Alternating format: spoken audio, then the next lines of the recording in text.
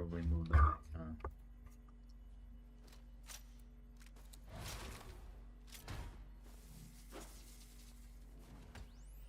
Uh-oh. There we go.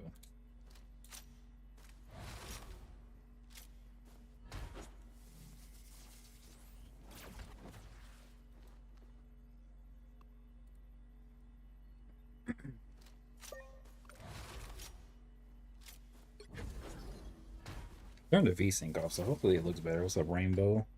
Let's see if the chat.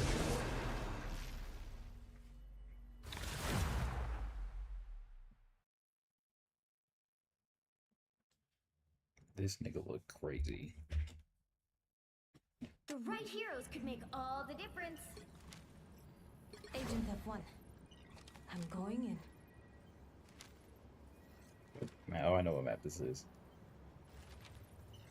Wait. Yeah, I know what map this is.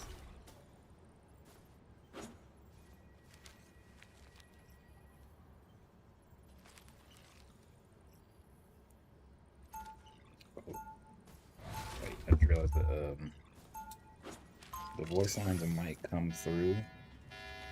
What's up, Lynx? The voice lines might come through, so let me put my headset on. Put my headset on so I'm not hearing like double voices. I think the OBS kind of allows for that like margin of error so that it doesn't happen, if that makes sense. But I like to be careful, you know, just in case. What's up, Glebs? What's up, Lynx? Just imagine what we could accomplish. I'm gonna play this for a little minute until like, was it 3:30? I'm gonna look at the Abijah post because I just gotta get something off my chest real quick, just in regards to Abijah. And then I'm gonna, then we're gonna get into today's reading, man. I'm not gonna make that Abijah thing a video though. I'm gonna just let it rock. If you see it on stream, you saw it on stream. Damn.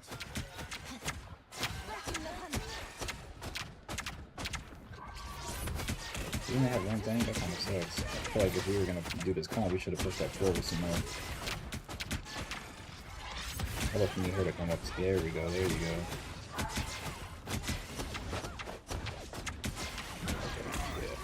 Okay, yeah. Nice.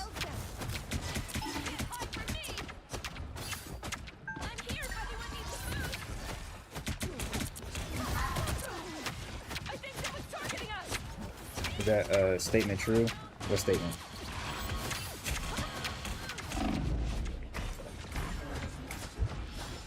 Oh, where'd she go? Where'd she go?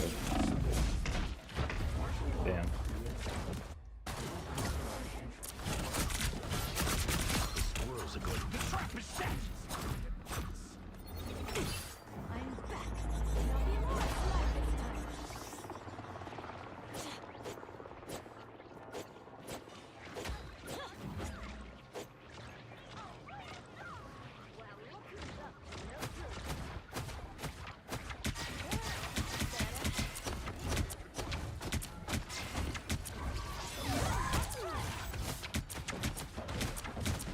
So they have two tanks, and they have a shield taking and a disruption based tank.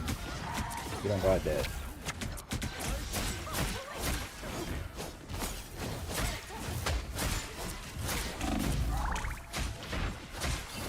I'm trying to help them so bad. I'm trying to help them so bad.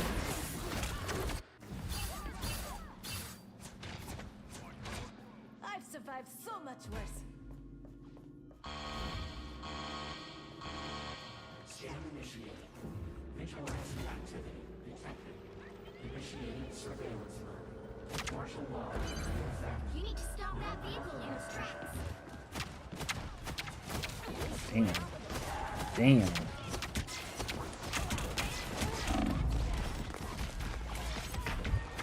Perfect precision. Damn. You're fucking good, bro.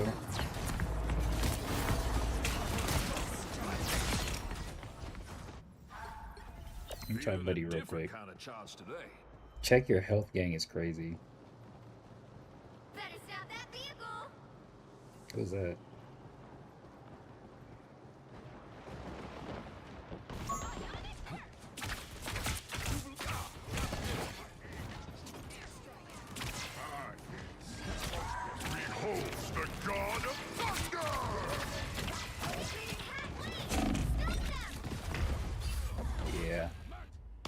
not a very good game right now, I can't lie. Not a very good game right now. I look at this as White Fox, if I'm being honest with you. I can feel my ancestral power. Because you need a second tank. We have like 2 divers.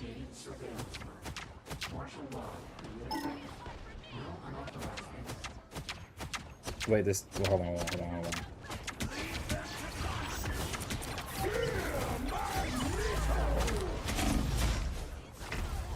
Damn it. The statement Shay shits on current T'Challa by not in power terms but in character rating. My spirit pulls me back to battle. Shay shits on T'Challa in terms of character? There's still T'Challa has what, like, I'd just say like a minimum of like 30 years worth of writing. I'd say no. It doesn't even make sense. There's arcs where T'Challa's character gets shit on. There's arcs where T'Challa's character triumphs. I actually read the comic, the like intergalactic. My spirit. What the fuck is this statue? I actually read the intergalactic comic run where like T'Challa's in space and shit, and like the Empire of Wakanda exists. I actually read that one. Pretty interesting. I mean, I think it gets his character right for the most part. So I don't really think that's true. Like, I don't think that's accurate. Yeah, there's like nothing I can do, bro. Fuck.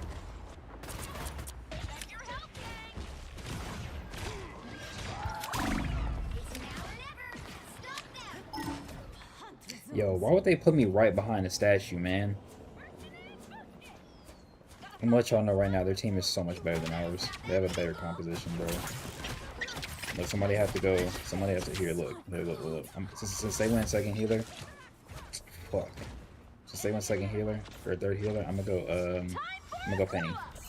We won't let you or Wakanda down, Your You guys have your opinion on that? Yeah, I mean, Shay doesn't even have the longevity of like a lot of these characters. It'd be different if like, I don't know, he was just written better as a whole, to where you could just say it outright, but he's not, so.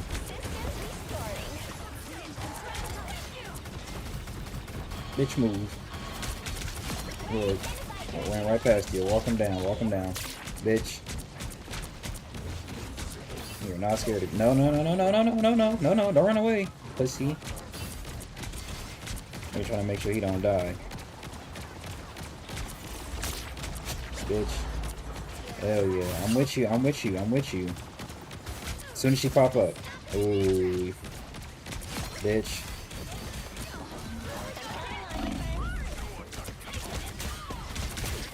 Oh, I got pushed out the way so I can't blink her down the way I wanted to. I want her dead. Thank you. Thank you so much. Let's see if I can mark this. Nice.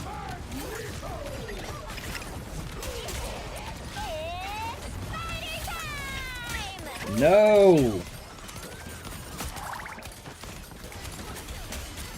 Go this way. This is where all the people at. No! They're wasting my ult, man. Damn.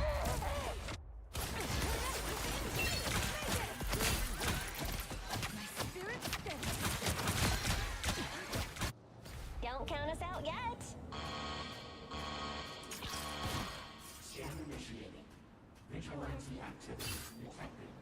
I told y'all we needed a second tank. And look what happened when I go tank. Able to hold him a lot better. This visual's crazy. Let me get back to the team though. I haven't read a lot of comics as a whole, so I can't really like fully speak on something like that, but in theory, like, since we already don't like Shay's character right now, I don't think you can even confidently say that Shay's better written than some of the worst comic book characters, you know? You know? Like, what's a character with a lot of history, but with, like, no real, I don't want to say it. I don't want to say depth. That wouldn't be right. I don't know. But Shay don't got the longevity of, like, shit. most Che doesn't even have the longevity of like Aang, bro. So it's like to compare Shay to comic book characters who have been around longer than the characters from Avatar: The Last Airbender, a show that still has so much hype, so much love, so much adoration.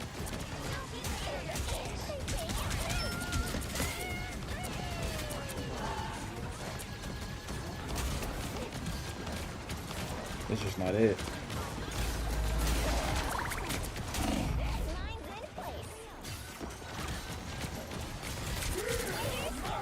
Oh my gosh, they wanted for bits so bad. I'm so sorry I couldn't kill her for you, mines. There we go. Beautiful, beautiful. Let's hold it for 60 more seconds. 60 more seconds right there. Officially 60 seconds. Now it's less. We can do it. I hate that this is the game that y'all see, but at the end of the day, I have to show my skills, so it's like, it's whatever. You know?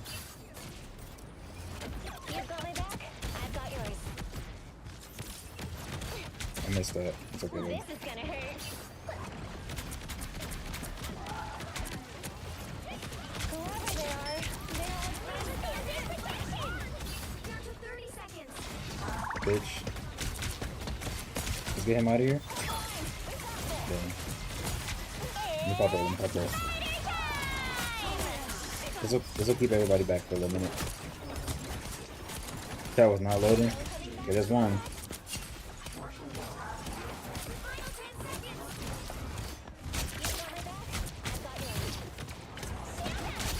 Nice. Nice. No!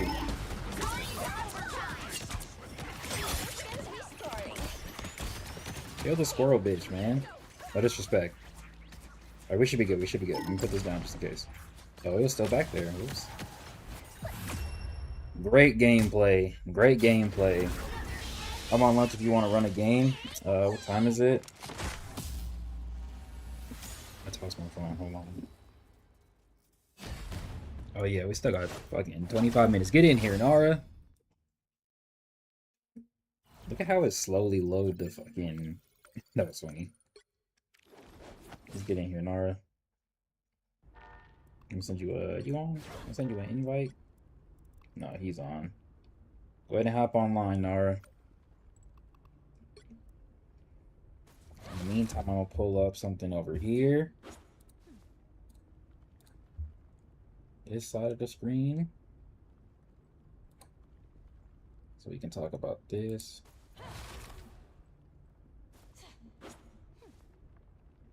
It'd be so nice if I could just like turn off comments. Oh my gosh, I'd love that so much. Not for like my videos. I meant for Brent's comment section. I really don't want to see what these niggas have to say. Ever. I truly don't care.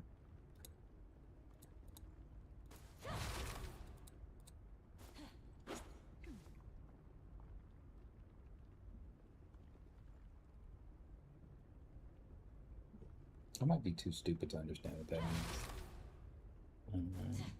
Alright, we're just gonna wait for Nar for a little bit. What does this button do? How can I invite somebody who's offline?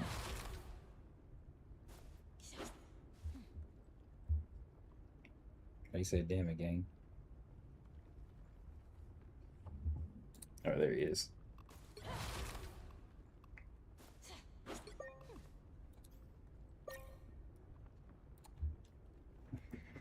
Alright, we in this piece. I gotta play as a mutant because Nara only fucks with mutants. So guess it's time to play Jubilee. Let me show you how fast I am. Sorry if I do ask Nara, I'm not good at her yet. The right heroes could make all the difference. cover your ears.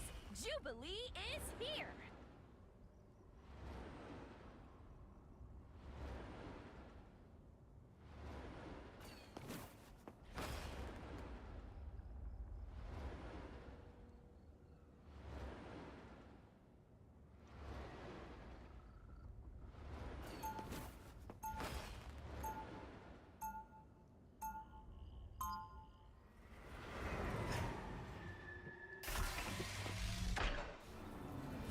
it's a team up right Screw now. the It's a light. team. I'm giving Okay. it to my dark side. I'm gonna stay as her. I'm gonna stay as her. They'll be coming in 30 seconds. If I start doing Stay too strong. bad, I'm gonna switch to Gambit for the team up with Deadpool. Give him a little bit of assist, right? Ready to make with the paf paf? You bet. And you even got the automatopoeia right. Of course I did. I know exactly how annoying it is when I go thwip thwip and someone says I went pew pew. Wow. You really took that a lot more seriously than I expected. The battle starts in 5. All right, I adjusted my little reticle a little bit. Hopefully, it does a little bit more for me when I actually play.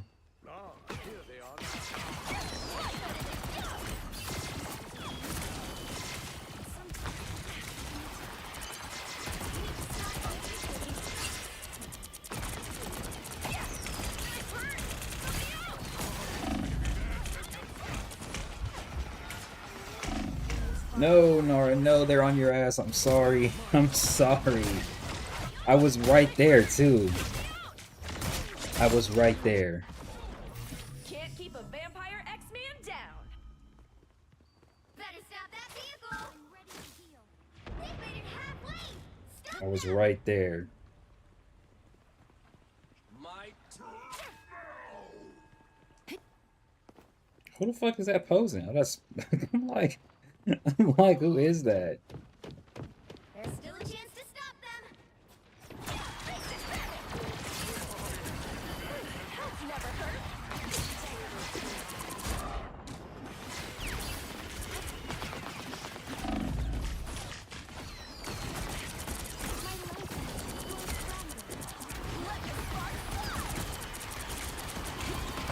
Doesn't feel like everybody's in front of me, bro. Like, or behind me. I'm a fucking healer. Go up there.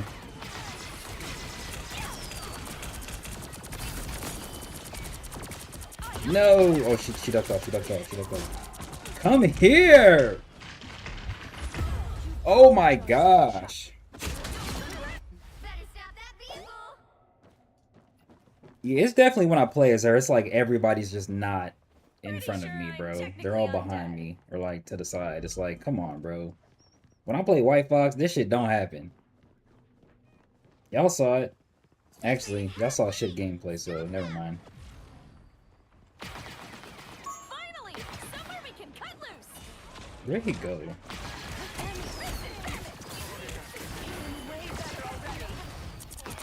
Put that down just for the teammates. Put it down for the teammates. Put that one. Put the ops. That one for the ops. I'm getting fucking beamed, bro. Damn. I should have blew it up so I could blind them. That would have been better tech. That would have been better Can't tech. keep a vampire X-Man down. Oh, that would have been so much smarter, actually. I'm not gonna lie.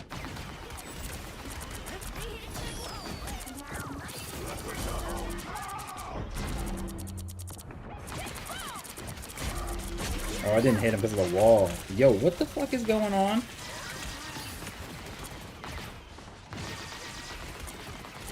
Yo, her. Hit. Wow. She had a shield on her. That's crazy that she wasn't dead.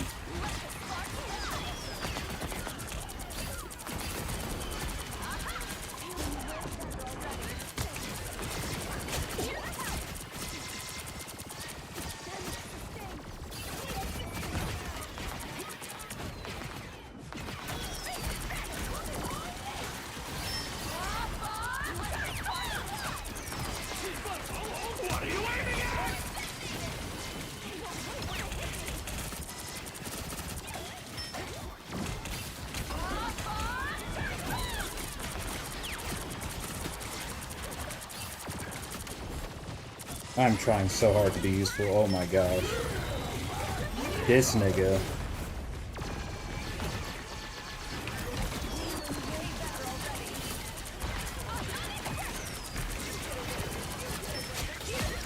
Okay, I got a kill right there. Playing Jubilee feels more like managing, you just using cooldown before like using your abilities more than does playing like to actually trying to heal your allies. It's kind of crazy. Where are you?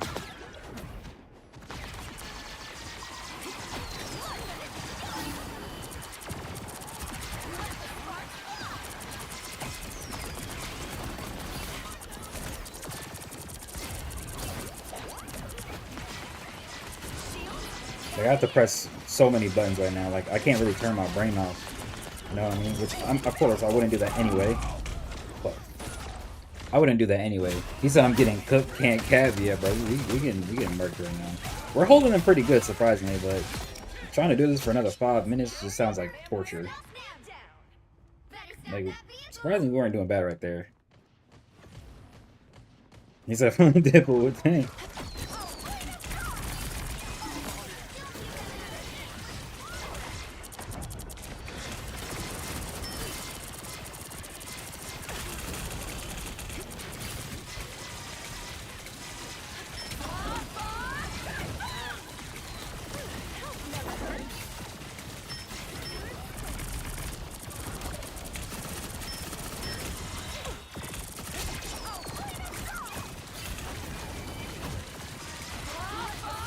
Nice, I got one.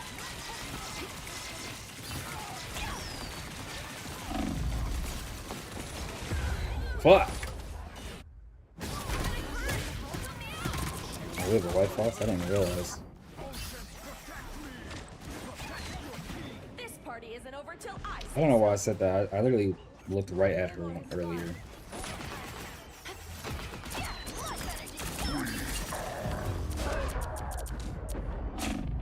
As a character, her concept is cool.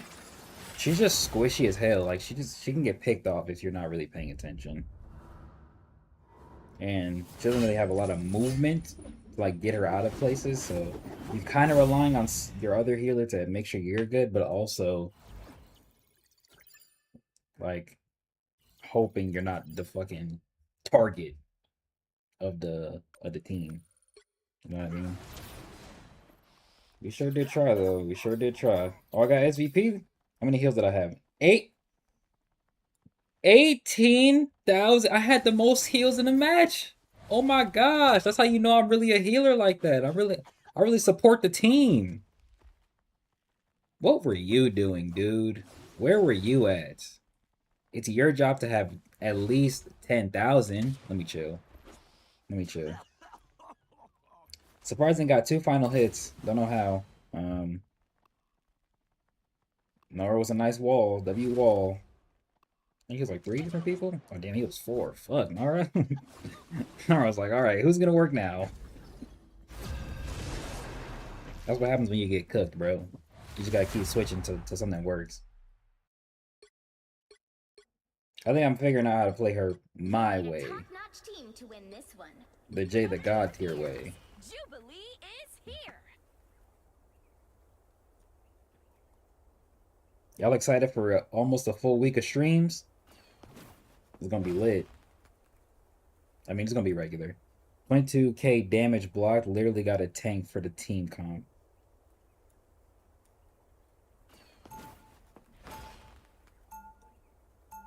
Not all tanks work with what our team play. Facts. Screw the light. I'm giving into my dark side. Okay, W Penny. 30 seconds What are before we you attack. doing, bro? Get Hold ready. on, rocket. That's some nice armor you got there, sweetheart. How much you want for it? More rocket. You know Spider isn't for sale. Alright, so I throw this down, activate this, spam the bubble like that. Get the area team heals up. Anybody around me gonna get healed. I'm getting healed. 3, 2, 1. Why does it feel like it shrinks though? What the fuck is that about? Is it hot in here or is it just me? Oh, right.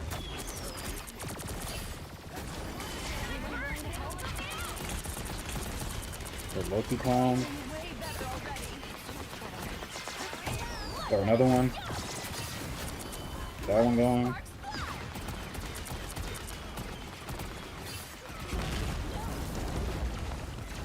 Move with the team. This is how you do it as a healer though, right? I'm glad that everybody's in front of me now.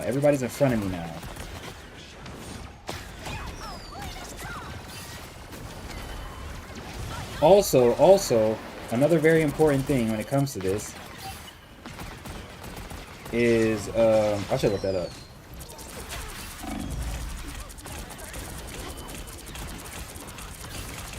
Oh, I didn't get to blow it up.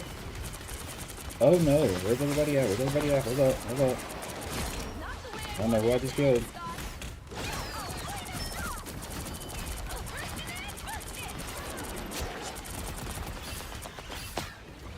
I might have to change the reticle color.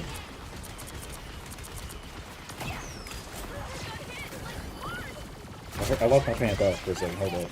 Let me get to a safe spot.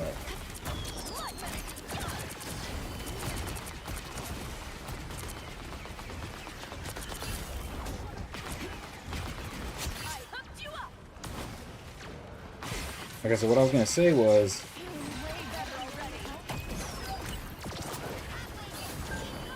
actually that was a waste. What I'm doing right now is kind of good for like team and area heals, right?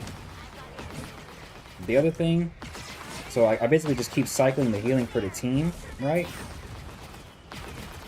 But what would be really good, like the other ability is good for like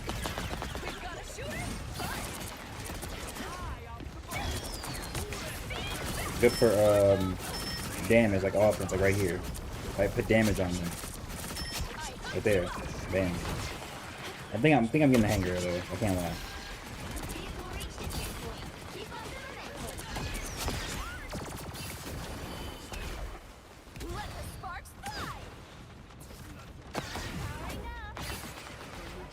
Like I'm not really doing a whole lot of like direct healing. Like I'm not, doesn't feel like I'm doing a lot of healing while shooting directly at people. But that's okay because she kind of shines in that.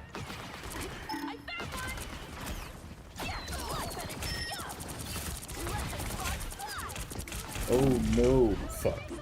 She kind of shines in the area of like a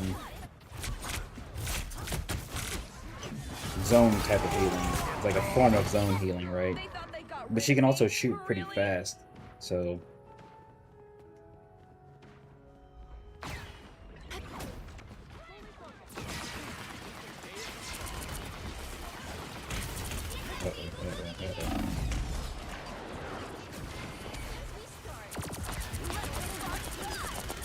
Yeah, that is nice.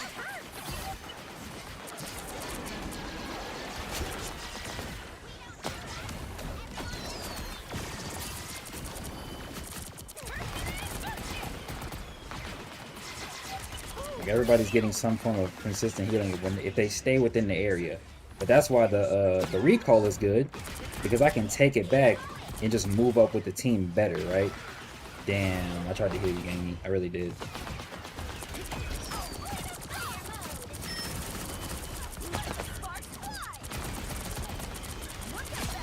Oh, I got the final hit for that too. Nice. Where are we moving at? Where are we at now? Nice.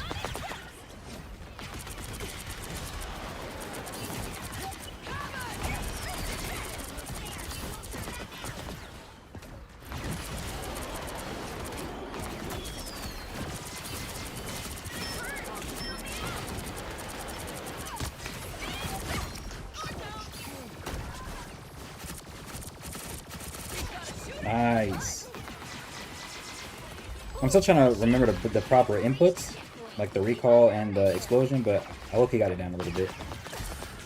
Especially because I'm using, oh shit. Especially because I'm using, the whatchamacallit a lot. This move a lot, so I just know it's the left bumper. It does shrink. Why is that? Oh, maybe it didn't hit max. Oh, that's why it doesn't hit max. It just gets close. Okay. So I gotta make sure I'm making sure it's max. Okay. I'm thinking I'm getting max the whole time. I'm like, why is it shrinking? Because it's supposed to stay large like that the whole time until it reaches max, like this, right? It's supposed to stay that size the entire time. Now I'm understanding. Oh no, it's shrinking again. Oh, maybe you can just refill it or something. I don't know. Shit kind of pissing me off now. I'm thinking about it. I don't like that.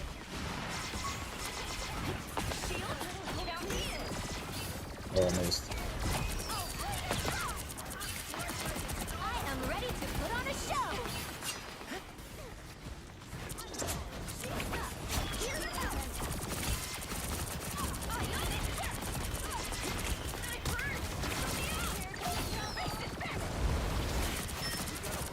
A sniper? That's what we need. Oh no. Oh no.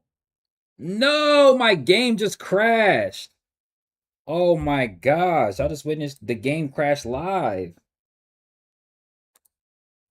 Oh my goodness. I was doing so well. Let's see how fast I can get back in the game.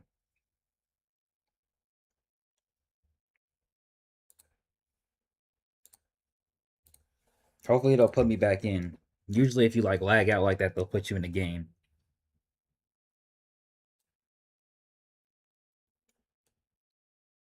Oh, he said being tank is like finding the perfect lock rather than finding the perfect key. What a guy. Dastardly, right? That's just crazy.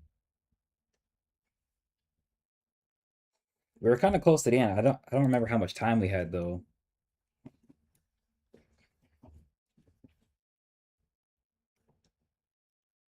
Okay, will they put me back in?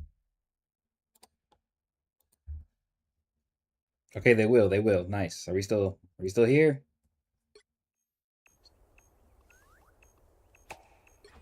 Screw Okay, the okay. light. I'm giving Oh it to my the dark gosh. side. Oh my gosh. I got ult too, so maybe I can help this final push right here. What do we have? Okay, I'm gonna walk with I'm walking with Nara.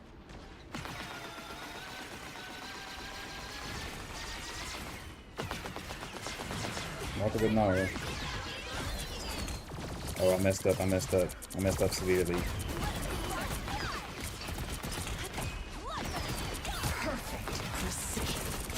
Uh-oh. Fuck.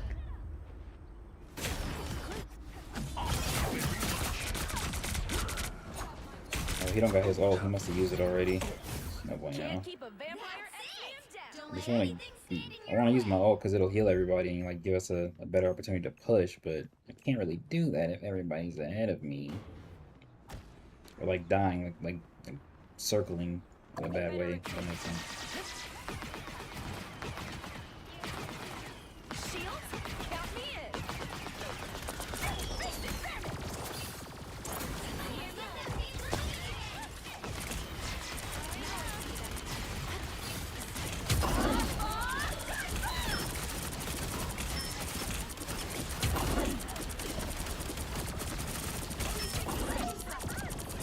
I'm ready to put on a show.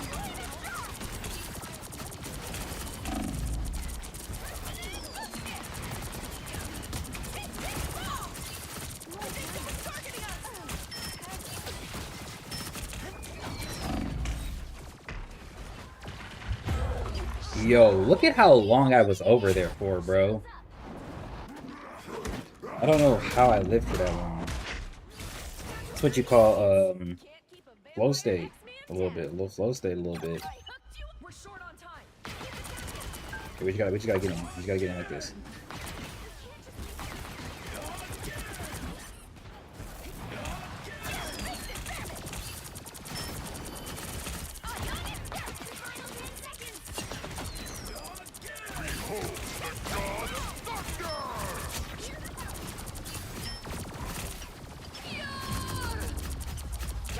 Did we lose? Oh, we lost. Damn it. Can't expect to win 'em all. Hulk was doing that dude dirty. Last time they did decent. I fucking lagged out, bro. That shit's so ass. Same amount of assists though. Same amount of assists.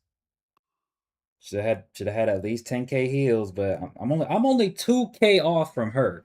The other nigga, bro, I had double their healing, so I'm not even worried about it. This nigga went crazy, bro. He tried his best to put us in his bag, bro. He tried. What do you think about the live action of Naruto that's in the works? Live action things that started out as animations piss me off.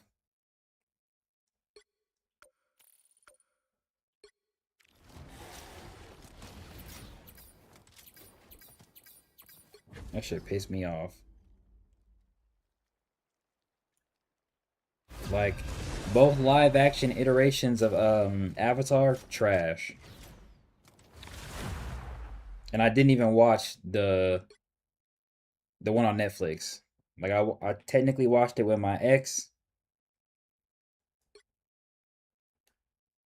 Pick your hero or villain. I'm not judging. I technically watched it with my ex, but like not really, if you know what I mean. Like if you know what I mean. Like I technically watched it, but I technically did. Because there were things on the screen that would like show up and I was like, why did they change that? You know what I mean? Like why is that different? And I didn't like that. And in the movie they made years ago, which has always been ass.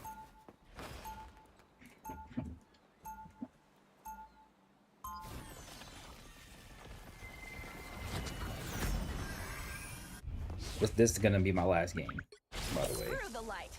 I'm giving into my dark side. I think I played Jubilee pretty well in those 2 games, bro. I played her 30 pretty seconds well. before you attack. Get The ready. lag kind of fucked me up, but the game before that, where we actually won, that was a good game, bro. That was a good showcase of how to play her a little bit. And then I kind of went crazy, like with the orbs and the trying to kill that freaking Starts in 5, 4, 3, 2, 1. the wait. All you need to do is Trying to kill that Luna and that whatchamacallit as another freaking healer was kind of crazy. I got so close to both of them, but I don't know, bro. Y'all saw me though. Y'all saw how I survived. That's the same shit I did last stream with that Captain America that was on my head.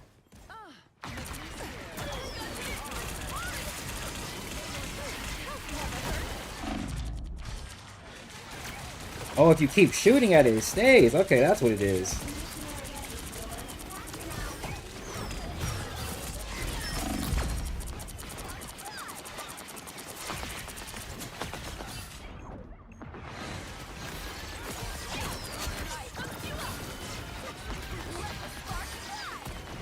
Try to remember to detonate it when I need to.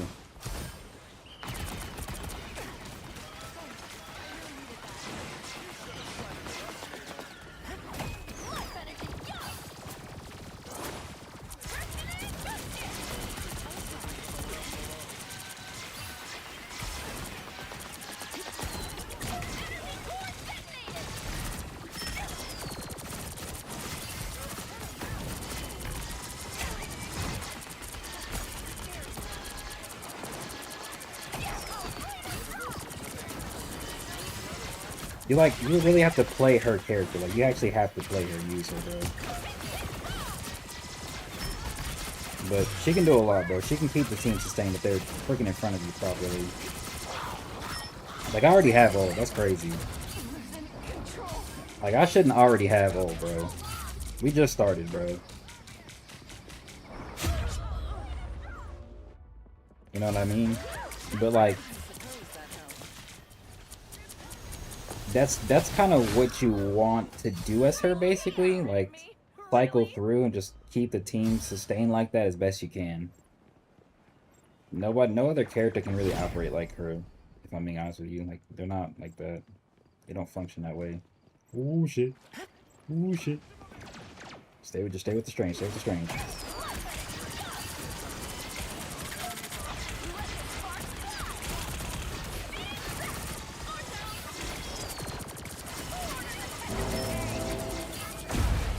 I got fucking dunked on, bro.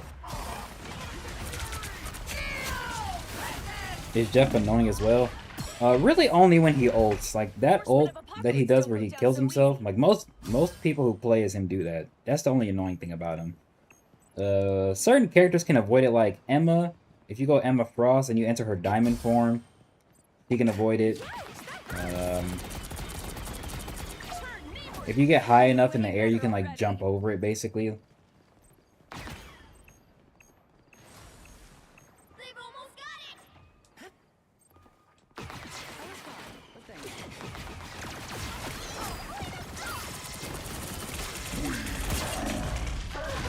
it. Damn, there's literally nothing I can do right there, bro.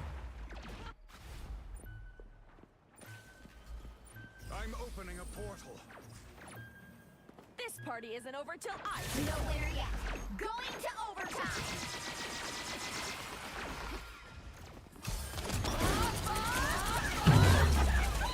No!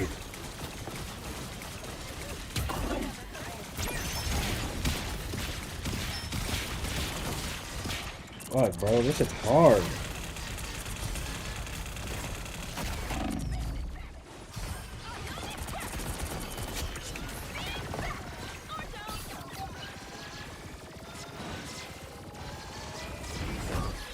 Okay, we got it back. We got it back. That was a good double ult push. The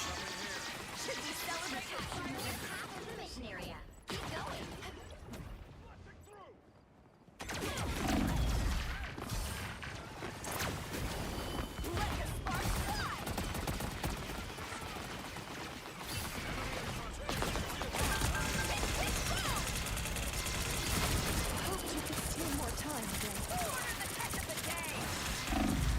Oh, they're on my ass, bro.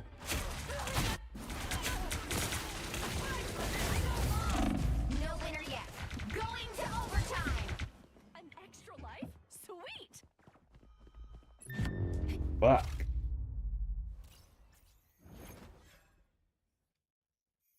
I'm trying. I'm trying. I'm really trying. I wish I could see how the what's his name? The Cyclops is playing. Because he has a team up. So he lucky she can be more aggressive. Low key he can be more aggressive. 30 seconds before you attack. Get ready. I'm moving with the tanks, so I can see that they're trying their best. I can't lie. They really are trying. And our tragedies. But we survived. They were just able to get rid of us in that little second push, but I'm trying my best too. But at the same time, we were able to come back with the hold and the ults that we used. 3, I just wish everybody like would stay a little bit more in front of me, bro. It's like everybody's at an angle that I just can't focus everybody, bro. Like I have to pick who I want to be with, because Let's get it over with already. if not, bro, then nobody's gonna get healed. Like nobody's gonna get healed, right?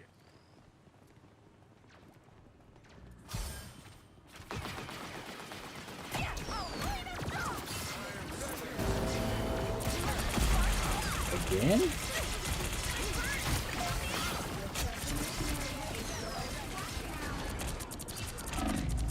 No, no.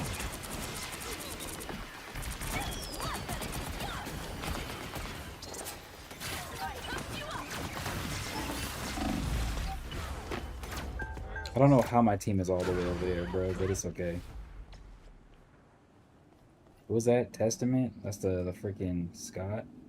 Can't keep a vampire X-Man down. That's the only thing I don't like about this character is like trying to recall trying to like to manage the balls. Pause. See, like that shit's annoying, bro. This shit is annoying, bro. You're not the only nigga on the team, dude. Seriously.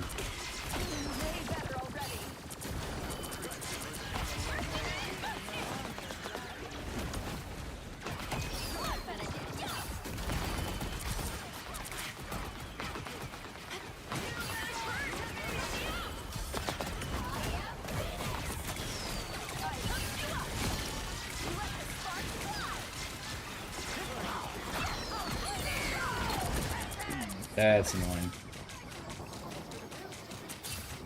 You can't really go anywhere, huh?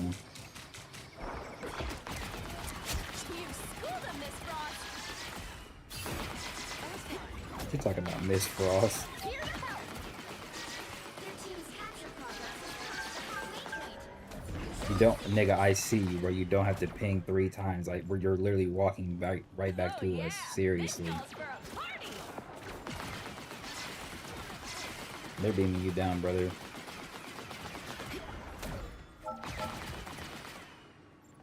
Portal? Oh, it's his portal.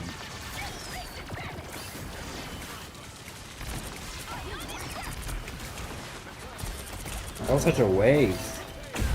And I got dunked on again. I feel like that Jeff play was useless, or maybe it's just me. Yeah, it was, because there's nowhere for for him to Can't like keep a vampire? to get rid of We're us gonna at. have to So he just protect ulted this and then spot, died. huh?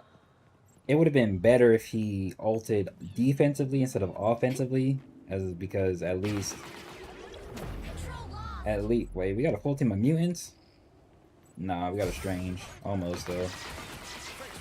But yeah, it would have been better if we like say Cyclops on our team ulted. It would have been better for him to ult that way, like to defend his team from that.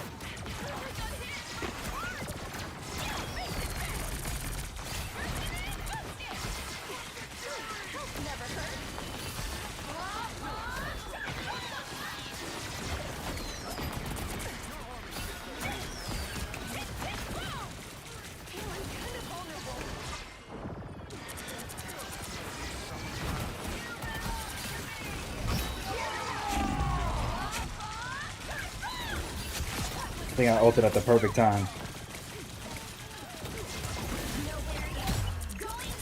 You can try me, bitch, but look, we still here. I ulted at the perfect time. I tried. That was a really good ult right there. Based on where I am, video ping 15 to 25 minutes. You've captured more than half of the mission area. Keep going. Why did he tell them to listen? Suspicious.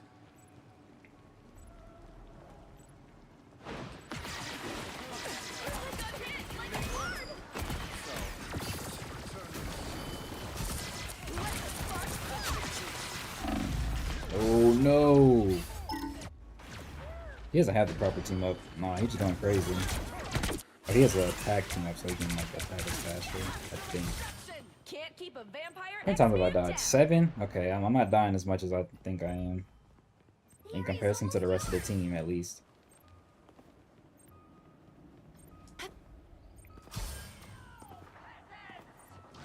Wanna help me defend this area? The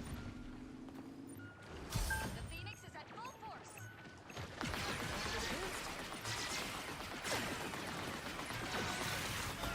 How are you getting? How is he getting pressed so much, bro? Damn. Oh, we actually got it. Oh my gosh.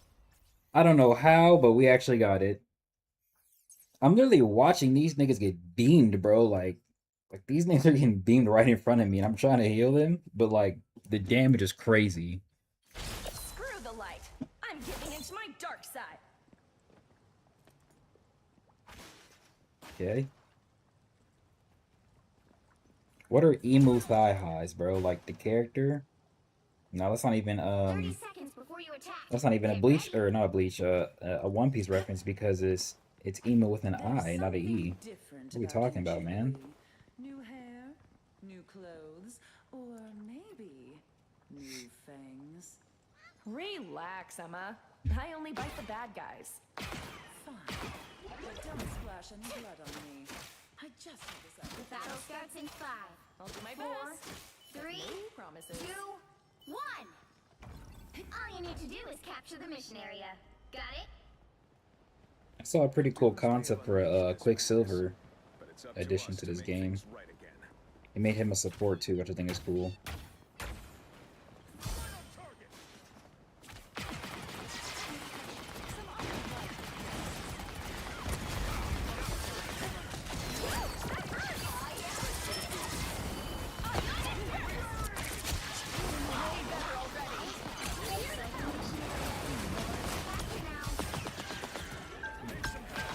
I see you, nigga. Fuck. You see how like nobody else like crazily pings for heals? Damn. That shit gets annoying, bro. Control lost.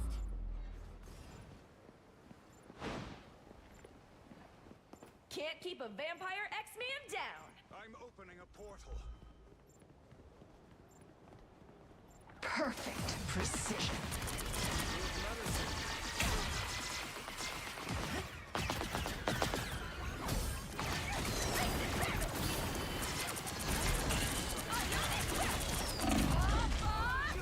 Damn.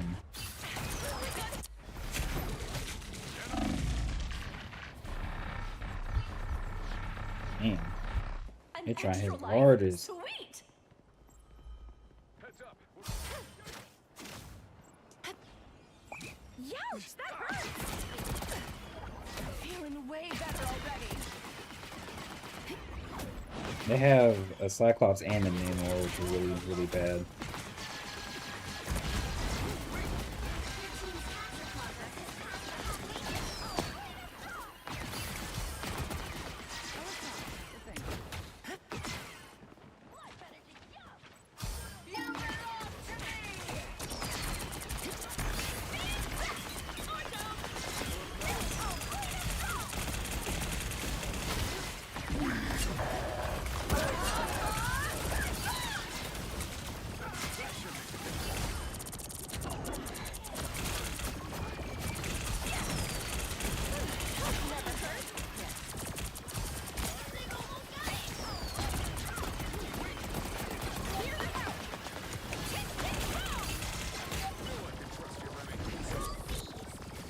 So that wasn't bad.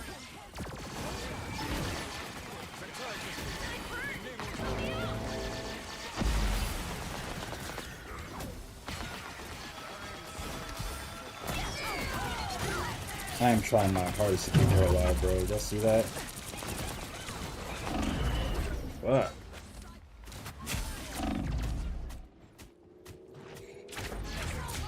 $30,000. I don't even think I've seen those numbers on other healing characters. That's how you know she can heal a lot, man.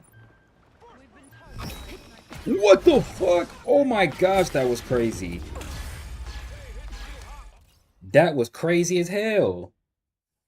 Y'all see her she just walked through the freaking gate like that trying to press us? That was insane. That was insane. You can't expect to win them all. That was a horrible way to end it, but I tried my best, so it's okay.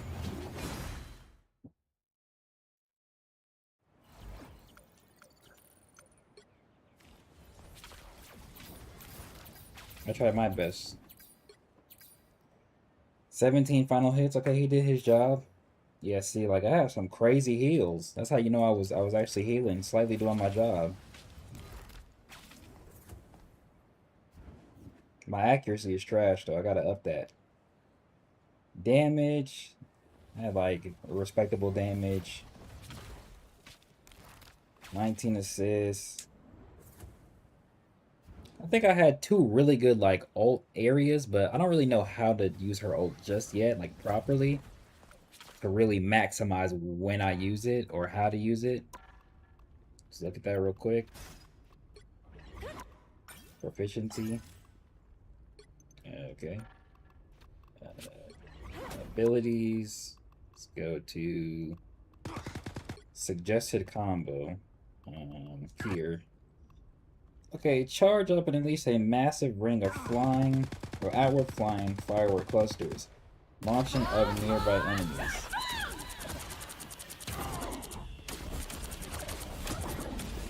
Yeah, I think that aspect is fucking me over. These clusters orbit you, creating a field that damages enemies and heals allies. Expanding the cluster radius outward will launch up struck enemies.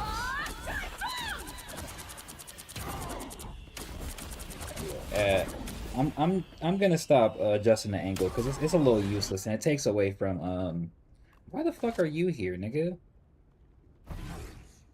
The fuck? It takes away from me focusing and trying to do literally everything else. I'm gonna just keep the radius big, basically. Not bad, but like not great either. But definitely better than last stream. Definitely better than last stream. I'll say that.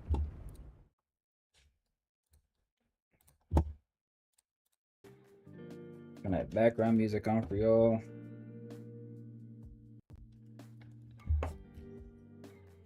Yep, turn that off.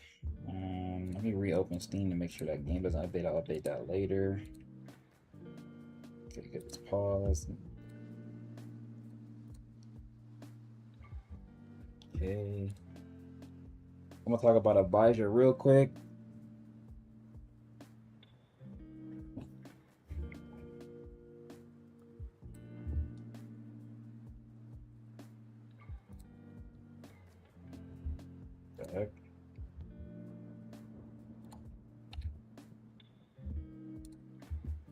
My PC going crazy right now. Okay. Oh, let me freaking move my controller. There's not really too much to really dissect with this image specifically, outside of, you know, Abijah beheading somebody. This is kind of horror, I can't lie. I'm not really sure where this would be. Might be somewhere in like the Middle East. If I really had to guess. Only the dead see the end of war. Am I stupid, or what the fuck does that mean, bro? What does that mean?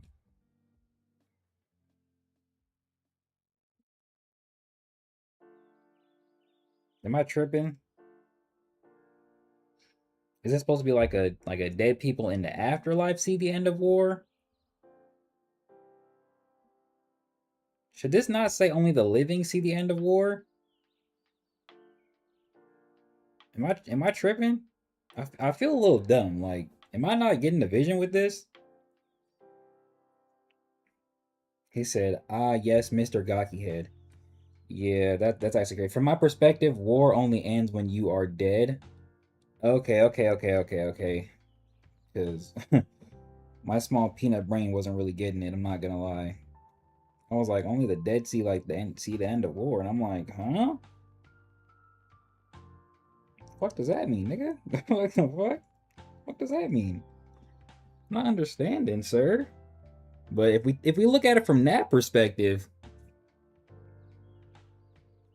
you could say that basically the fighting stops when you are, as an individual, are dead. So from your perspective, as like the individual who dies, there is no more war, right?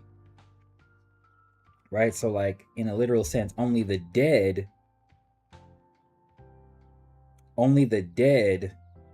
see the end of war. You know what I mean? Like only the dead people who are dying get to see the end of war, because they're no longer participating in it. Okay, Lynx, hold up. You kind of cooked. But my small peanut brain, at face value, that shit didn't make sense to me. I'm not gonna lie. Like, it sounded cool when I read it, and then like I thought about it, I was like, what the fuck does that mean? You're not wrong. A lot of people called this out.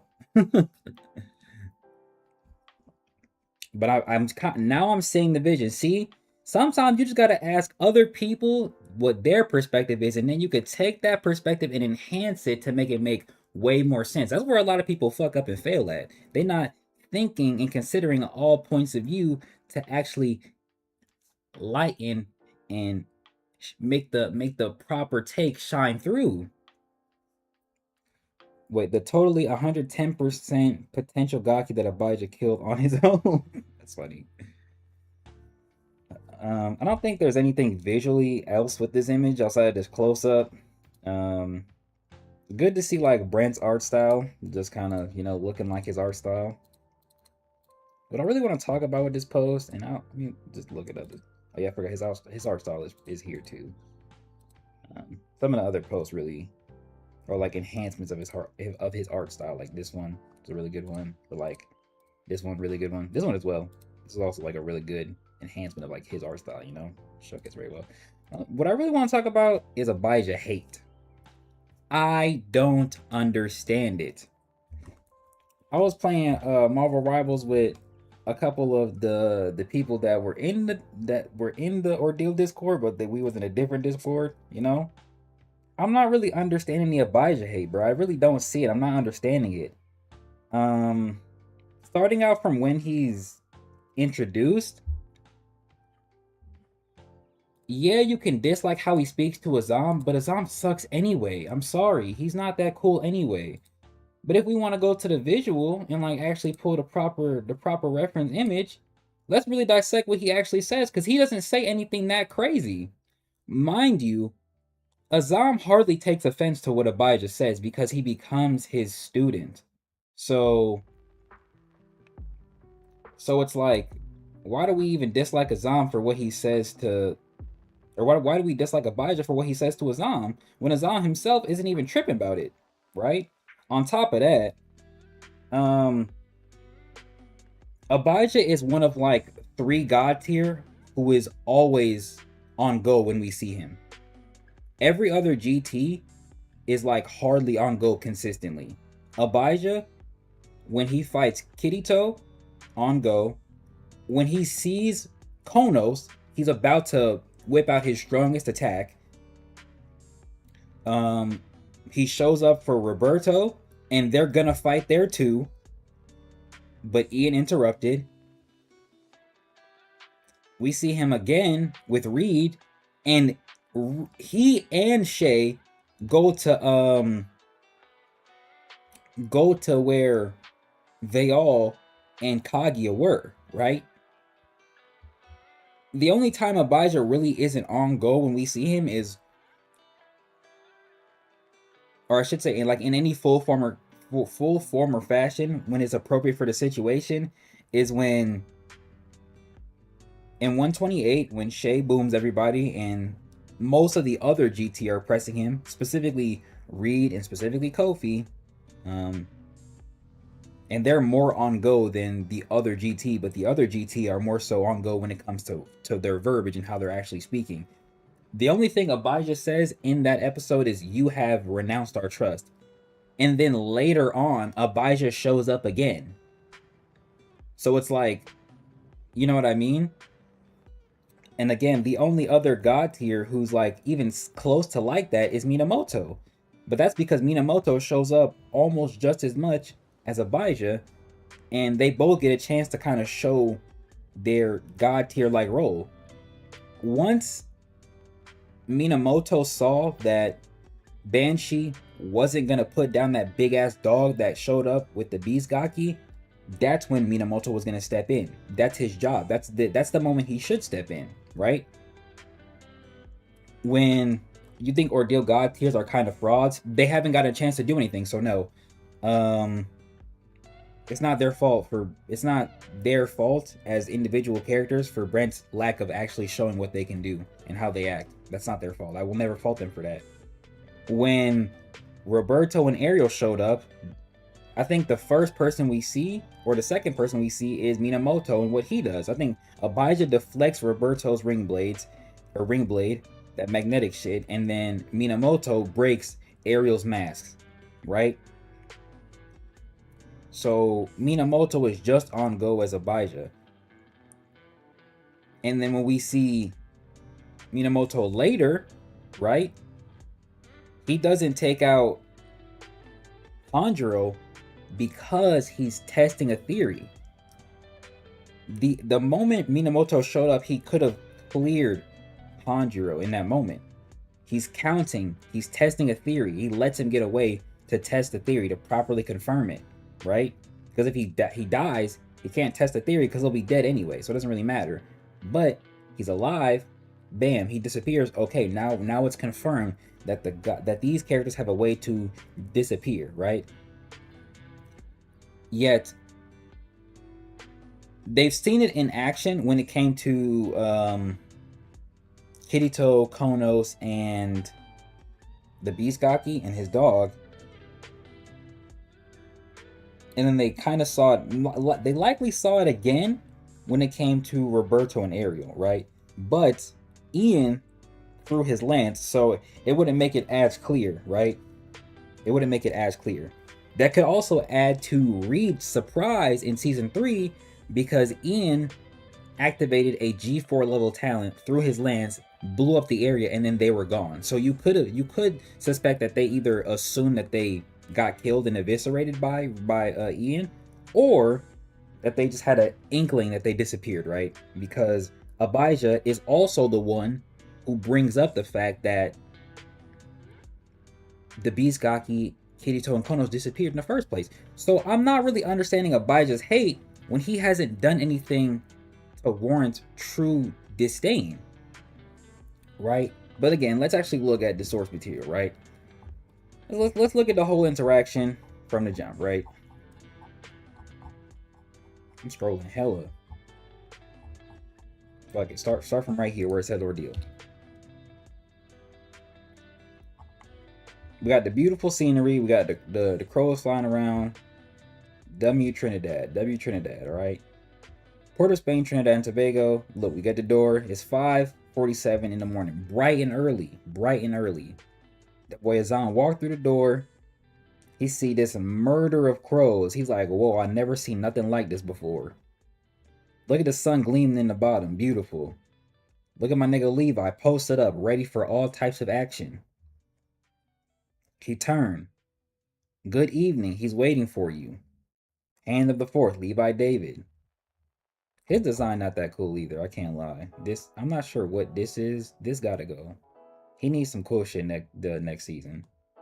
Hella crows, bro. Hella crows. You requested to see me, Fourth Lord. Azam show up respectful. He looked right at him. He know exactly who he is. Please sit. That boy sit down. Look at how he's standing on his perch. When I first read this, I thought he was sitting. I can't lie. I thought he was sitting, but he's standing. It's just like the way his like fur cloak shit, or not fur, feather cloak shit is. It's like it looks like he could be sitting if this was just a little taller, but he's not. He's fucking standing on it. All right. The crow show up, same eyes.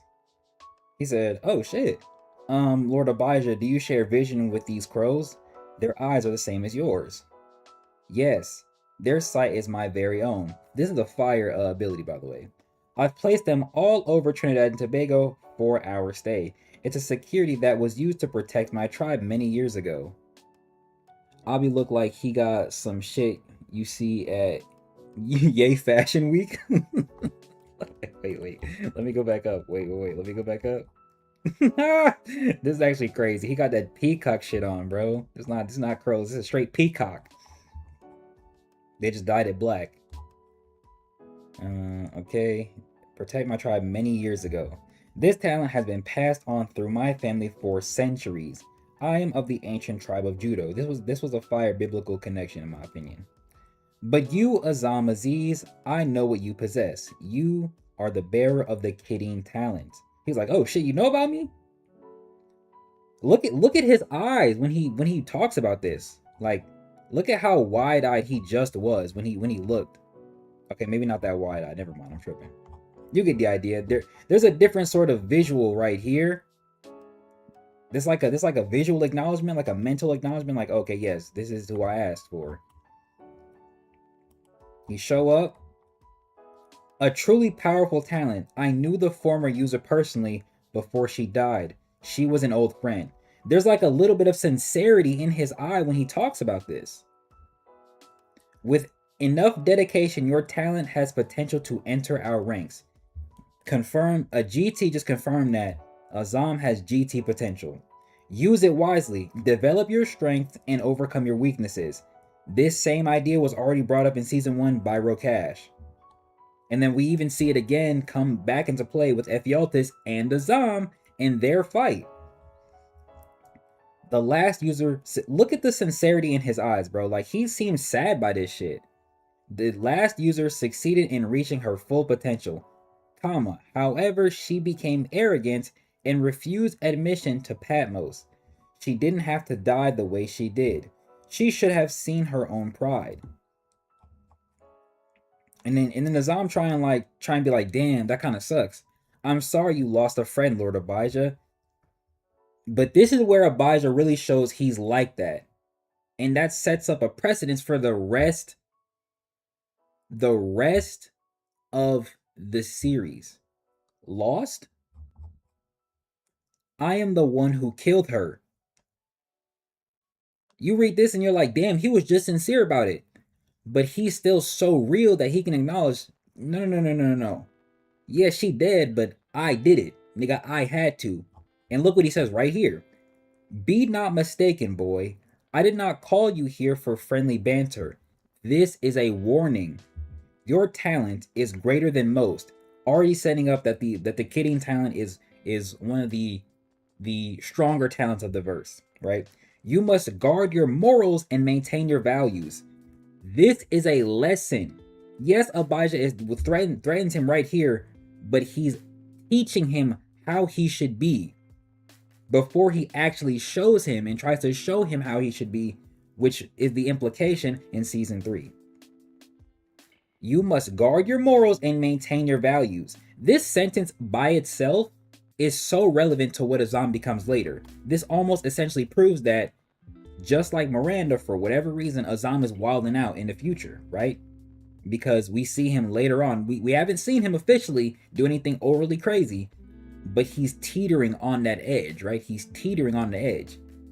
Next sentence, just as important. Let the teachings of Leo Thomas stay in your mind. This is so important because if you allow the teachings of somebody like Leo to remain as a core part of who you are, you become a pillar, a triumphant individual, a beacon, the same way Leo was, the same way Shay is supposed to be, the same way all of the GT who are affected by the way Leo does things are. This is why Abijah can tell him this, because Abijah, like all of the other GT, are affected by how Leo was, right? Especially an older Leo who is more so the true pinnacle of uprightness and righteousness, right?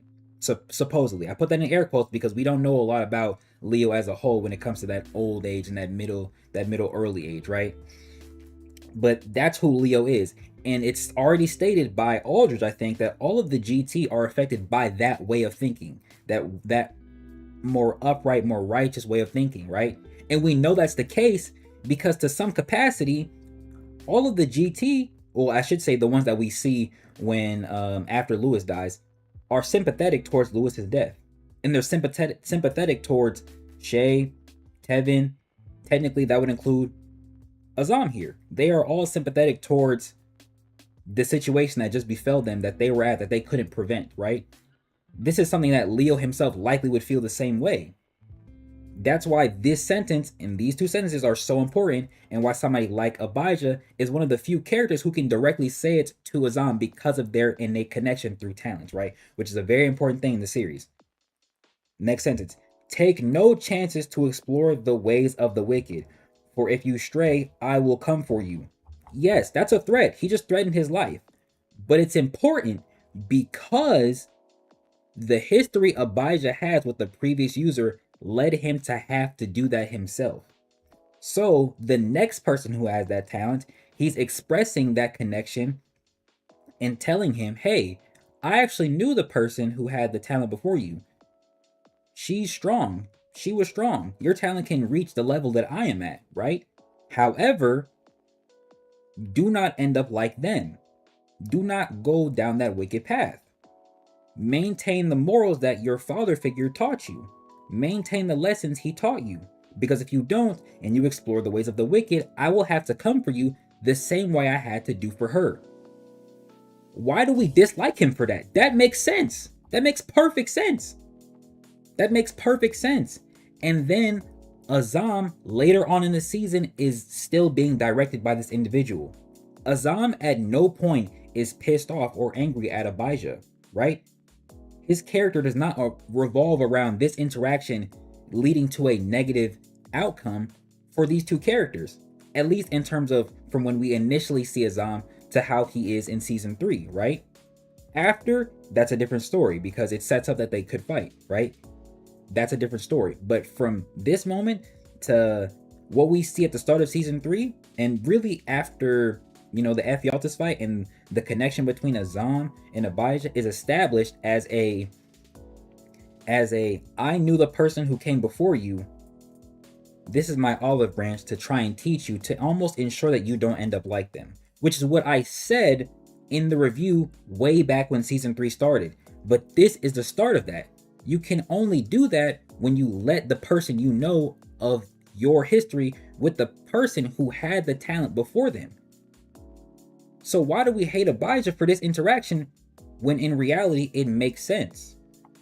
Yes, you might not like that he threatened him at the end, but he has to let him know, hey, if you do the shit that she did, I'm gonna have to do what I did to her to you.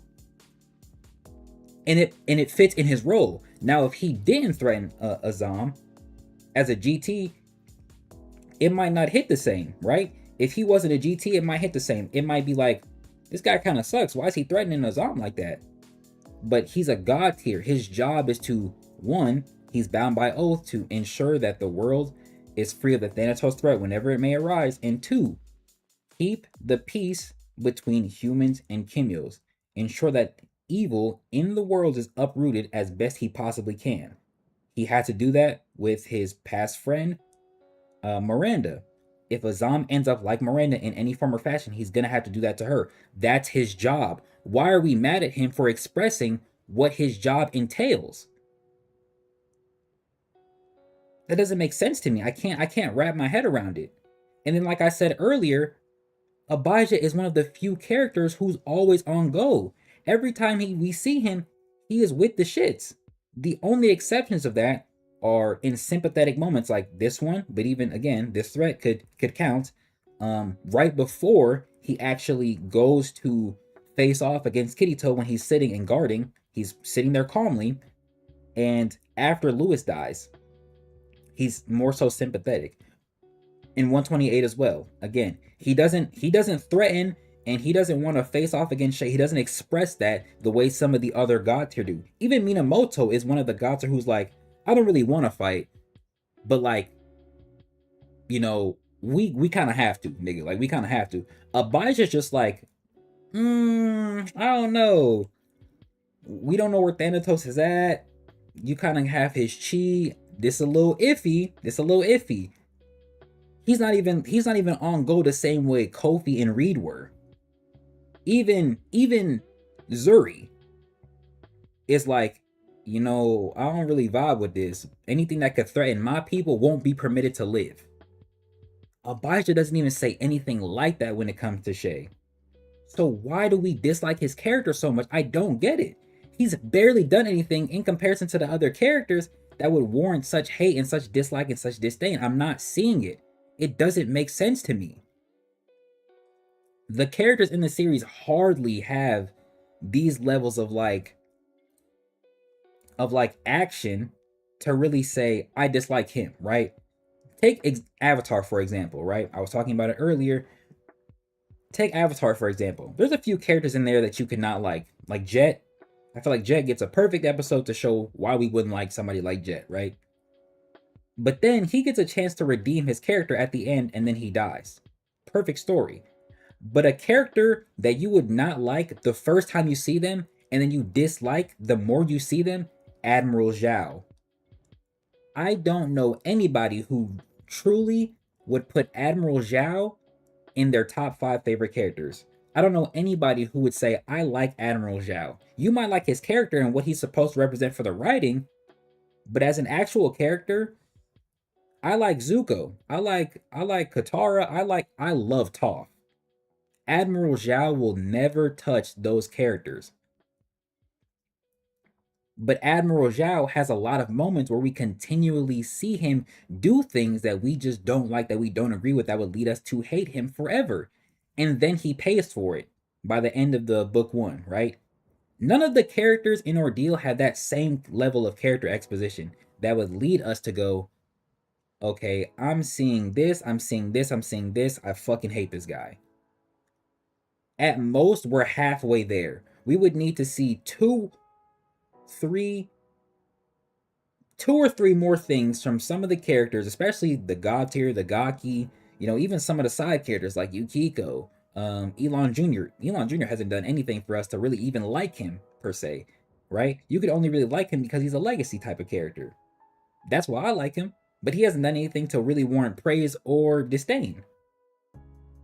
But a lot of the characters in Ordeal are like that because a lot of them haven't had the actual chance and opportunity to continually show their character. But even somebody like Abijah, who actually has character moments, hasn't truly done anything that goes, I don't really fuck with him. I don't understand why. You might not dislike some of his actions, but the really only action you would dislike is the initial interaction that we see him in when it comes to him and Azam. You might not like how he interacts with Azam, even off the very, very initial interaction when he's in that bunny costume. That's really a comedic moment, bro. That's more of a comedic moment. That's not really that's not a true interaction the way he interacts with him on the rooftop, bro. That's not the same thing, bro. Not in my opinion. Yes, it is an interaction that shows his character, but it's not the same level of true one-to-one, truly showing who he is, right? Not in my opinion, at least, right? That's more of like a, I think, let me write this in here because I think it's funny, you know, plus these characters are going to interact later on anyway, right? It's just funny because Abijah's short, right? Yeah, Zom's gonna think he's a kid, but then Abijah's like, yo, I'm not a fucking kid.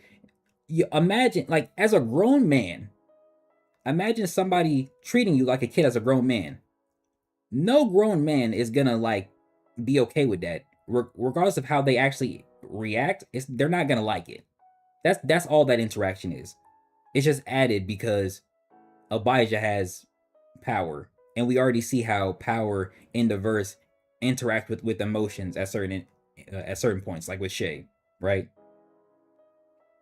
I mean, these are pretty reasonable things, bro. Like this isn't anything crazy. So I'm not understanding where the Abijah hate comes from, bro. Do I want to see him like truly shine? Maybe. I mean, he's one of the few. He's one of the most consistent GT we've seen throughout the course of the series. He's in the only season he's not in is 1. And in season 2 and season 3, he's present and seemingly always does something that's more or less relevant, right? Which is more for most of the other god tier, right? So I'm not really understanding where the hate comes from. I'm not really understanding where the dislike comes from. Is it surface level? Like, is it just a surface level dislike? Because the reasons the homies gave me, I can't agree with them. That shit ass to me. It's corny even. That shit fucking sucks. If you actually sit and look at the character, he's not worth hating. Truly, most of the characters aren't worth hating or disliking. But those reasons, they're not it for me, man. What about Korra? Do you like her? Not really. I don't like most of the characters in that show as a whole. I like the villains more than I like the main cast. Zahir and Kuvira, amazing characters. Yeah, that's really it. I like Tenzin. I like what's her name? Lin Beifong. I vibe with her. She's cool as hell. I liked Kai. I liked his character a lot, you know. But most of the characters in Korra aren't that interesting to me, especially the main cast. Like the main team Avatar are not that great, especially because they had like a weird love thing going on amongst the group way too early and way too often. That shit trash. Ruined the whole dynamic. We didn't have that in Korra. Yeah, or we didn't have that in Avatar, The Last Airbender. Yeah, Aang had a clear crush on Katara, but that wasn't consistent for like most of the characters in the group, or at the very least it was defined, right? Aang likes Katara, but we have somebody like Sokka who interacts with Suki, right? They have a good interaction. Later on, Sokka likes the princess, right? Princess Yue, right? She dies. He comes back to Suki. They're probably a thing for, you know, who knows how long, right? But the relationships were defined and they were outward, right? They were outward. Whereas Korra has the relationships romantically inward when it comes to the group, and it's just not it. It's just not it, because it messes up the dynamics and it muddies how the characters can interact moving forward, which we see a lot of the time, right? A lot of what makes Korra good, in my opinion, it's not those characters, right? It's not the main cast, right? It's like Tenzin, Boomy, when he shows that he's an airbender, that was pretty cool. Like I said, Kai, Lin and her thing with her sister, and you know, the whole Zhao Fu Metal Clan, that was cool, right? The villains really make Korra more than the main cast, in my opinion, right? So it's like, you know, and I've thought that way for the last few years, maybe since like COVID, bro. I think I rewatched it around that time, and I'm like, the villains are always more interesting in Korra than the main cast, whereas everybody in Avatar is interesting in some way, or most of the characters are interesting in Avatar in some way. Iroh's interesting because he's a war general who lost his son, but he's also a somewhat spiritual figure, right? And a wisdom figure, right? Zuko is interesting because of the way his redemption arc goes, right? He believes if he captures the Avatar, he'll gain his father's respect. But as time unfolds, he realizes, and especially after book 2, he did technically kill the Avatar in air quotes. And he got what he wanted, but it's not it. Like, this isn't really what he desires. And once he knows that Aang is alive, and once he, after the solar eclipse, he goes to help Aang. That's his purpose, right?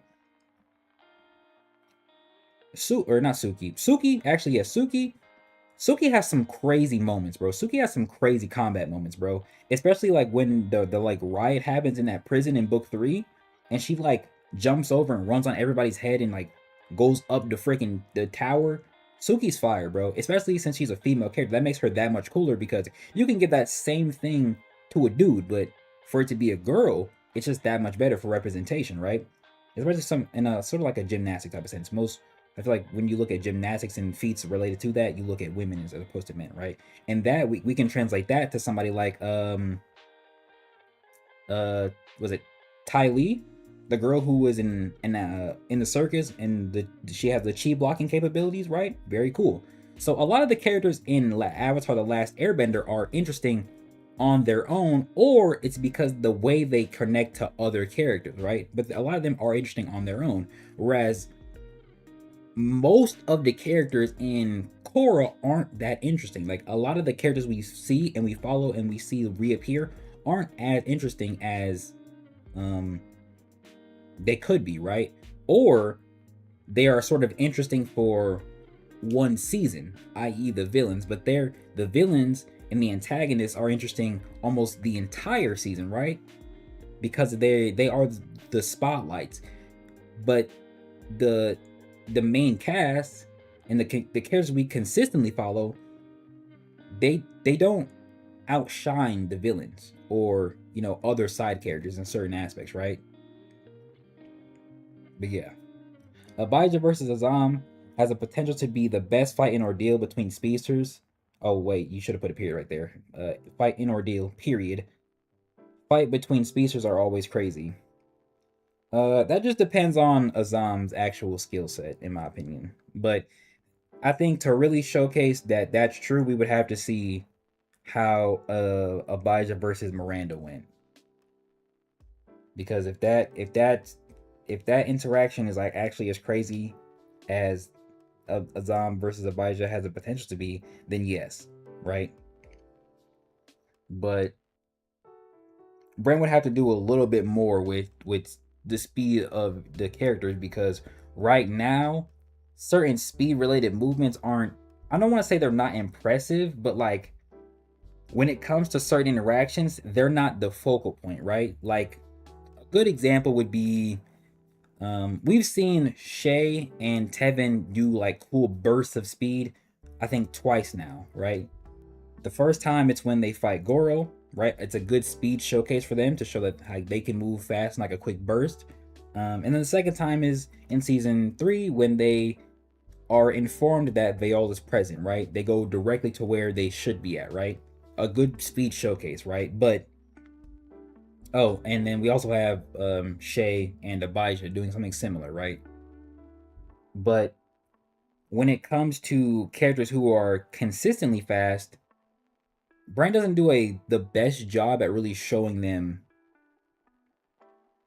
be like that all the time. Or I should say, he did better of it in season 1 with Azam, but he does a relatively good job with it with Kirito and Abijah, but that feels a little different in my opinion, because Kirito's not a haste user. He's not like actively, it's not like his attribute is immense speed, right? So more so Abijah, he does well with Abijah right there. But after that, it's not like the characters who move fast are really shown in a way that's so overwhelmingly impressive for the fact that they move fast, right? If we look at Azam's fight with Ephialtes, Azam's speed isn't always the cool factor of that fight, right? It's like an added benefit, right? Especially when he fights Azam's Bane, his speed, the thing that kind of makes him a little bit more cool, isn't really that cool anymore, right? But now we have to dilute his speed into other things that make him more interesting, right? Like when he uses Bramble Shell, speed but applied to his weapon in a protective form. That's cool, right?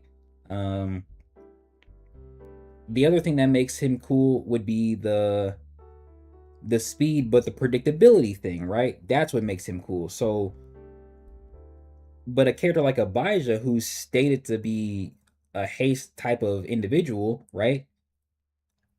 But his kit by itself is far more expansive and far more interesting. He can teleport and switch places with crows.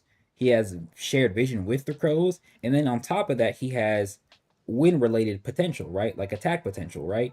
And then on top of that, he just has crazy speed, which he believes that only a haste user could keep up with that speed when he fought Kirito, right? Because these characters are naturally that fast at that level, right? But if that's the case for most characters on that level anyway, the deciding factor of what's going to make a Zom versus Abijah, or what would make Abijah versus Miranda cool, isn't their speed, it's how their speed interacts with their abilities, right? At least that's how I see it. But I don't really have any other talking points in regards to Abijah. Again, I don't really get the hate, and I don't agree with it. Not only do I not understand it, I don't agree with the reasons I was given. Doesn't make sense to me. Doesn't hit. Hardly warrants either dislike or genuinely disdain for his character. Again, I don't think a lot of the characters in Ordeal really have moments that would truly Abijah versus Itachi, I don't want to talk about that. Would have moments that truly would suggest that there's a proper reason, or a lot of reasons that would actually say, yeah, I don't like this character for these reasons. Am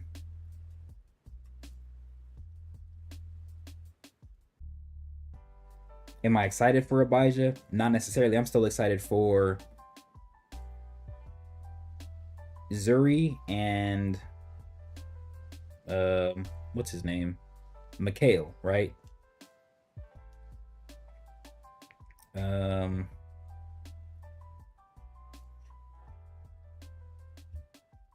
of course Orion and what's her name? Alice, right? Those are characters I'm excited for, right?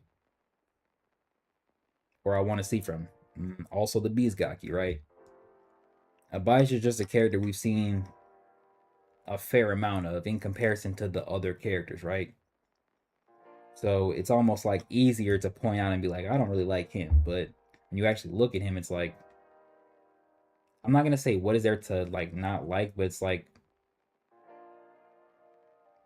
but at the same time, like what is there to not like? He hasn't really done anything that's like not really worth hating on. Like, I don't really see the vision, bro.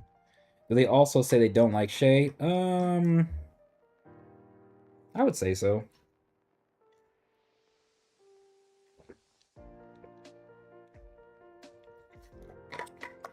By the way, I saw a Reddit post. Do you think Shay versus Vayal plus Kirito? It makes sense, though, and in a 1v1, they can't handle Shay. Like, do I think that's gonna happen in the story? Not really. There's nothing to really base it off of. Who hates Abijah and what are the reasons? Can you tell me? I don't know. Just some of my homies. One of the reasons was, like, I looked at the Abijah's initial interaction with Azam, which I kind of dissected, so there's that. It's his personality, but again, I also kind of dissected that. Nothing really overly assholey about him, in my opinion.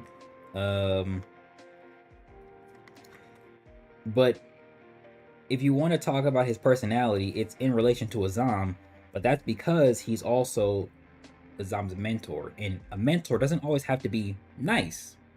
It doesn't have to be nice. One of the reasons was, I actually don't know what Trooper thinks, but another reason was the fact that he doesn't have a confirmed kill, like, on panel, even though he's an assassin. That shit was ass to me. Most of the characters in the GT alone don't have confirmed kills. But I think Shay Tevin. I think all the wolf cubs outside of like what's her name, Yukiko have a confirmed kill. Outside of or whereas most of the god tier don't. So like that reason, that shit adds to me. He blames Azam for like losing his arm. Like he's the reason his arm was injured. I didn't really get that one. That didn't make sense to me because yeah, he taught him, but like at a certain point, when does, or I should say it like this, yes, he taught him, but one, we don't really know all that he taught him, for one. So you can hardly use that as a proper reason. And then two, we didn't even see that was the fight with Ephialtes is the first time we're seeing Azam in combat in general since season 1. So we don't even know what Abijah and Azam training looks like in the field outside of this moment. So it seems unfair to blame Abijah for what happened to Azam in his fight. Right? Oh yeah, I forgot. In relation to his personality, he was like his interaction with Azam plus his personality mixed with the fact that he's a god tier and they're all pussies and they all suck. And I'm like, are we fucking serious, bro? Are we dead ass? This is the reason we don't like him? Does that not sound unfair? That shit seems so like overly biased. Overly biased. Or overly subjective. Like, the only reasoning I kind of agree with was the fact that one of them said Abijah should have killed Ephialtes, which makes sense because we know Abijah slew all of Ephialtes' creations. The only reason you may not like fully agree with that is because if Abijah interacted with Ephialtes in a similar fashion to Azam, then that means Abijah wouldn't directly know where the real Ephialtes was, right? So if Abijah killed the same visual version of Ephialtes that we see Azam deal with, then he wouldn't realize or think that the real Ephialtes is somewhere hiding, right? But we don't know enough about Abijah's mind in combat to fully assess that that's how he would react, because that's such a specific situation that every character we see who has fought may react to that sort of realization a lot differently, right? But those are more or less the reasons. I might be forgetting something. I don't think I am though.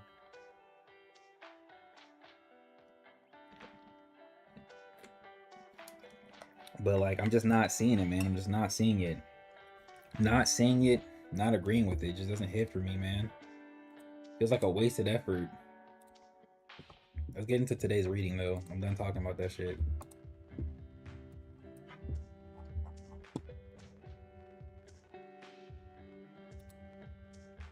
Did I not read this one? No, I did. Why didn't it register? Who has the best character design in Ordeal according to you? Not gonna lie, I don't really know right now. Can't really tell. A lot of designs are cool on their own. But a lot of the designs are also very simple and related to specific characters, right? As opposed to just overall having a crazy cool design, right? You know, like who has a better design? That feels super subjective. I don't really know what to say because I would just look at the characters I like in comparison and like not really regard the characters I don't really care for or don't really care about. Like, I like Zuri's design, but the reason I like Zori's design differs from the reason I like Minamoto's design, right? Or what's his name? Tevin's design, specifically season 3, right? But to say who has the best design overall, I don't know, man. I don't think I can confidently make that statement. Okay, so this is where we should be. These niggas fits, bro. Why they got that fit on? For me, it's either Masato Heart or Orion. Orion's fit is okay, if I'm being honest. He's cool, but his actual fit isn't that crazy. Like it's not more impressive than some of the other outfits we've seen, especially even amongst the hands. It's not the best outfit. It's not the worst, but it's not the best. And then Masato's outfit is cool. I think it might be the best Heart Clan design we've seen. It might be the best swordsman design we've seen, but I'm not sure if it's the best design out there. It might be like top 3, maybe top 4, top 5. That's just me though. Is that Kamui? Let me switch the screen. Yeah. Alright, we on chapter 101. Quick little recap. What happened last time? I'm pretty sure the like ending invasion was happening. Right? We finished that up. What is this nigga doing, bro? We finished that up. Benio transformed into the Great Yin, I don't remember. And then Rokuro transformed into his form. They beat up all the crazy... Oh yeah, Sakanashi was there. He let off these crazy, giant, nasty-ass worm things. They transformed into their forms, destroyed them, and then they was getting verbally accosted by the people who survived, right? And then Benio left to Magano because she had to. And then they put Rokuro and Arimori in prison, right? Then my nigga Sagan showed up. Shout out Sagan. That's my favorite character. My nigga Sagan showed up. He gave those proper words of wisdom like a father should. Opened up Benio's will, showed it to Rokuro. That gave Rokuro the last little oomph he needed to press forward. Then he went to the gate that takes him into Magano. All the homies was there. All of the homies was there. Some of the homies packed a change of clothes for him. They packed like a week, was like 2 weeks worth of supplies, and they even had like a nice little meal ready for him, bro.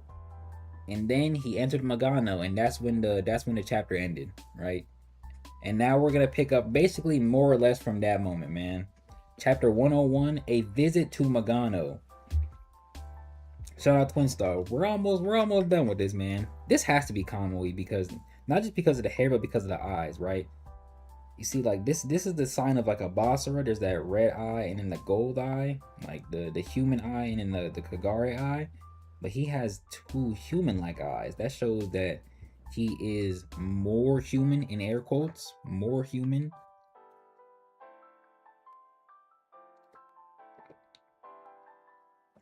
Oh yeah, my girl Sada Sakura died, bro. That shit was so ass. All right, let's go. Okay, this is all trash. But you stole some clothes and you mad you don't vibe with them, nigga. If you don't like it, don't wear it. Or you could go back to the outside world to find something better. If you have the guts, lol. So these niggas cop new fits from the human world. What the fuck is up with him? Well, that's her dead corpse on some weird shit. These niggas cop fits from the human world and was like, oh yeah, we stylish with it. This nigga copped a fit from the human world and his shit trash. He don't got no style. Them boys styling on him. Like how pissed off he is. Huh? Hey, what's with the attitude? I'll kill you. For a crybaby, you got a real attitude. That's funny. Cut it out, you two. Now I know why you were late. You've been looting. Ha ha ha. Nice, huh? Huh? Oh wait, where's Gabara? Huh? How should I know? He'll come back sooner or later. And there he is. With my girl Sakura's arm. Holding her fucking rotting corpse like a weirdo. I hate this nigga so much.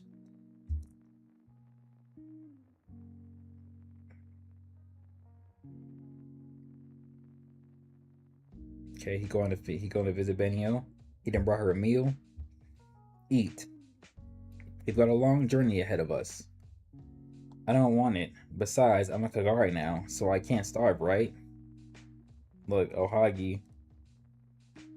The Kagari princess must consume yin energy, otherwise you'll weaken and be unable to defend yourself. I thought a Kagari couldn't eat things from the outside world. That food's been in Magano for a few days now. It's been permeated by yin energy. It's fine. Interesting. Okay, she took a bite of the Ohagi.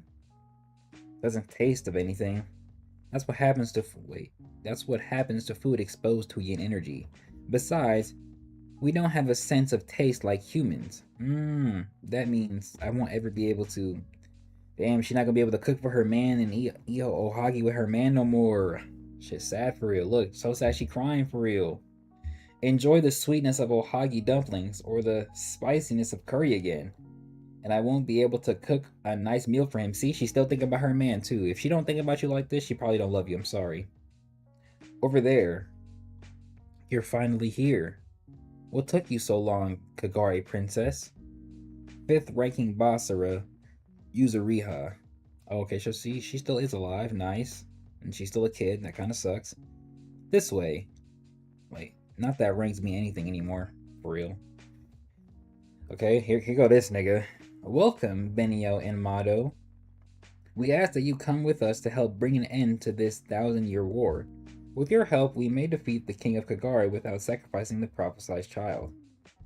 This must be Sakanashi. Alright, he went through the gate. He's gone. Rokuro, return to us alive. I love her hairstyle. It's just so funny to me. It reminds me of Angry Birds. We should go. Yeah. We need to help however we can. Okay, my nigga in Magana with it. Right at the white gate. Benio, hold on. That boy trucking up rocks, walking through grassy or snow-like terrain. These niggas is disgusting. Look, he dealing with fodder. Talking about I'm coming. Oh, these, you know what? These look like them the niggas that jumped Gojo in JJK. Hold on, wait.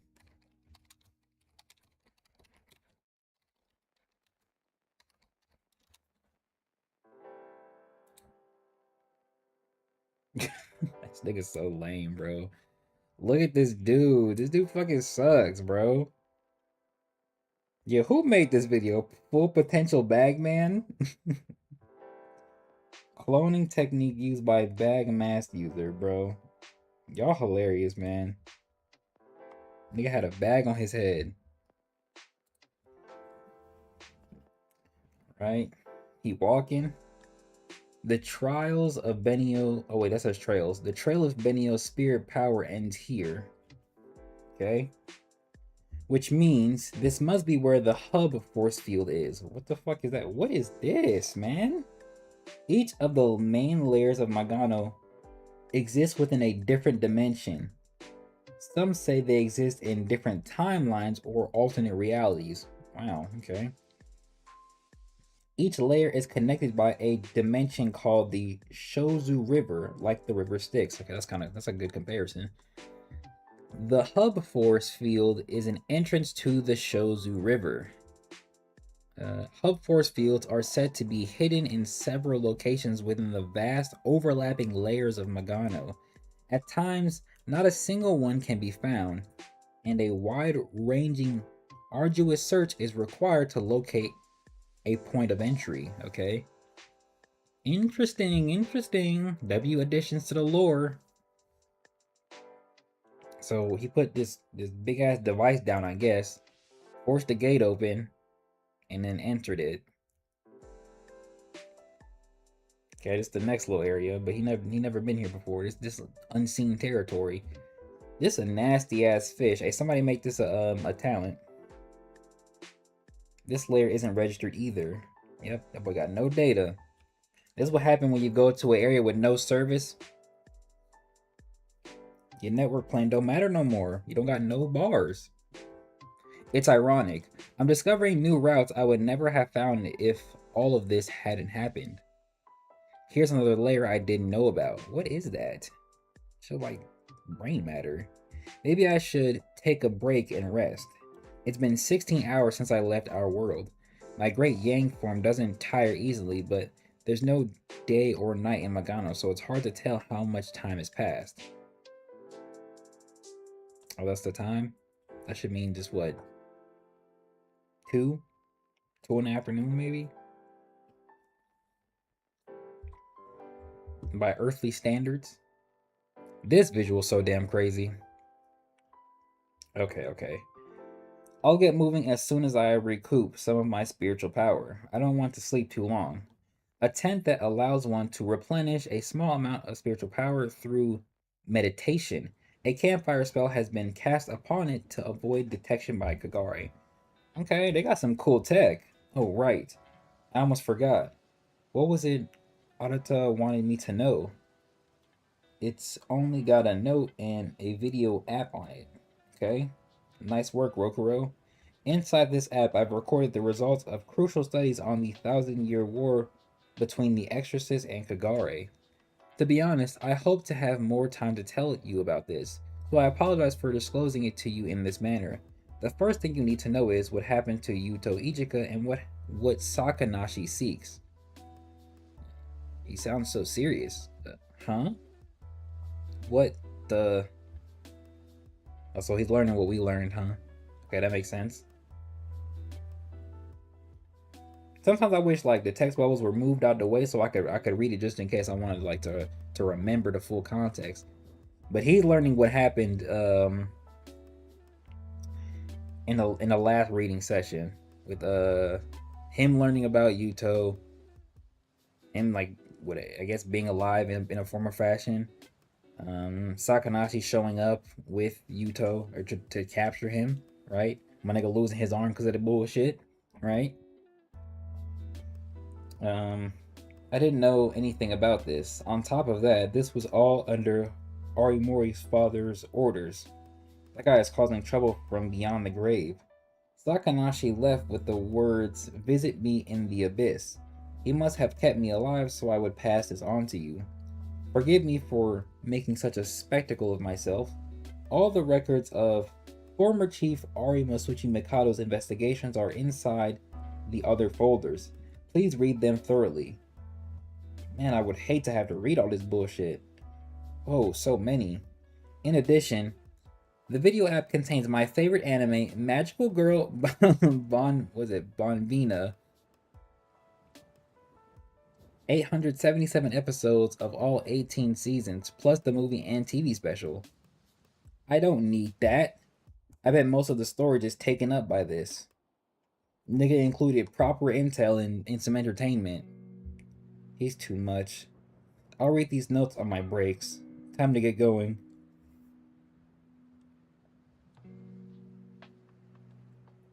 I mean, you see how he just shows up out of nowhere and is on go, bro? Can't even recoup. My nigga trying to get a good stretch in. Look, get a good stretch in right there. I know y'all all hit this nice little stretch after bed. Waking up fresh in the morning. And this nigga shows up out of nowhere, stepping on him. Disrespectful. Huh? What the? Kamui? This is no time to pick a fight with me. What the hell is this? Wait, what the hell? Is this a grudge match? Of course not. The boy dashed forward. Nice little combo string. Mink, mink, mink. I just want to get back at you. That's what a grudge match is. Okay, he pressing him forward, pushing him back. Caught that boy knee. Cut it out, will you? He don't care about nothing that's going on. He finna rock his shit. Winding up for a beautiful haymaker. Look, it landed too. I don't have time to waste on this right now. Still got rocked. This is what happens when you don't fight back and you want to talk out peacefully. Sometimes the only things niggas listen to is violence. I'm just saying.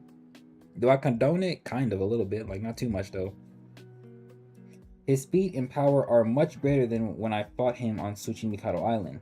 I guess the battle advantage is reversed when a Kagari is outside Magano and a human is inside. Wait, and a human is inside Magano.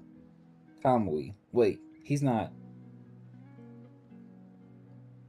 What is this? Going for a kick? He stood there. He's standing there. He realized it. He stopped mid-attack. He stopped mid-attack. How come you stopped fighting? This is a waste of time. You have no intention of killing me. I don't feel any passion behind your attacks. He's so mad at that. So what is Kamui doing here then? These niggas just sat and stared at each other. 5 minutes later. Say something already. Kamui, are you lost? You want me to tear it off? Pause? I discovered Benio with the other Basara, so I was chasing them to save her. What? But then I lost track of Benio's spiritual power, and I was having trouble getting out of this lair. You are lost. Why was he trying to rescue Benio? Does Kamui really... Rokuro and Mado, answer me one thing. What's that? When I fought you in Magano before, you said the Kagare and humans don't need to battle. Huh? Oh. Back at the Tower of the Heavenly Pillar. Why are we fighting each other? Did I say that? This nigga don't remember. Right before we were interrupted, you started to say there was something we could do instead of fighting. What was that? I was going to say we could talk to each other, have a discussion. Oh, okay. Well, I guess my previous statement no longer applies, huh? Huh? Do you seriously think you can end such a long-standing conflict with words? That's why I said we might not need to fight. You know how they say the opposite of war isn't peace but negotiation? Well, that's what we say in the human world anyway. We both know the side that loses this war will be annihilated. But did we ever talk things over before we started fighting? Hell nah. I still need to know who this nigga is, bro. What he did that one chapter was so wild and I just don't understand it. I still need to know the context. Talking about some like, you don't care who I am. I do. Let me know who you are, bro. Can I get some lore, please? The Kagare have killed a lot of innocent people, but I've killed more Kagare than I can count myself. That doesn't mean we should keep piling up hatred and sorrow. If war is our only option after we've talked, so be it. But if we can understand each other even a little better, it's worth a try. I like this approach. It's a W approach. Cooperate with me, Rokuro and Mado. Sakanashi's plan endangers Benio. What? Oh wait, what are you saying, Sakanashi? He's the mastermind behind this? Behind all this? What is he after? His goal is to acquire the power of the Twin Stars, destroy humanity, and even the king of the Kagare, so he can fulfill his dream of a world populated only by Kagare. Fuck, man, that sucks. That fucking sucks. I don't really want that, personally.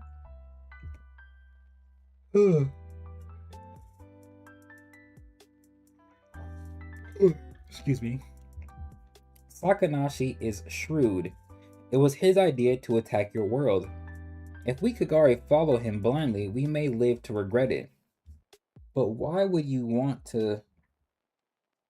What the fuck is... To stymie Sakanashi's plan? I've never heard that word before. Hold on, let me look that up real quick. I've never seen that shit before.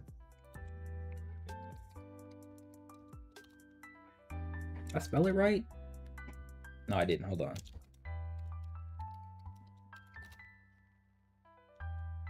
Wow, I've never seen this word before. That's crazy. Anyway.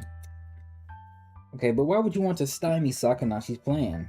I thought you wanted the world to belong to the Kagare too. I would rather that Benio be happy. Niggas just want happiness for somebody else's girl. I'm not interested in a world filled with Kagare if it destroys Benio. I'd rather destroy the Kagare. It's the obvious choice, as long as you make Benio happy when she returns to you. Of course, it would be a different story if you can't make her happy. Huh? Of course I can. I know. So I'll do as I wish. You've got nothing to lose either, right? Is that what a discussion is? Yo, Kamui's character has come so far, bro. Y'all remember when we first started the series and this nigga was the Kagare who would give niggas choices and that's it? Like there was no talking, just you get A or you get B. Now pick.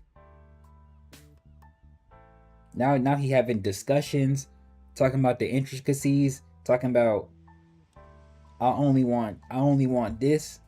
If this isn't how it is, I'd rather just do this instead. This is not the same guy we started out with.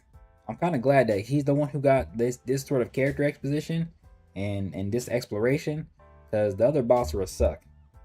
And he's like the first one we met, so it's only fair, right? Yeah, it is.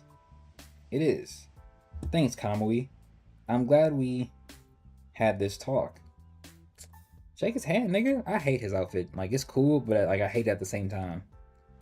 Let's go then. Hey, handshake. I'm not getting friendly with you. Hurry up and show me the way.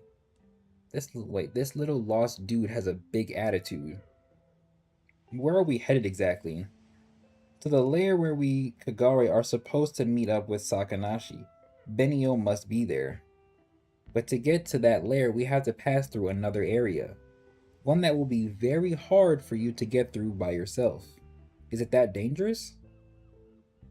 No, it's not dangerous. So what do you mean? What kind of place is it? Outcast Valley. Outcast Valley? I didn't know Magano had places. Wait. Oh, had place names too. Those like me, minor Kagare who turned into Basara, know very little about Outcast Valley. Those who live together in Outcast Valley call wild Kagare like myself outsiders, sure. The Basara who attacked Tsuchimikado Island were all spawned in Outcast Valley. What did you say? Hold on. What are you talking about? Those who live together spawned? What kind of Kagare are they? There are less than 100 living there until now. They never participated in the war between the Kagare and the Exorcist. Wait a minute. Are you telling me that Outcast Valley is... Right. It's a village. A village? Sure. No way to put it, I guess. A village of Basara hidden in the shadows of our 1,000-year history. That's kind of interesting. That's kind of interesting. I will say the story does nice things, like slowly peeling back the lore of the verse as we get further and further to the end. I think it's doing it in a very proper way. If Brent did something like this, it'd be kind of fire. Whoa. What happened to my nigga arm? A village of Basara? How can that be? I've never heard of anything like that. I only learned of it recently myself. It's a place where the Kagare don't kill each other in order to increase their spiritual power and become Basara. There are males and females like humans who give birth to Basara children. They're reproducing. Y'all nasty. What y'all be getting into? So...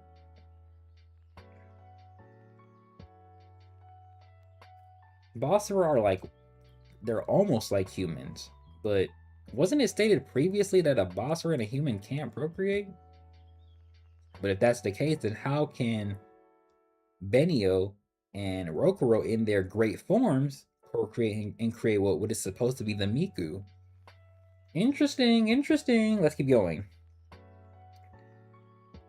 The children grow up and the cycle continues. Is that not kind of inbreeding though at some point? Like, aren't they eventually procreating with people they should be technically related to? Technically?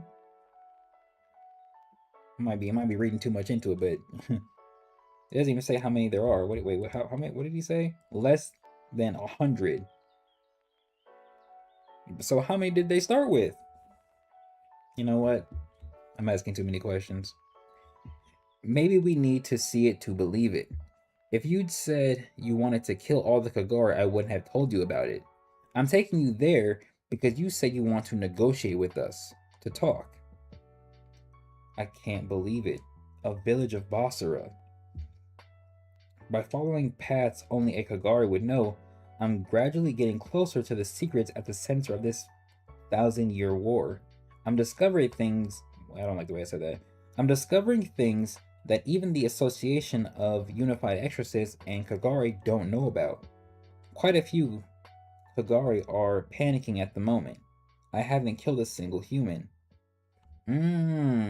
Yep, so she's from there too, of course. We're moving farther down into an even deeper layer. The density of spiritual energy is much greater than on any other layer I've been to before. I could just barely keep going, and that's only thanks to the Great Yang's spiritual power. An ordinary exorcist wouldn't be able to survive here for 10 or even 5 minutes. If I arrive at a village full of Basara in this condition and have to fight them, oh fuck. What? It's the spiritual power of a Basara. A powerful Basara is approaching us. Seems like you're looking forward to this. Hey, what's an exorcist like you doing in a place like this? Honey? Huh? I don't really like her, I can't lie. She's kind of annoying. Okay, we have chapter 102. Is this her training? Or is this a flashback? No, I think this is her training. In current time. Let me drink some water though.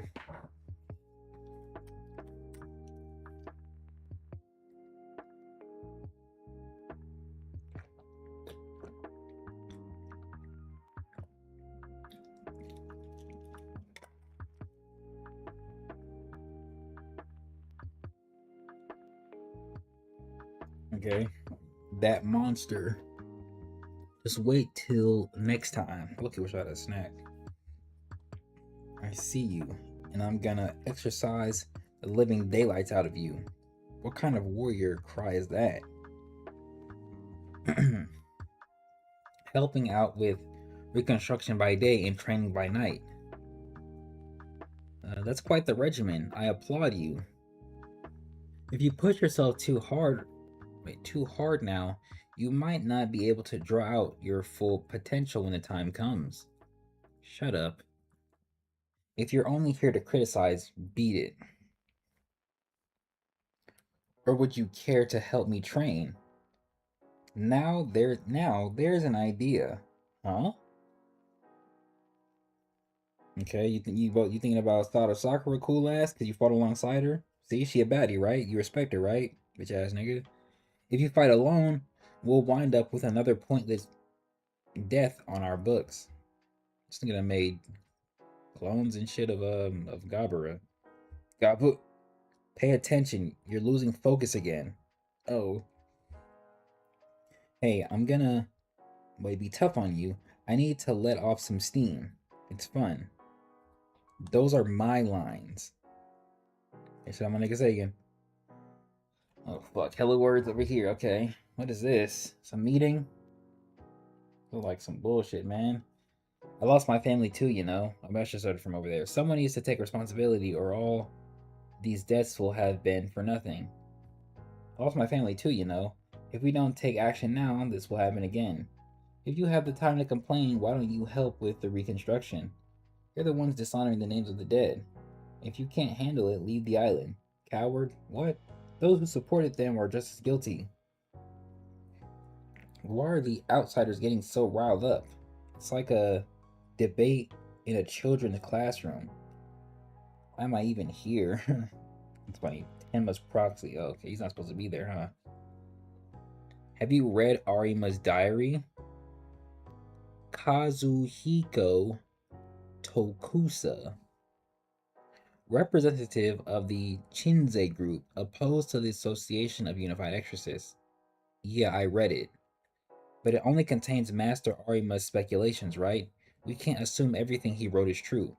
Maybe not. But you could argue that this attack on the island corroborates his idea. It's a sign that Kagari are getting desperate. I understand your perspective. I agree we should continue to explore competing theories. Nevertheless, we'll be in big trouble if we don't prepare for the worst. I don't like that he looks more depressed, but I feel like his prior design was a little bit better, but this is also like supposed to be a him aged up from when we first met him. This thing just always looked like he got that gin and his baggy never sleep look. A major battle is brewing, one that will determine the fate of the entire world, and will make this attack on Tsuchimikado Island pale in comparison. We need to plan for the future of our organization and our brats. Why does he refer to his kids like that?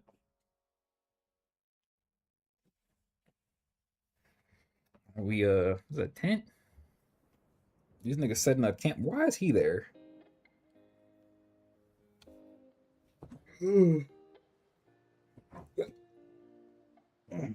Excuse me. Sorry, I just yawned. Let me, get comfortable on these. Got a blanket wrapped around me right now. Sometimes, I'm not saying I wish I had a camera, but like, it would definitely be like a little fun. Just like have a camera be like, oh, this man JB hella comfortable when he's streaming. Absolutely, man. Have to be. Alright, so we switch scenes. We in this like little tent area. So he really ought to sleep on a proper futon. Do you anticipate an even worse battle ahead of us? It would be best to err on the side of pessimism. Everything depends on what Mr. and Mrs. Shrimp do next. Huh? What will they choose? Oh, he's talking about the twin stars. To battle or to be to battle or be destroyed. We have no way of intervening now. This nigga just eating snacks and chilling. Look, now he got the huzz on him. I'm sorry, Rokuro and Benio. You always have to carry our burden. Rokuro, please, be safe. Switching scenes, back to Magano. Chapter 102, Valley of Incompetence. I'm so excited. Did you come all the way down here just to see me? You know he never did that. Look, absolutely not. But I haven't stopped thinking about you since the last time we met. Listen up. This must be divine intervention. In other words, we're bound together by the strings of fate. How would y'all react if like y'all met a girl and she acted like this towards you? Assuming you're single. Cause like relationship, you should react like differently, right? Me personally, I might have to accept some of this type of energy. That's just me personally. But if I'm in a relationship, that's different. It also depends on how my girl reacts. Cause I'm not gonna accept this type of energy if I'm cuffed. But if she never goes away, I gotta get somebody else to deal with her. So that means either my girl gonna have to put hands on her, or I gotta get a female family member to put hands on her. Or we can go option 2. We can just have a second wife. I'm not saying it's the right call, I'm just saying it's an option. That's all I'm saying. I'm saying it's an option. Right? But let's continue. We fought each other once and that's it. Oh, don't be coy. You couldn't stop drooling over me the night we met. I told you I can't be friends with someone I barely know who sexually harasses me. Hey, W point, man. Make sure y'all don't let these women sexually harass y'all, man. Cause women be wildin' too. Don't ever get it twisted.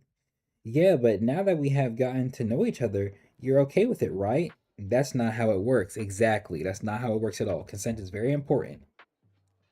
Look at this nigga calmly. He just watching. He's like, all right, I'm sick of this shit. Move instantly. Kick their ass. Ouch. What the hell you do that for? You're powerful. Fight me. Nice. Hey, what are you doing, Kamui? Silence. After I'm done with her, you're next. Huh? What happened to our plan to cooperate with each other? Calm down, Kamui. Finding Benio is our #1 priority. Benio? As in the Great Yin girl? You were with back then? Hehe. Ooh, this sounds like fun. Come on, tell me all about it. Maybe I can help you out with something. Sometimes I don't like the way they do sentences like that. So many twists and turns. So you let this Bossera talk you into going to Outcast Valley. You're such a sucker. I told him the truth. Beyond Outcast Valley is the Abyss. Okay. And that's where Sakanashi's gonna be at. A sanctuary where the origin and the extinction meet. The last Magano, where Abinoseme sealed herself and the king of the Kagari away in eternal sleep. This is still terrifying. This is a crazy visual. No Kagari or Exorcist is capable of destroying the king of Kagari. You shouldn't even try it, honey pie. You'll get killed. Why do you care what Sakanashi's up to? I'm prepared to die if that's what it takes. If Benio has gone beyond Outcast Valley, that's where I'll go. I won't give up. I owe it to those who still believe in me.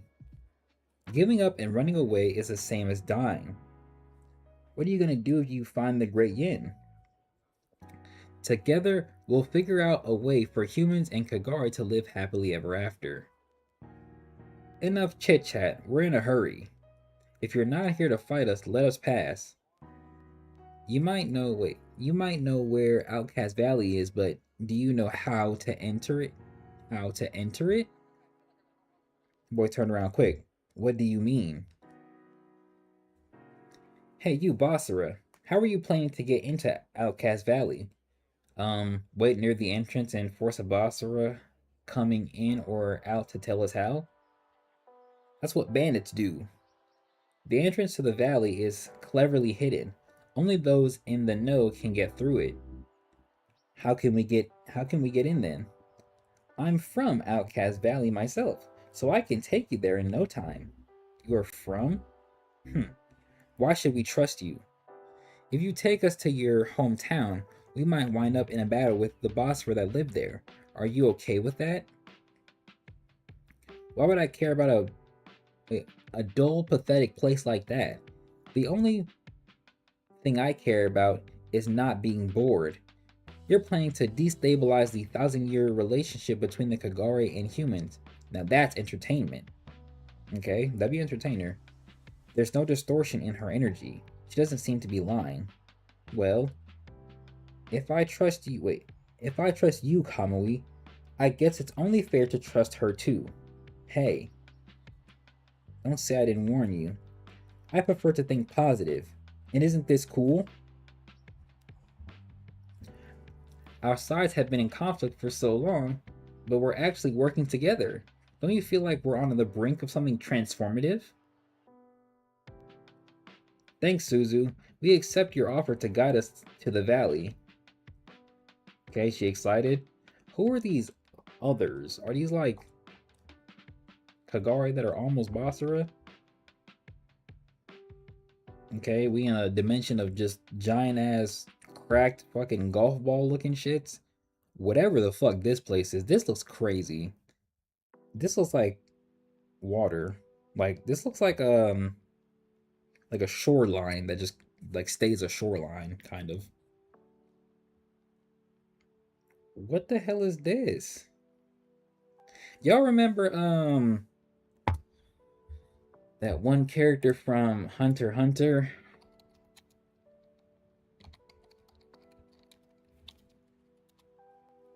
Yeah, her ass. Palm. Her name is Siberia. All right, these trees, specifically like these part and this part, and this one over here look like her hair. Right, like right here though. Like right here though. Like this one and this one. That's what this looked like. That shit almost 1-to-1 a little bit. It's kind of crazy. Okay, there it is. Oh, I sense an immense amount of spiritual power emanating from that tree. The Bossera village must be inside it. Wrong. Huh? It's a trap. Effective bait for Kagara attracted to strong spiritual power. Okay, that's interesting. What happens if you enter that tree? You get teleported to a Magano lair consisting almost entirely of molten lava. There's hardly a safe spot to stand on, and it's swarming with powerful Kagare. Your chances of getting out alive are next to nothing. Actually, it's a pretty fun place. You've been there? The real entrance is much harder to locate. Okay, so this is the bait tree. So did they go over here with it? Or like past here with it? This is the real entrance? This nasty ass pool of water? This fucking gross ass, gunky ass puddle?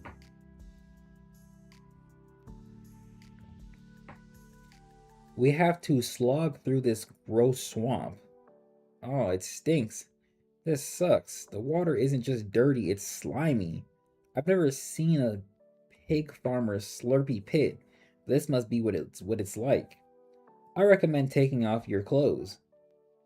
They'll get slimed and sticky, and you don't want to get stuck to a wall on the way through. Wow, that fucking sucks. Hey, what the? Don't you two have any sense of shame? Huh? Why? What's the big deal about being naked? These niggas are completely naked. Only one person gets to see me in the buff. Okay, Takiri, Sayori, and Takitsu. You take Kami by the hand and guide him. Sweetie Pie, you're with me. Okay. They're like, oh my gosh. And she's like, come here. Oh, she rocked my nigga on the head, or he rocked her on the head. I didn't even see that. Fucking hell. Yo, what is going on here? Oh my gosh. Look at this shit. As you go through the swamp, keep silently chanting, repent, repent, purify the 6 roots of perception in your head. That's what Shugendo practitioners chant when they climb a mountain. It only takes a slow count to 100 until the exit, but it's slippery and pitch black inside. The path meanders? So don't let go of my hand, or, well, you get the idea. They stuff their clothes inside Rokuro's backpack. Okay. It'll be my fault if we get lost. Repent, repent, purify the 6 roots of perception. Repent, repent, purify the 6 roots of perception. So he's inside now. And now he's walking. I hate you. What does it say? I might forgive you. Or I won't forgive you. I'll never forgive you. Who are these people? This is crazy. Come over here. Okay, he's walking. He said, wait. Don't go.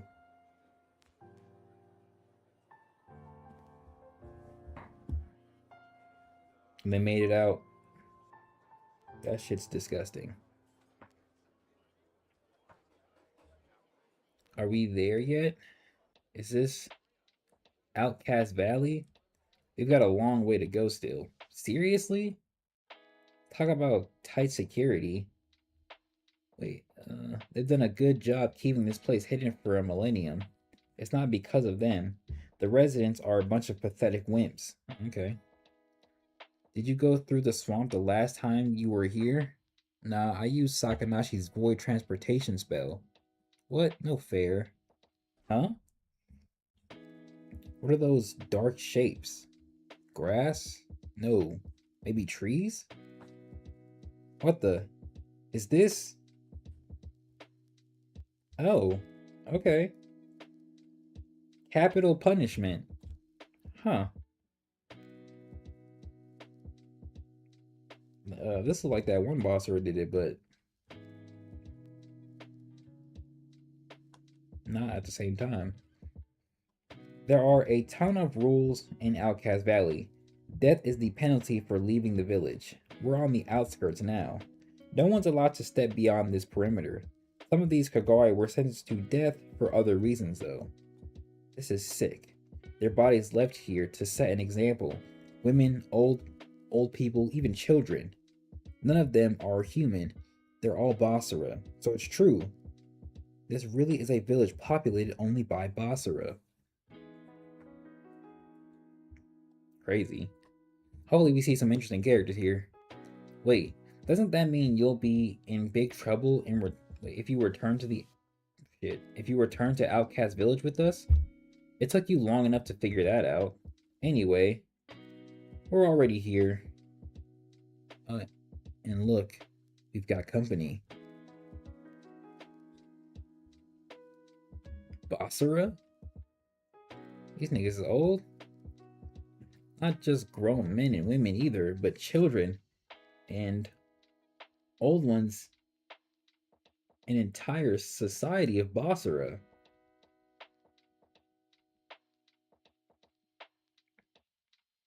What's the meaning of this, Suzu? You broke our laws by leaving our village. How dare you return and have the gall to bring an exorcist with you? Do you wish to destroy our hometown?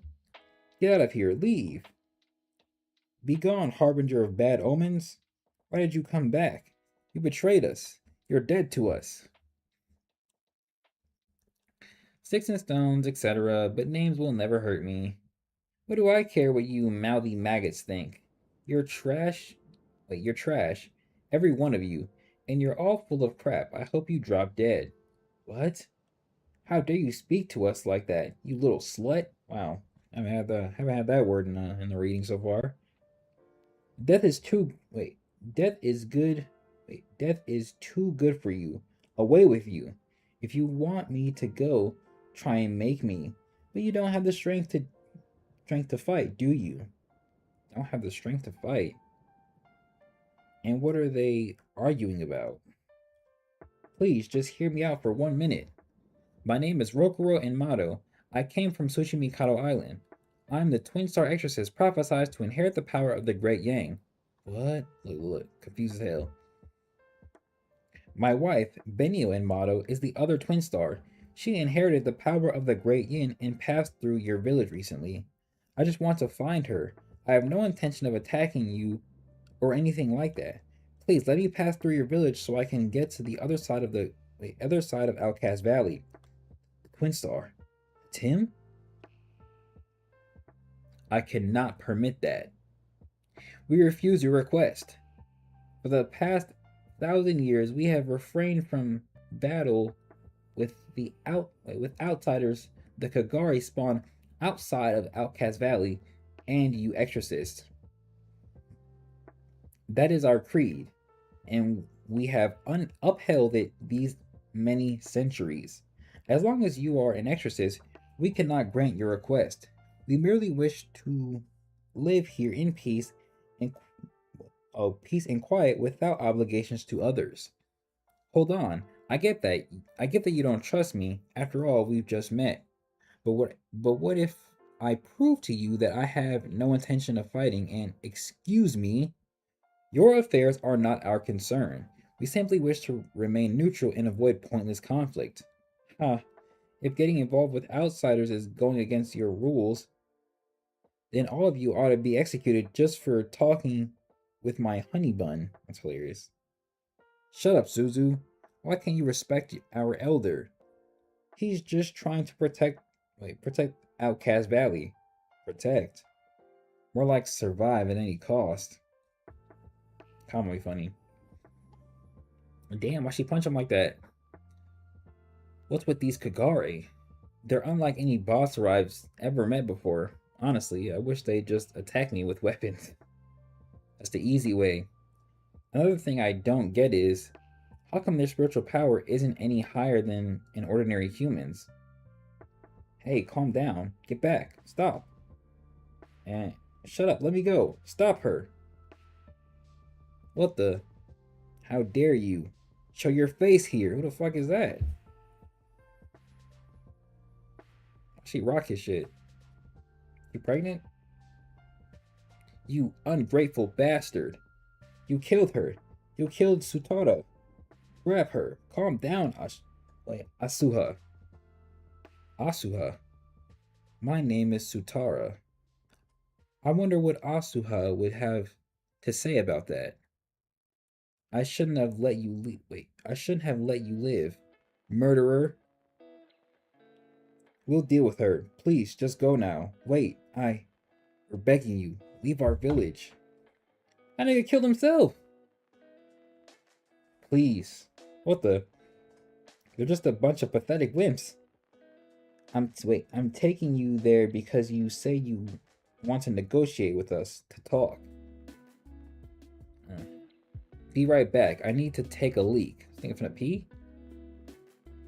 I'm not leaving, okay? And it might take me a while, so don't waste your time groveling. I promise I won't destroy your village or anything, so just act normal, okay? These niggas actually both went to go pee. Oh my gosh. Damn, what's with those villagers? If they were my classmates, I'd never want to be friends with them. Just force your way past them. If I did that, I'd be betraying my mission. I can't believe they're actually doing it. I thought you were just making an excuse to leave. They're keeping a close eye on me. What's up with this village? There are so many things I don't understand. They don't deserve your disdain or your pity. Don't waste your time trying to talk to them. They don't care about anything by themselves. Oh, but themselves, I'm tripping. They don't care about anything but themselves. They're just a bunch of stupid Basara who are scared to die. I'm bored, fight me. And she's like, no, I don't want to fight. I need to find a way through this valley, but I don't want to fight them, and I can't seem to negotiate with them. Finding Benio is my top priority. But what's going on with Asuha? You ungrateful bastard, I shouldn't have let you live. What was that Basara talking about? Okay, that means we finna get whatchamacallit lore. Hey. Asuha? So what I heard is true. Humans age much faster than we do. Huh? Did your hair color change when you acquired the power of the Great Yang? Oh, and I see that. Your teeth haven't gotten any straighter since you were a kid. Okay, so she must have took care of little bro when he was a little bro. You know, not the big homie. You know what I mean?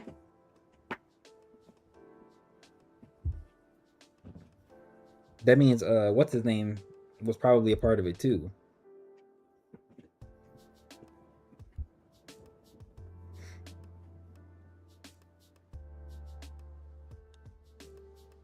Okay, we had chapter... Oh, I didn't even see this part. I can't lie.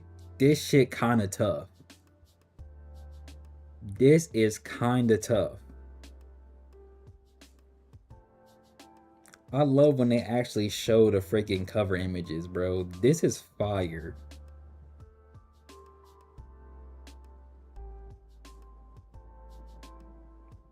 This is fire. Do I have a character who would just like aura farm like this? I might have to save this for reference. Gotta save it for reference.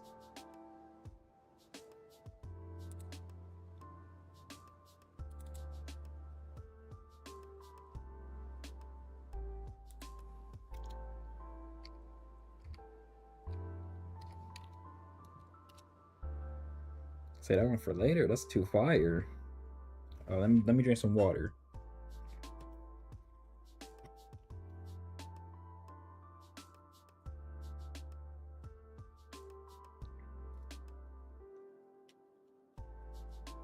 I don't even have any water. It's just a bunch of ice now. There was barely anything in there. All right, he splashed. He washing his body. He said, "Your hard work is greatly appreciated." Scared that nigga. Would you like me to wash your back? No thanks. You're worried about Rokuro, aren't you? Eh, I suppose so. It's been 11 days since he entered Magano. He only has a few days left. He can't survive more than 2 weeks in there, but Rokuro's tough. He'll make it out alive. There's something I forgot to tell him. Oh, what's that? 15 years ago, we found the shrimp inside Magano. What he was doing there... Damn, bro. Excuse me. What he was doing there, no one knows. Maybe he'll find the answer himself on his quest to find Benio. The truth might blow our minds, but if things get too tough in there, Roku, come back to us. No matter what the truth is, you have a lot of friends and allies here, willing to accept it, and you. You choose some friends who accept you for who you are. Okay. Your teeth haven't gotten any straighter since then. You knew me as a kid? That's impossible. But my parents were killed by a Kagari long ago. Huh? A typical human lie. To cover up the truth, they couldn't handle that one of their spawn was found inside Magano. Found inside Magano? Do you remember anything before they rescued you? You don't, do you? That's because Sutara erased all your memories. Oh, cleanse that boy.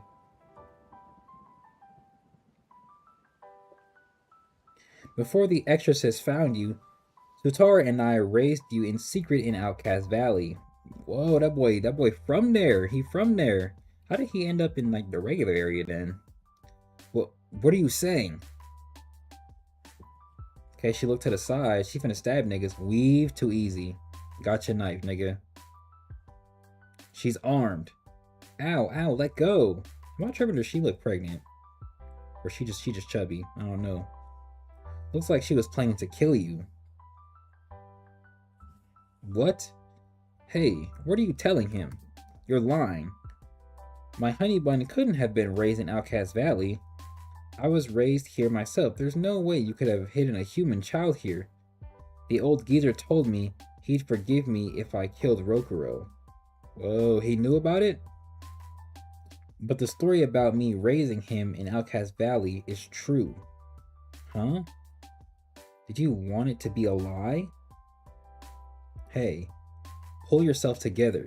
You don't have time to worry about this. It won't help you find Benio. Okay, everybody sitting down. These girls are massive, bro. We can use this female as a hostage to bargain with the outcasts. That's hilarious. Nah, she failed to kill me. To kill my sweetie pie. So they don't care what happens to her. What is your problem? It's not like I'm going to run away or anything.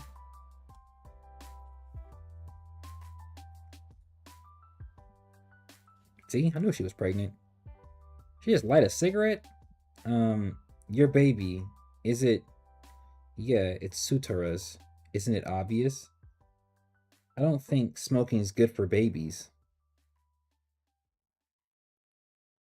She's like, and then she threw a cigarette at him. Like I need advice from you. You've got some nerve coming back here. You don't understand anything. You destroyed my life. You have no idea how prepared Sutara was when he went to the outside world. Anyway, the baby hasn't moved for days. For all I know, it's dead already. That's pretty common here. That's actually sad as shit. Probably better for it to die now rather than later. You saw the Kagari in the valley, didn't you? They're a miserable bunch. Their lives have no purpose. They're just walking dead who only keep going because they're afraid of dying. But life isn't worth living in limbo. Message. They live in constant, cringing fear of both the other Kagari and the Exorcist until the day they die. There's nothing to do for fun. No happiness or fulfillment to chase after. Listen to me, Asuha. A crack in the sky? What's that about? The purge is coming. The fuck? What the? That sound, is that? Could things get any worse? Asuha. Run. Run as fast and as far as you can if you want to live. The purge is coming. Basra Village, Outcast Valley. I hear the Great Yang is near the village still. So scary. This is all Sutura and Asua's fault. Mother, was that nice man really an exorcist? What are you talking about? His spiritual energy is immense. He could kill us all in the blink of an eye. But he said he wouldn't hurt us. Don't be fooled. He's an exorcist. Obviously he's lying. But you've never met an exorcist before, so how do you know? He seemed nice. Don't say that. If anyone hears you, you know the rules. You know what happens if you disobey the elders. I don't want to die because you did something stupid. Smacked her, hit her to the ground. Alright, them weird ass siren sound is going off. They notice it. What the? Huh? Hey, is this? It's the purge. The purge is coming. If you stay out here, it'll kill you. The purge? It can't be. This isn't the season for it. Get back to your homes. Oh, I forgot. Asuha? Hide inside your houses and create a force field. Asuha, what are you doing here? I told you not to return to the village until you kill the twin star. There's no time for that. If you want to punish me, you can do so, but you can do that after. No. There are no exceptions to our laws. Capture her. Tear her apart if she doesn't obey. You senile idiot. What's happening?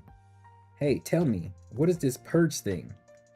The purge is the last remnant of the king of the Kagare. Oh, that fucking sucks. The power of the king of the power of the king of the Kagare that Abijah failed to suppress in the abyss is breaking through the walls between the levels and seeping into ours. There's usually some kind of sign before it happens. It's never out of the blue like this. Something terrible must be going on in the abyss. What happens during a purge? A horrible dark tsunami engulfs everything that lives. I don't know how it works exactly, but when the purge comes, no one out in the open survives. We'll have to dig a hole, cast a force field around us, and shelter as best we can. Yep, and the sky just broke. And a weird ass thing just showed up.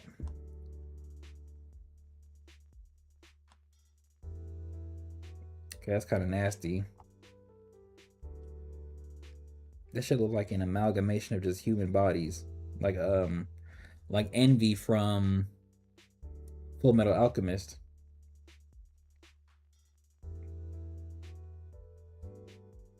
Okay, it broke through the skies. It's coming down. This shit got a fucking face. Again, just an amalgamation of bodies. Damn, look, it looked at that one meme. That one purple obliteration meme. No. Yeah. And they're both dead. Open the door. Open the door. Boom. That shit broke through. Outcast Valley is being annihilated. I'm going to make a run for it. What happened to his arm? Come back here. Disobeying my order is to disobey the rules of... Shut up, geezer. That's funny. Look, they're finna get took. Yep. No. And that boy got split in half. She done got pushed. Oh, she fell in some water. In the water. Oh, she fell. This can't be happening. You're too slow and weak. She pushed her. Daughter. And she just got took. And she's talking about some mother. Okay, she was in the water. Damn, everybody's dead. What are we? We've been cast out of history, tormented for more than 1,000 years. We have no choice but to slowly die out. Wait, we have no choice but to slowly die out. We're worthless. We experience nothing but anger, hatred, and sorrow. We have nothing of value. Asuha, Okay, they was finna take her. You notice?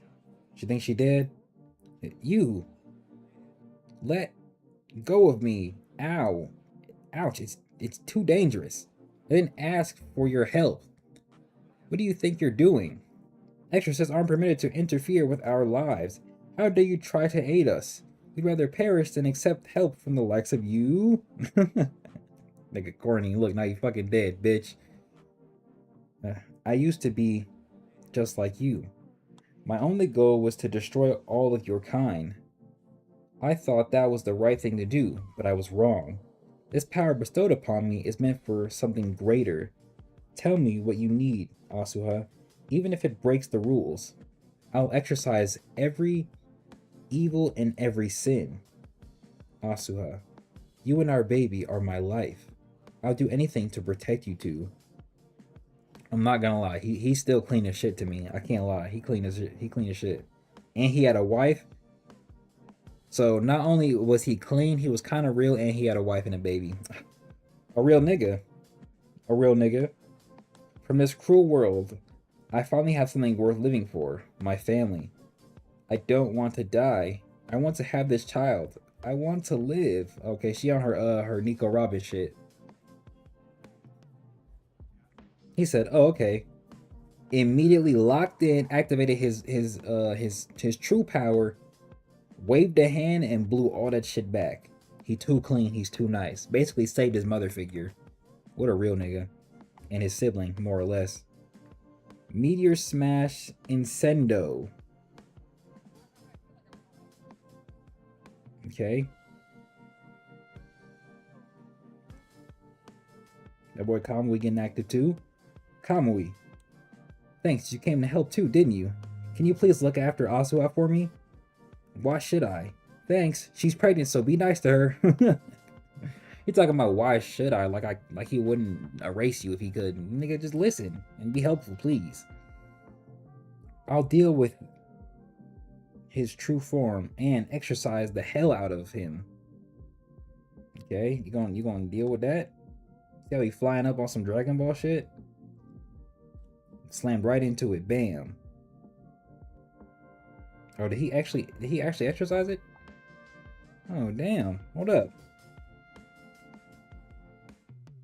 Hold up. He kind of horror farming. It looked like he not only he hit it, but he like almost pushed it back inside a little bit. And he exercised it inside where it broke from. And they're just looking up like, oh my gosh. Look at how small this one is. And look at how old these niggas look. She looking up, talking about it's so warm. Yep, a brilliant light, nice and radiating. This is so nasty.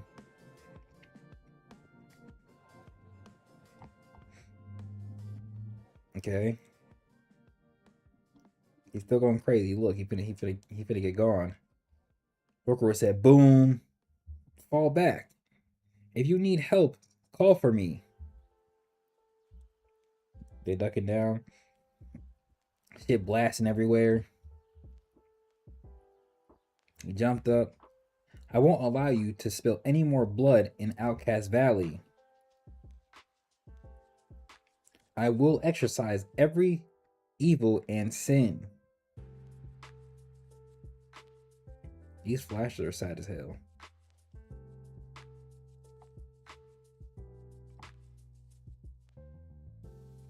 So that's the Twin Star Exorcist. Regenerating the hunting gear disintegrated by the Yang energy. Okay, he said, let me just aura farm on these niggas and put my clothes back on. Honey. That was the most amazing thing I've ever seen in my life. I can't believe you managed to drive off the purge. You're my man. Okay, okay, get off me. Look at them. Talk about unenthusiastic. They're not even glad to be alive and they haven't given you a word of thanks. That's okay. I didn't do it to be appreciated. Oh, he's gonna fucking die. Honey bun? What's wrong? My guess is you've exceeded your time inside Magano. You've been here so long and used so much power of the Great Yang that your resistance to the yin energy has been depleted. You're exaggerating, Kamui. I just need to rest a little to regain my spiritual power. And he fell over. Hey! Never thought I'd live to see the day that you'd be taking care of me, Kamui. Oh, shut up. I'm this close to catching up to Benio. I can't turn back now. He looks like shit. Rokuro. Death! He's not dead? Death to all of you. Crucify them. All those saved by the Twin Star are sentenced to death. Look, see? He's alive. That's one tough geezer. The residents of Outcast Valley have followed our code of conduct for more than a millennium. We are forbidden to interact with a human being, without exception. Everyone who has saved by that man, touched by that man, who has talked to that man, or had anything to do with that man, is hereby sentenced to death. Death, death, death. This nigga sucks. This nigga clean as hell too, though. Hold up. Hold up.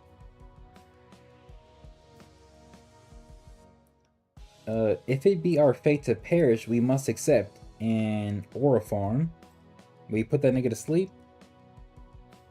If you want to perish, perish alone. Take him away. My apologies, Exorcist. We haven't been taught the appropriate etiquette for a situation like this. Asuha, come here. I entrust him entirely to you. What? Discuss what course of action to take with him. No one is more qualified than you. If it is our fate to perish, as the elder said, then it must also be fate for this exorcist to have come to Outcast Valley. What in the world is going on? Looks like Outcast Valley wasn't a dictatorship after all. Rokuro, come with me. I'll help you regain your yang energy. Nigga, how? Oh, you know what? Never mind. You big ones stay outside. It's funny. Okay. I walked in. Okay, she active. Is she doing a little chant? Open the wall up. This looked like some Elden Ring shit. Some hidden doorway. All leading downstairs. A hidden passage. You two can join us if you like, but no, I guess you'll be fine. Okay.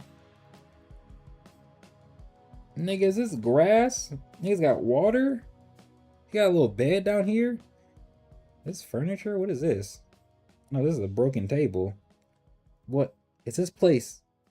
A room filled with yang energy. Sutra built it. Oh, he's so tough. I love that guy. He had the power to invert yang and yin energy. Right, we knew that. The yang energy is stored inside that stone over there. That's a stone? Like a bunch of jibber jabber. So the yin energy that's infused my body will get purified here. If we stay here too long, we'll die. Talk about bad interior design. Sutra and I called this room the inner yin. If we'd accidentally referred to it as the nursery in front of anyone else, it would have been the end of us. Nursery? Yes. He built this room for you. Of course you don't remember anything about it. It's not that you've forgotten, though.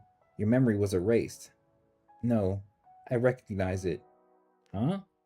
He has the ability to see memories by touching things and locations. Really? Look, seeing the bed, that boy was getting tucked in. Look, they was like playing. She watched him play in the water. He was walking around. Nigga was eating dinner. was getting chased by his mom. Look, laying with his dad. This shit's sad as hell.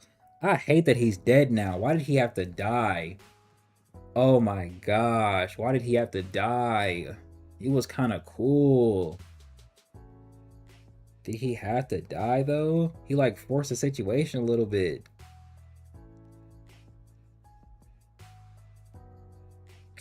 Bro had 2 dads. Crazy.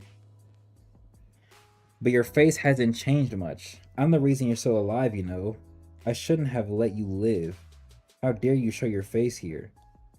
So, it was all true. I was here before. His hair was long as shit. Your spiritual power will be restored if you stay in here for a day or two. I can tell you more after you've recovered. Wait, Asuha. Tell me now, what am I? I grew up here in Outcast Valley, and an exorcist found me when I was 6 years old. But what about before that? Who were my parents? Well, you're not Sutara's and my son, that's for sure. Do you really want to know? It might be hard for you to hear. You still got half the chapter left. Let's see what she say. Tell me. I've accepted all the strange things. Oh wait, that says truths. I've accepted all the strange truths about Benio. I won't turn away from the truth about myself. Alright. Where should I begin? Most of what I know I learned from Sutora. To get straight to the point, your parent is Abe no Seimei. Okay. But she isn't your mother exactly. You weren't born through ordinary reproductive process like us or other humans.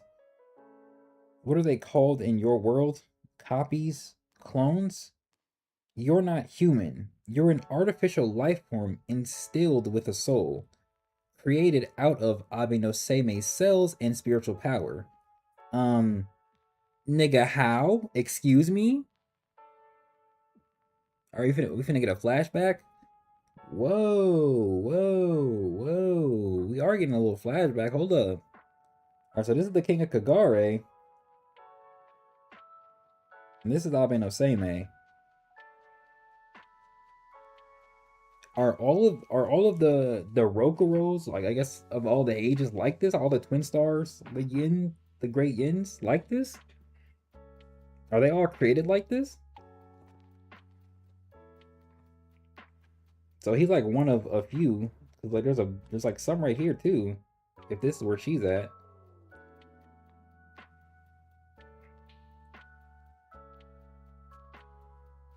I don't even know if copies or clones would be right. Or actually, yeah, clones would be a better, because... But he's a male clone, not a female clone.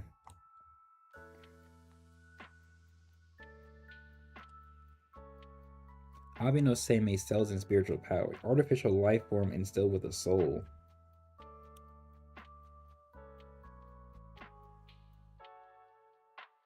Okay, did he like fall off or something? He like branched off and fell, and he was discovered by him. Oh yeah, look, he's crying. A young Sutora. This nigga kind of clean. Chapter 104. Seimei's artificial life form. What the fuck? I was not expecting this origin for Rokuro at all. This was not what I was expecting. And then my nigga was found. To change the subject for a moment, didn't it strike you as odd that our spiritual power is the same as that of any ordinary human being? Those born in Outcast Valley have a spell cast upon them called Karma Purification. It suppresses our spiritual power. What for? To prevent us from fighting other Kagare, for one thing. Besides, it's convenient for some valley residents. For example, the geezer and a handful of those from important families who govern and control Outcast Valley don't have the spell cast on them. Sutara came from a family that was exempt from the Karma Purification spell. Okay, so he was one of them ones. Kagare born into those families have special duties. mostly surveillance and keeping order. Suzu comes from a family with these duties, but she ditched them when she left Outcast Valley. I had no idea. I'll never be bound to anyone. Did Sutora have a duty to fulfill too? Yes. His job, Rokuro, was to kill your brothers. My brothers? There's a reason those geezers who rule over the Kagare village stay here, even though we're constantly under attack by the Purge. The reason is that you and your brothers, these artificial life forms, all end up here in Outcast Valley. Hold on. I thought the Twin Stars have been born countless times in the past. It seems a few of the vessels of the Great Yang have managed to get past Sutora and the others and escape Outcast Valley. I don't know what happened to them. There have been instances of the Great Yin appearing. Oh, this is awakening. There have been instances of the Great Yin awakening, but I've been told that the Great Yang has never awoken in these 1,000 years, which we did learn. We did learn that. That's because all the potential vessels are getting knocked off. After the baby born in the Abyss ends up in Outcast Valley and is killed, another baby arrives soon after. Kill one baby and another is born. As each one comes to Outcast Valley, it is immediately killed. All for the sole purpose of preventing the Twin Stars from ever meeting. This village has been performing that duty for 1,000 years. So, does that not technically mean that they're preventing the 1,000-year war from like actually coming to any form of conclusion because they keep knocking off the reason that it can happen in the first place? Or that it can stop in the first place? And one day he was just like, you know what? I don't think I want to do that anymore. Sutora and before him Sutora's father were assigned to that dirty job. For a long time, Sutora kept telling himself he was doing the right thing, but one day, Sutora, are you alright? What are you saying? After performing his duty for decades and centuries, he couldn't take it anymore, and one day, this is like teenage him, kinda. That's what it looked like. It looked more like teenage him.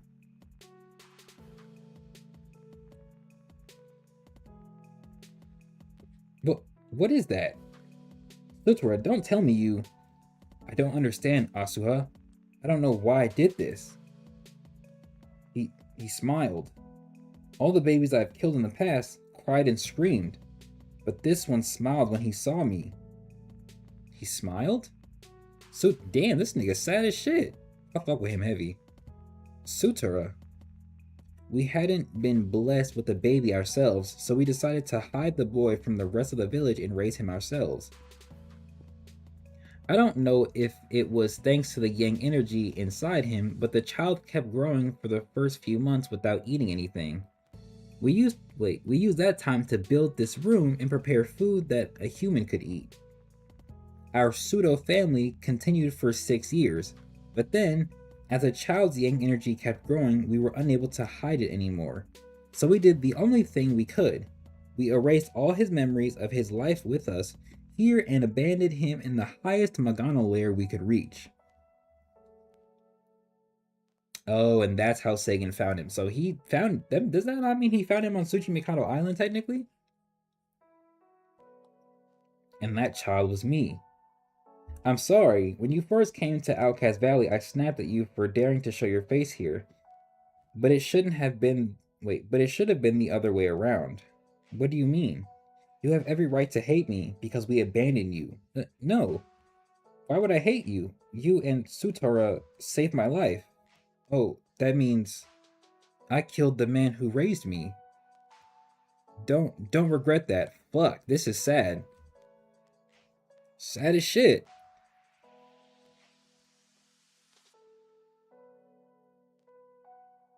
Sutora went to your world to kill you. He wanted to finish you off with his own hands rather than allow another Basara to do it. I wonder if... We'll never know now, but maybe Sutora hoped you'd kill him instead. He always regretted abandoning you. It's been over 10 years. But there hasn't been a day we didn't think of you. This nigga's parents are Basara. And I say that very directly because he was raised by them. And yes, technically he's biologically related to Abijah, which makes sense in its own way because of what we know of earlier in the series. But like, this nigga was raised by some like cool ass Basara, especially Sutora. That nigga clean as hell. Yeah, he was raised by them for 6 years and they had to abandon him because, you know, it'd be like that. Shit hard. Your baby teeth looked like fangs too, and your wavy hair was full of cowlicks. We always wondered what you looked like when you grew up, but you turned out a lot more handsome than I expected. The same thing. What? That's the same thing Sutora said before he died, Asuha. He did? What a stupid thing to say. There must have been better last words he could have said to you. And now they're both crying. A human and Kagari crying side by side. That's crazy. Look closely. That's how it's meant to be. Huh? How what's meant to be? Can't you see? It's love. Look at him talking about, what? Hey, what are you laughing at? I never thought I'd hear a thing like that coming from you, Kamui. You're right, this is what it's all about. You're mocking me, aren't you? I'm not. Okay, she's still shedding her tears. Listen to me. Wait, you have to cry as you read it? I'm not doing that. Listen to me. What did I say? Yoshihira? That's what he named him? Yoshihira? I might have to steal that. You're a clever boy. You already know that it isn't normal for you and us to be together. I'm going to perform a ritual on you now. A spell that will help you forget everything you've experienced in Outcast Valley. Are you scared? Yes, but if I do ever remember Outcast Valley someday in the future, I want to see you again. And then he fucking saw him again and he fucking bodied him. That fucking sucks. Man, that sucks. In a world where people in Kagari are happy together. When that day comes, may I come visit you, father? Mother? And he called him father and mother? Damn. See, this introspective. This is what I like a little bit. The older I get and the more I read, the more I want to see things that that give that sort of introspective feeling, you know, that make you think a little bit. It's kind of fire. Okay, they all laughing. Haha, you haven't changed a bit. Take your time to regain your spiritual power. When you've recovered, I'll tell you how to get to the abyss. You will? And then we switch scenes, and this is a creepy little area they got going on here. And look at his face right there. We got Benio, and of course she says big brother, which means she has now seen my nigga Yuto Ijika.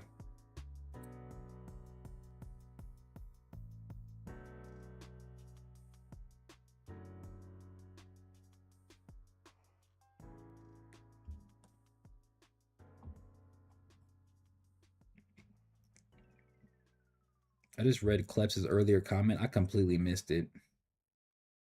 I didn't mean to do that. He said, these promo posters with the back facing us could potentially be them dying, since in common media, these poses feel like a future curtain call. That means Agent 16 gone, Abijah gone. I think that's actually the only two characters that we've seen with their back facing us. Let me check for sure though.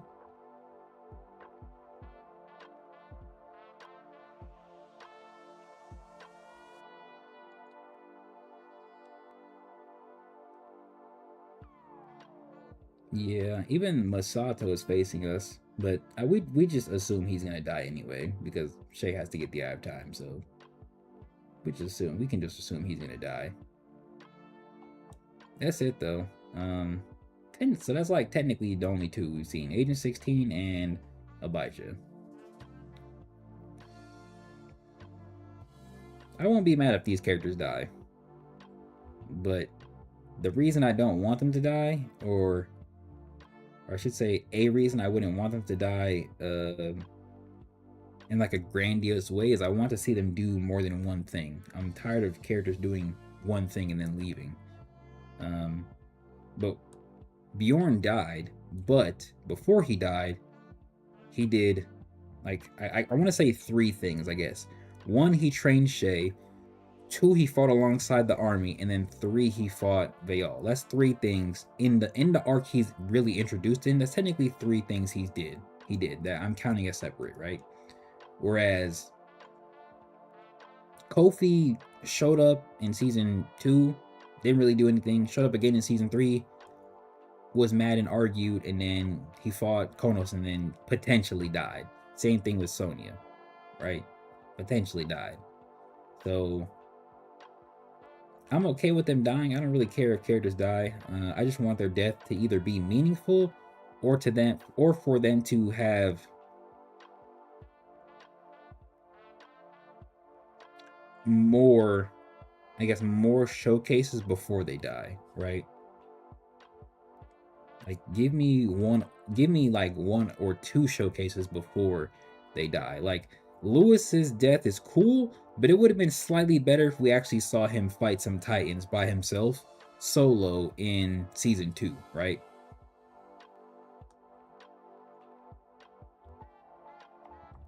And then with the conversation about like meaningful death, we can even relate it to Twin Star here, where the more, like, Sutara died, but there was a clear underlying implication that he's somehow relevant and we'll somehow learn more about him. And then as chapters went by, bam, we finally get the reason, right? We finally understand who he was, right? Why he's relevant, why he even showed up, right? That makes his death more meaningful, and Rokuro crying with his mother about his father and their shared past makes it that much more meaningful, right? So if characters are gonna die in Ordeal, if it's not going to be meaningful, I would like it to at least be, I'll say it like this. Brent can do character deaths 2 ways, or I guess the before 2 ways. We can either get quantity before their death, or we can get quality before their death. In a grand scheme, I would say with Bjorn, we got quantity and quality. But if we want to do Lewis, we got quality and not quantity, right? What's a better example?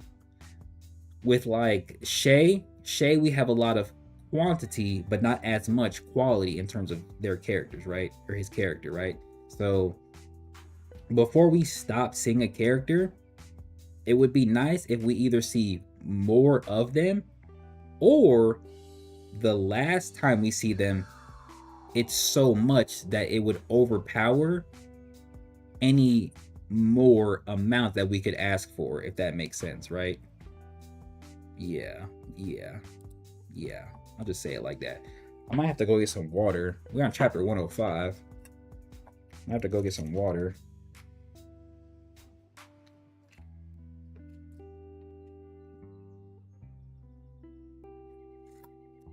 Yeah. Give me like 60 seconds. I'll be right back. I'm gonna go get some water. My water bottle is full of ice with no liquid. And I'm hella thirsty. Sorry. Alright, chat, I'll be right back.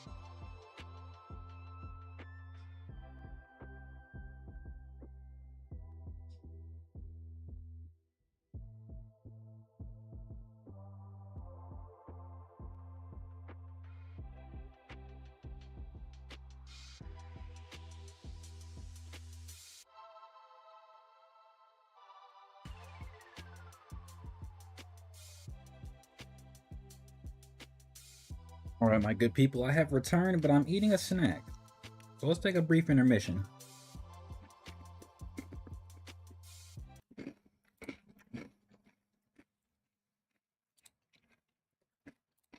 Let's watch a video or something real quick.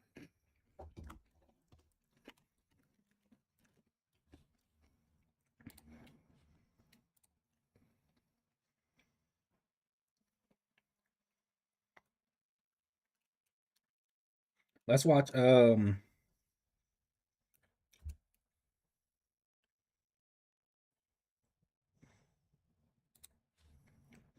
video just seems inaccurate, but let's watch this.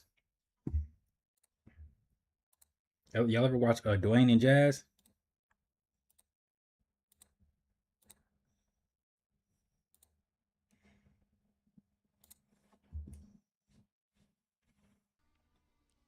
Let's get more snacks. I'm telling you, part of the reason why people blindly followed him is because he's famous. He's a billionaire. So they was like, I'm like, I hope y'all know that him running a company and running a government are two completely different things. You talking about Trump? Two different things with their own agendas, right? Making a company, you're trying to make you and the shareholders the most amount of money as possible. And then you got to think about what company they're running. With a government, you're trying to, you know, make people happy, keep the infrastructure. It's a lot of moving parts. Defense, it's a lot more going on. If I run a hotel company, I don't know shit about security company. You know what I mean? And what goes into that. I don't know anything about that.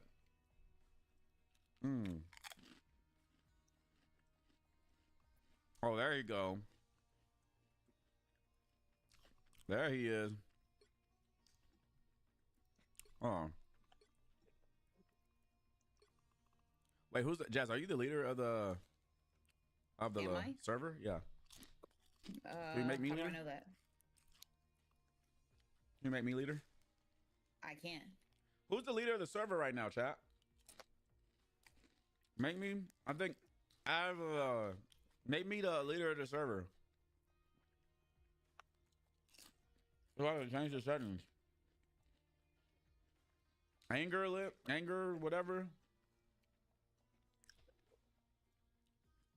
This is some W yogurt. Only the world needed him both. No, thank you for the hype. Right now I got vanilla yogurt with it's like triple chocolate granola.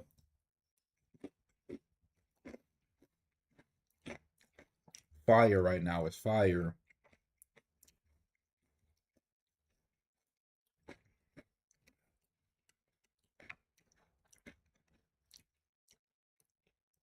It's like chocolate granola, chocolate I think it's like little chocolate bricks, like small bricks, and it's like chocolate swirl, like the actual little swirl. I'm 14 milliseconds. That's some bullshit. I'm in the same room. I'm like right across the hall. That's crazy. You know what's crazier? What? You're actually closer to the router than me. I don't know about that one. You are. Pick your hero. I'm gonna tell you They why. need to get what I got. You guys false?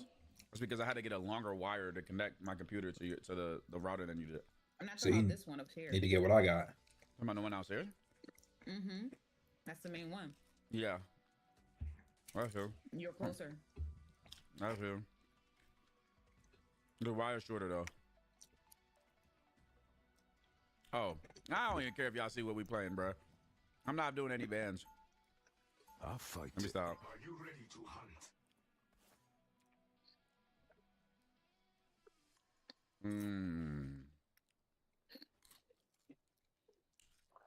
Shout out Dwayne and Jazz. Been watching them forever. Oh, you know we met False 30 seconds before you attack. at DreamCon. Yeah. Sure did.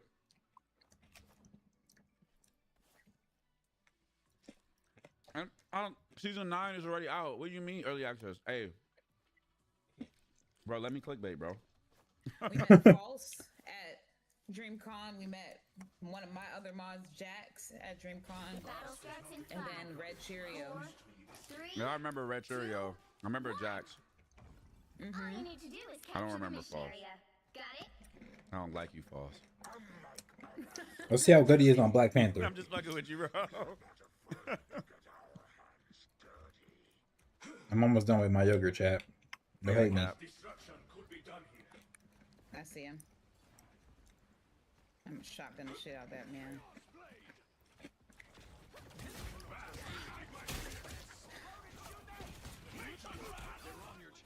Looks like the mission area is yours to capture now. Oh my gosh.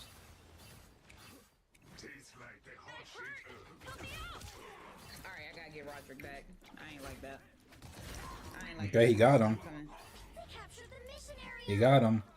I ain't like that at all. I think Trooper might dust him though.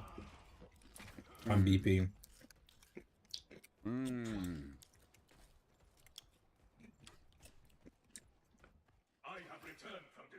One down. You got with the you got beef with the city of Houston?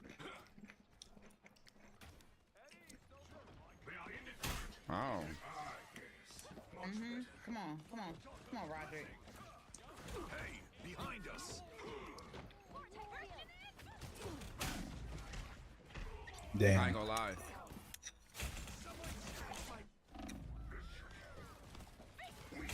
The hell? My BP hella trash. See? Lord BP, but he buns. Hey, we need to push up, team. Capture progress has passed the halfway point. What you We doing, need to Far? push up. I feel like a tank. I don't play Black Panther though, but I can recognize not good gameplay. So Dwayne though.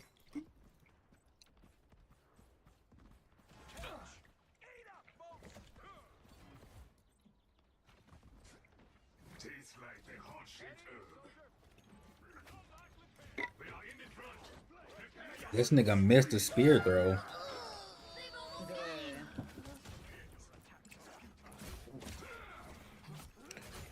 All right, chat. Give Mag. He's almost dead. Mag almost dead. Mag. Go ahead and cut that. Grab music. Bring that back. There we go. All right. We're on chapter 105 with it.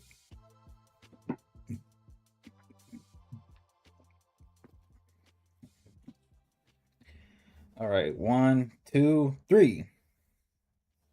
Oh yeah, gotcha. This enclave is amazing. Right outside, there's a world of death that would burn me to ash in 5 minutes if I wasn't armored in yang energy. Anyway, how should I eat this? Lightly browned. Kind of minimalist.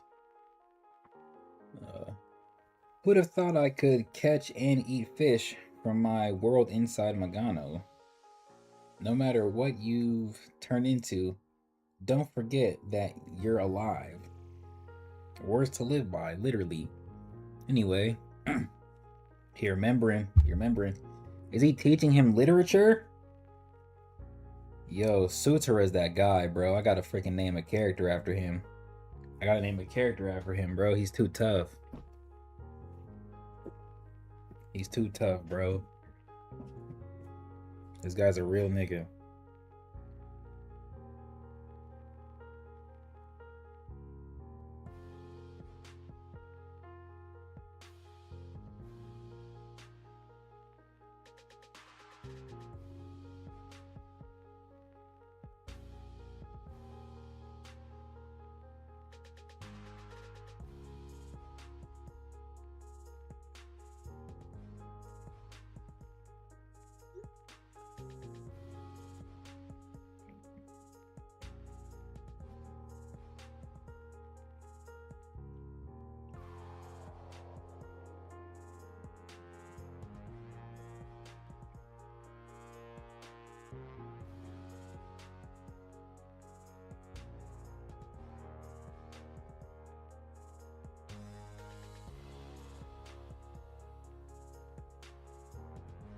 brother be trolling, and sometimes it really gets to me. I can't lie. Like sometimes it make me slightly want to crash.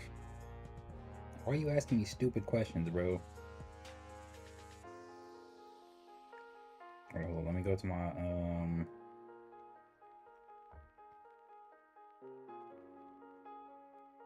oh, this is not it. Here we go. Sutara. Shout out my nigga Sutara, bro. He's really one of them guys. Real ass nigga. Alright, switching scenes. So I lived here until I was 6. There's a tub over there. Did I bathe in it? Yep. Oh, you're eating. I didn't see a thing.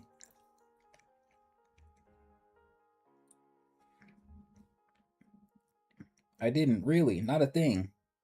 Practically nothing. Huh? Look at what she's eating here, bro. What is this? Look at how it's looking back right here. Huh? You're so feral. Want one? No thanks. What are Kamui and Suzu up to? Kamui's helping with the reconstruction. Oh, he's so real. I have no idea where Suzu is. Probably hiding to avoid working. Uh-huh. You're not as freaked out as I expected. Oh. I mean, you just found out you aren't really human. That you're a clone of Seimei. Yeah, that was a shock. But I was prepared for anything. Benio is the Kagari princess. I figured I must not be any ordinary human either. Besides...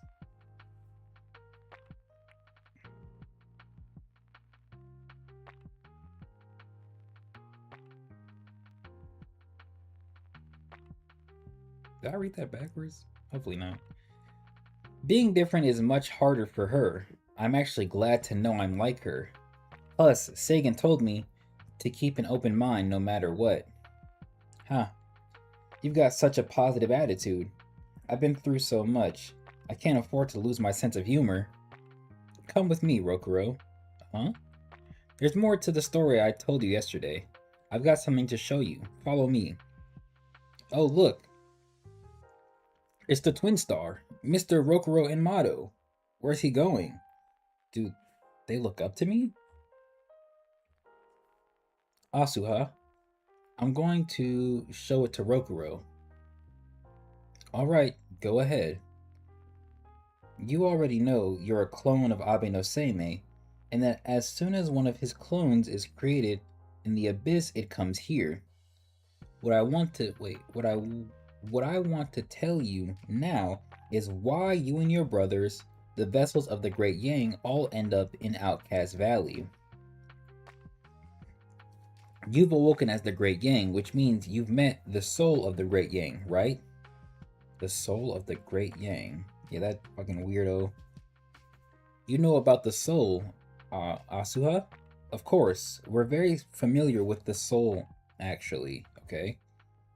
After all, the soul of the Great Yang was once sealed away here in Outcast Valley. Yo, what the fuck is this? This looks so nasty. Huh? For real? The formation over there is the divine receptacle that the soul of the Great Yang was trapped in. It's just a heap of rubble now. It collapsed when the seal was forced open. It looked very intimidating when it was still in one piece, though. Fucking weird. You and the other vessels of the Great Yang were drawn to the soul of the Great Yang sealed inside it. That's why you come to Outcast Valley. You came to merge with the soul to become the Great Yang. And that's why Outcast Valley was built here. As long as we continue to slay the powerless baby vessels of the Great Yang, the Great Yang could never be born. Wait, the Great Yang could never be reborn. Wait, hold on. Doesn't Sakanashi possess the soul of the Great Yang? That's right. You know about that. As I told you, the seal was broken. Sakanashi stole the soul 15 years ago. It was right after we abandoned you in a higher layer of Magano. The soul had been sealed here in Outcast Valley for 800 years before Sakanashi took it. What's important is the reason the soul was sealed in Outcast Valley. Rokuro, you're not the first human to have... Wait, you're not the first human to have come to Outcast Valley. What? 800 years ago, someone else came to us. Your predecessor. A great Yang warrior who possessed the ultimate Yang energy before he was split into the soul and the vessel. Oh, is that why he looked like that as a soul? Okay. He kind of ore farming back here though.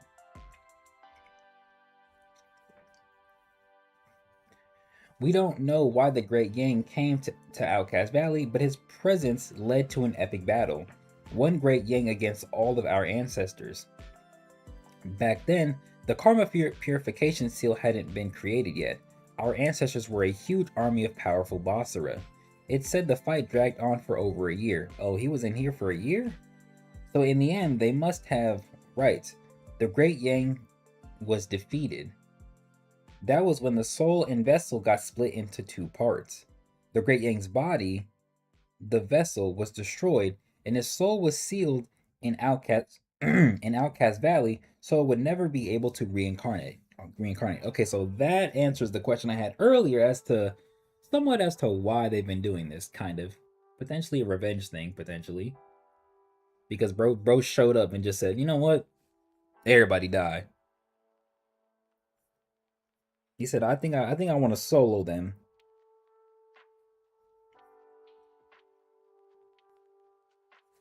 Then they killed his body. Is this his head? This is crazy. Is that the rest of his body? Gosh. Okay. But the powerful force field required to seal the soul away couldn't be moved. That's why they had no choice but to build a village around the divine receptacle. And then Sakanashi destroyed the receptacle and stole the soul. That's right. Sakanashi is mysterious. Rumor has it he took part in the battle against the first Great Yang, but no one knows where he comes from. The only one who might know is Chinu, the strongest of all the Basara. We ain't seen her in so long. About a month ago, Sakanashi returned here out of the blue. Somehow he lost the soul and transformed into a child. That's when he got fucking bodied. Yeah, when he got bodied. From the moment he arrived, he preached, "The Exorcists have acquired the power of the Great Yang. They're coming to defeat the king of the Kagare. If you don't prepare for battle, Outcast Valley will be annihilated." That was his prophecy. But it's his fault the Exorcists obtained the soul in the first place. That's true. The old geezer and his council didn't take Sakanashi seriously, of course, but it was easy for him to win the hearts of Yamato and those who resented Outcast Valley's rules. They were happy to accept his offer to remove the karma purification spell from them. So the Kagari who attacked the island were all from Outcast Valley, which we learned of earlier. I still fuck with this dude, and I just like the concept of these niggas, but everybody else not cool for real.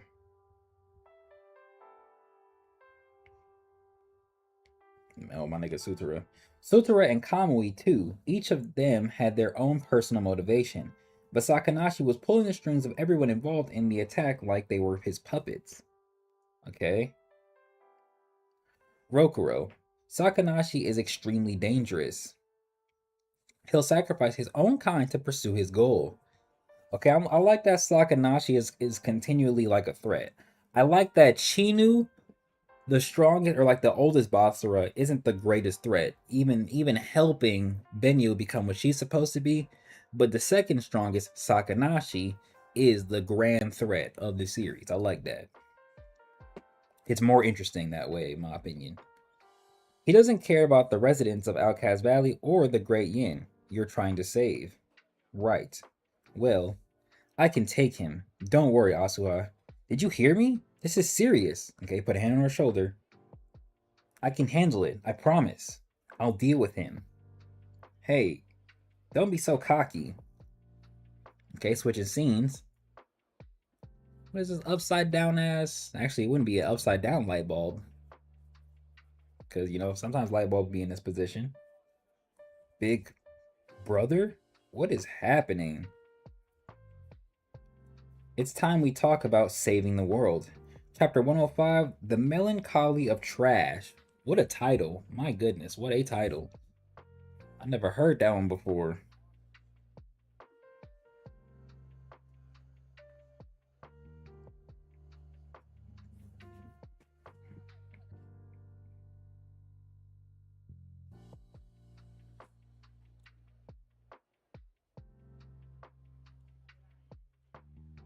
What is my twin brother doing here? That body you see there has no soul. Arima Mikado ordered its creation before he died. What? It's nothing but a flesh doll created through a spell that has combined Yuto Ichika's genetic data with the organic elements that constitute a human body. That's disgusting. Master Arima's orders? Arima Mikado was a clever man. He believed there must be a reason the Great Yin was born as a twin. And he was correct. Benio and Mado, although you are the Great Yin, you have not yet fully awakened. It will only be after you merge with the power within your brother that you shall truly awaken as the Great Yin. Luckily, this gift from Arima Mikado enables me to finalize my plan. Your plan? The heretical Taizen Fuken. Yuto Ichika will be my medium to combine your power of the Great Yin and your husband's power of the Great Yang to create the hysterical Taizen Fuken, an artificial prophesized child. And with the power of the heretical Taizen Fuken, I will destroy the king of the Kagare. So he basically want to create an artificial Miku instead of a real one. Okay. But he's going to use Yuto as a medium to do that, making it more artificial instead of natural. Sure. Then, once I've appropriated the king's power for myself, I'll use it to wipe out every living thing on the planet until my dream of a world populated solely by Kagare is finally realized. In that case, your plan is doomed to fail. Rokuro won't come here. Do you really believe that? You two are humans bonded by so-called love. There's no question that he'll risk his life to come here after you. I don't know why I read that. This is crazy. What the hell is going on here? This feels like a disrespect to women somehow. And this nigga fat as shit. He kind of clean though, I can't lie. He kind of clean. What the fuck is this? He kind of horrifying in the back. Alright, let me stop. It isn't Benio and Mado and Rokuro and Mado who are separated. It's the Twin Star Exorcists who are separated from humanity. With no place to return and no one left to protect, what reason would you have to continue fighting us? Alienating me and Rokuro from the other exorcists. Was that the whole point of the attack on Tsuchimikado Island? Listen, Kagare Princess. All I'm asking for is the power of the Great Yin and the Great Yang. Give those twin star powers to me and I'll guarantee your safety. Do you really think Rokuro and I would strike a deal like that with you? Why not? I don't understand. There's no reason for you to risk your lives and fight me. Why bother protecting your friends? They'll all be dead and gone in 100 years or so anyway. Humans are short-lived, but you two are different. You're beyond human limitations. Even if you give up your powers, you'll still live much longer than them. Stop thinking about the here and now, Benio and Mado. You need to focus on the future. I'll set aside a plot of land for the two of you, a place where you can live in peace. This kind of sounds like Thanatos playing a little bit, but more specific to them. Like, because in season 3 we learned that Thanatos is gonna wipe out like 90% of the population and just leave like 10% of the population, seemingly including some humans, right? And so if like people like Amari and the other two are still human and they just kind of stay around, and that means they plan to at least save the proper humans to keep them going, right? You know what I mean? Okay. A place where you can live in peace. By combining my space controlling spells with the exceptional spiritual power of the hysterical Taizen Fukin, or Fukun, I can easily create such a sanctuary. There you can live happily ever after, freed from your twin star destiny. And if you have a child, it won't be condemned to a life of battle and suffering. You'll be able to create your own destiny in your own private world. He's like, oh shit, I'm kind of seeing the vision. I'm kind of seeing the vision.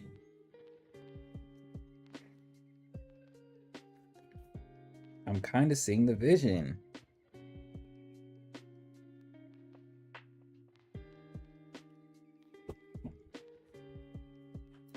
I know you humans consider us Kagare trash, but we deserve to be happy too.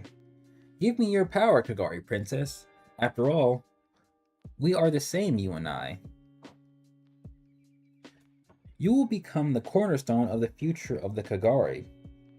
You've been very clear. However, your plan is full of contradictions. I have a few questions. Let's say you succeed in creating a world populated only by Kagare. What will become of the heretical Taizen Fukun after that? Once it fulfills its duties, its power will never be wielded again. It will be revered as a hero who created our new kingdom. Why should I believe you? There's nothing I can do to prove I will honor my word, but why should I have to prove anything to you? Hey, what are you two going on about? One final question. Who will have authority over the heretical Taizen Fukun? Who will control it? I will. That was kind of obvious. Sakanashi, I understand your dream for yourself and your people, but everything you say has a sinister overtone. Let him know. The power to exercise the king of the Kagare would be a wonderful thing, but at the same time, it would be incredibly dangerous. And it would only lead to one result, the birth of a new dictator, Sakanashi. All you talk about is me, myself, and I.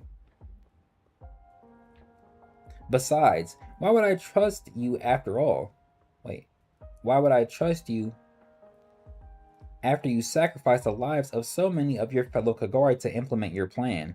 This is a crazy visual. This is a crazy visual. I can't lie. This is a crazy visual.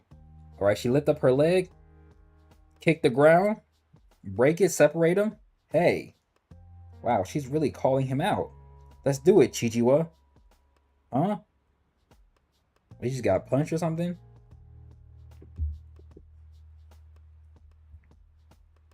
That boy got knocked out. Yamato, quit fooling around. What are you doing? Beru, are you betraying us too? I'm not sure who's doing what. Stop it. Stop it, Benio and Mato. I'm sorry, big brother. Oh, she hit my nigga with a Getsu Gatensho kick. Destroyed that shit. You should have considered your own future before going on and on about the future of all the Kagare. Because I came here to destroy you. And look at what she did to her brother. Okay, hold up. Next chapter. Final chapter of the reading session. Hold up.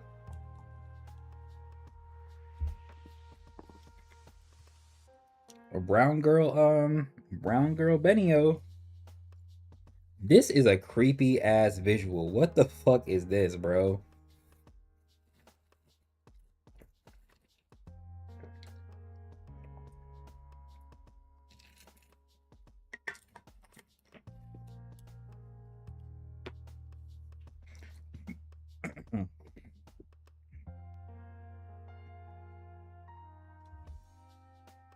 All right, chapter 106. in the middle. Does it smell like something's burning?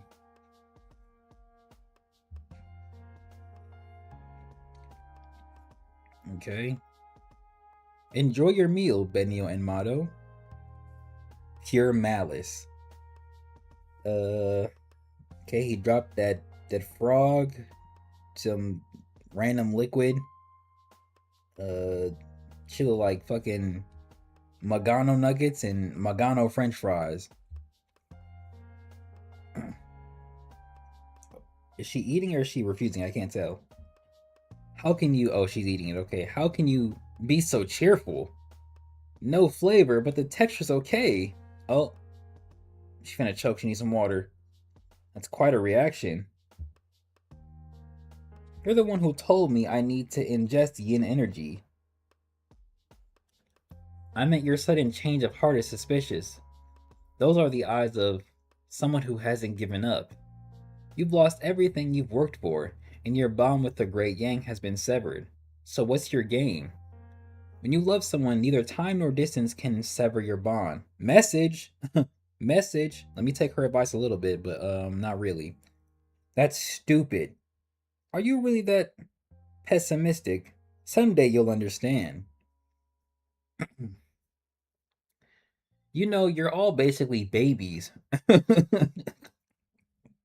All these niggas babies. Oh, that's funny. Your life's empty. No one loves you. You're born into you're born into Magano, a world without meaning. Who are you calling a baby? When you meet more nice humans, you'll get it. I finally figured out my purpose in life. Rokuro and I are going to create a world where humans and Kagare can live together in peace and harmony. He's like, oh shit. I kind of believe her. We can live together in peace and harmony? I didn't even think that was an option. He never heard that concept before.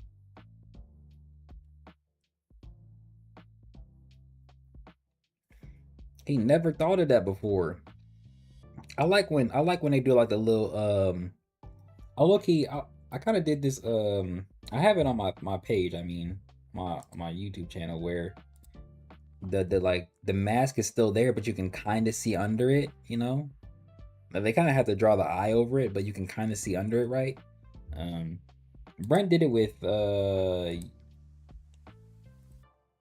what's his name? He did it with Azam. Yeah, I think he did it with only Azam, I think. I don't think he's done it with any other character. But I kind of like when these moments happen. It gives a chance for the character behind the mask to actually show how they feel. Okay? Okay, so that means he's on her side. Oh, this nigga tough. This nigga is tough. Hold up. This intention. Let me read this part real quick. Yeah, that boy got boomed. The vessel of the heretical Taizen Fukan. You too?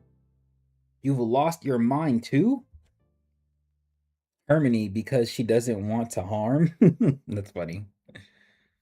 Okay, my nigga Beru standing next to who they call the Kagare princess. So if she's a princess, this is her night. This is her night. Awesome shit. This kind of fire. Hold up. Hold up. I like what they did here. I like the intentional writing here. Giving him that knightly design. Just for him to become the knight to the princess. Come on. Come on. That's kind of fire. This remind me of in Fairy Tail when that one white knight dude was protecting the princess of the kingdom, whatever that kingdom is called. In Fairy Tail, I low-key forgot the name. I low-key forgot the name, but that's what this remind me of. Slightly, not that much. I'll take on Sakanashi. Beru, you run interference with the other Basara. As you wish. Oh, he responds so tough. Seriously, Beru, you feel sorry for this human girl? Benio took off. He stepped forward, called him out. He don't vibe with that. This nigga still been lame as hell. My dream is to liberate Outcast Valley, but backing Sakanashi is dangerous. His dream is to switch the oppressor with the oppressed. Message. Message. So, that's what will happen if the Exorcists win. No, because the twin stars are in the middle. Huh? They have sympathy for humans and Kagare. They have a critical role to play. We need them to mediate between us. They're the only ones who know how both sides have suffered. Oh, this nigga's thinking light years ahead of everybody else. Oh my gosh. He might be in my top 5. He might be in my top 5. I didn't think I put a Kagari in my top 5, but I'm not gonna lie. Sutara, he in my top 5 for sure. That's a real ass nigga. Sagan up there, I gotta put Tenma in there. I hate that I have to, but I can't hate him. I just can't hate him anymore. I can't hate him anymore.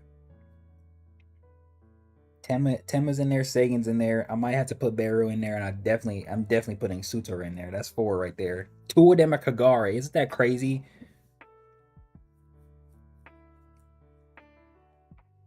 He finna do some cool shit. Go ahead then. Die with your new best friend, the Twin Star. It's over, Sakanashi. No. I won't let you. Oh, ugh. Was she a bunny? Like a frog-ass bunny? Seeking Eye of Death. Okay. So she done activated her cool little talisman. He said, buy me some time. She said, aye, aye, sir. He said, out of my way, okay. She throwing her a flurry of kicks, but she's smooth dodging them. She not getting hit by none of that. Look. Weave, weave, weave. She thinks she Goku with it. What the fuck is this, and how can I steal it and make it my own? I'm so copying this. Just let me see what it is first. No matter how fast you kick, it's a breeze to dodge you because I can predict where you'll attack next. Okay? Whatever that means. Is it because of the eyeballs? She really throwing balls of goop gop at her. Wait, her attacks aren't very fast, but I can't dodge them. How come?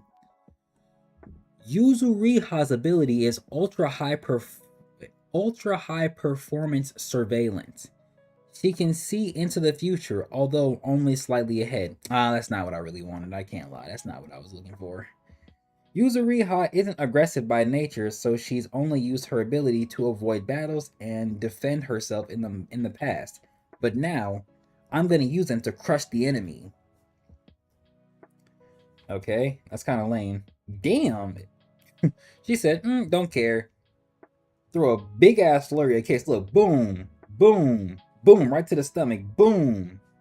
Look, that shit hurt, don't it? That shit hurt, don't it?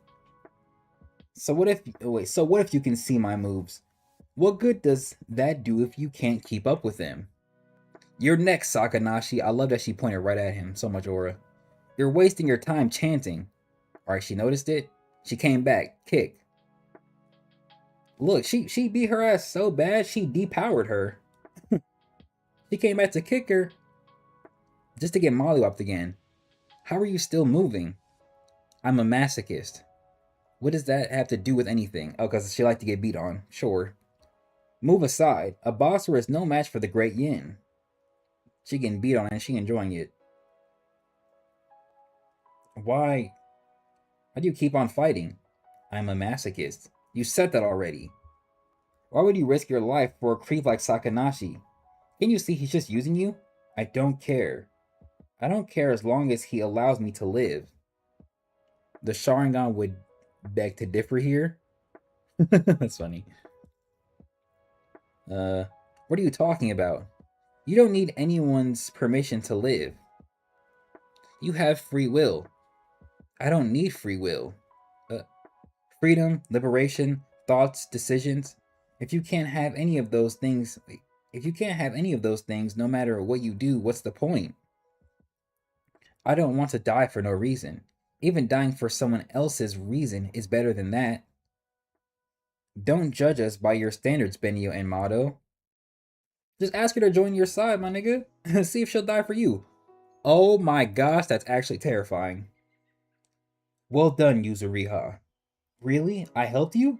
Yes, you did a good job. Wait, yes, you did. Good job. Ha ha ha, I did it! The great gate of infinite light and virtue. And then he summoned the fucking... This is terrifying, bro. Every time I see this, it's like... I would shit bricks if this appeared over the sky, bro. I would just give up. What the? Can't see the page number. Oh, it's right there. Okay. What the? Is that the king of the Kagare? It can't be. Of course. What you see before you is merely an illusion. However, this spell does channel the actual power of the king of Kagare. The actual power of Sakanashi. Who exactly are you? A Kagare just like you. A better informed one, that's all. Oh, and one more thing. Did you know there's more than one way to create the heretical Taizen Fukan? Uh-oh, he gonna use her. Shit, we in a Genjutsu now. This version of Benio is actually so terrifying. You finally come over to my side. And she's screaming out in pain. Benio and Mato, what has he done to you? Kagare Princess, the reason you were able to remain human after acquiring the power of the Great Yin is because of your memories and yang emotions like love. But you won't be needing those to rule the Kagare for eternity. That's not good. Good. I've regained most of my strength. This should be enough. Rokuro, are you going? Yup. What took you so long? You're both coming with me? It's my duty to see this through to the end, honey bun. I'm not doing it for you. I know you're doing it for Benio. How dare you ignore my declaration of, fealty? It's just a straight path from here on out. At a steady pace, you'll get to the end of this layer in 4 to 5 hours. Damn. The only thing beyond that is the abyss. Thank you, Asuha.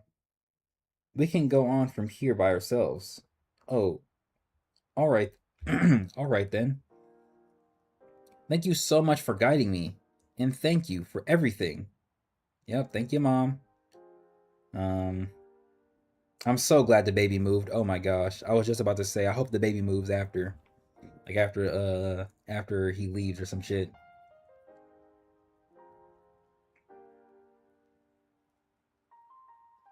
Okay, so he about to leave.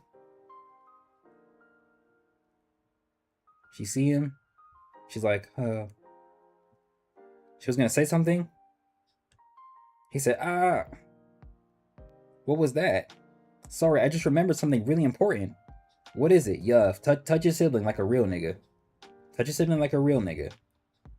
What are you doing? Hold still. What's happening? He's instilling yang energy into it. Made sure it's alive. Yup. Real nigga. What? It's moving. Humans and Kagare all have a little yang or yin energy in their bodies.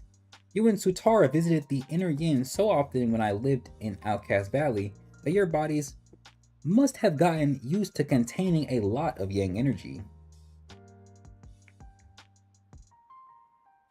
Your baby needs yang energy.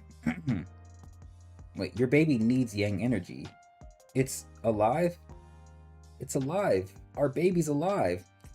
Yo, shout out Rokuro, man. He's so real for that. I'm so glad that the baby's alive too. Conflict is inevitable as long as humans and Kagare are polar opposites. But the closer we get, the more we can support each other. I'm sorry I didn't think of this before. I have to go now. Yoshihira. That was your name when you lived with Sutara and me. I'm sorry, I know this sounds clingy, but may I call you by that name one last time? Of course. Haha. But a name that means justice and good luck seems too good for me. Damn, they named him Justice and Good Luck? Look. It's like I like this series the more I read it. Take care of yourself, Yoshihira. Was I reading that wrong? Yoshihira, yes, Yoshihira. Promise me you'll come back in one piece. Thank you, and stay safe too. Mother, called her mother, the same way he acknowledged Sagan as a father. You see what they did there? They gave him a chance to interact with his father figure, and then gave him a chance to interact with his mother figure. You see what they did there? This is why people say mothers and fathers are important. You gotta have both. Well, you gotta have both who are good. It's not good if you got one or the other and they both bad anyway. Like, you know what I mean? Alright, she waving, holding her stomach. He waving. He further away. He far now. She dropped her knees and cried. You're such a weirdo. Look who's talking, Kamui. No human has worked as hard as you to get to know Kagare. I could say the same to you, Kamui, only in reverse. Personally, I think you're both crazy. Okay, they're tracking. Damn, what the fuck? Oh my god, this reminds me of Elden Ring. I still gotta fight that damn dragon. I still have to fight that damn dragon that's trapped in space-time. That's what this reminds me of. What's his name? Not the first Elden Lord. Wow, I do not remember that dragon's name. Somebody know who I'm talking about. Put it in the chat. The abyss is at the bottom of this pit. Sakanashi's hideout is on the way to the abyss. You'll find Benyo there too. I want to go home. Okay. Oh, damn, they done beat my nigga ass. I'll try to sense Benyo's spiritual power. Are you Rokuro and Mado? Damn, they got there fast as hell. They didn't even give us like a traversal. Dragon Lord Placidusax, that's his name, yeah. This his domain. Fuck Sakanashi, that's where he at. The fact that Placidusax would body him is so funny though. Y'all think the version of Placidusax we meet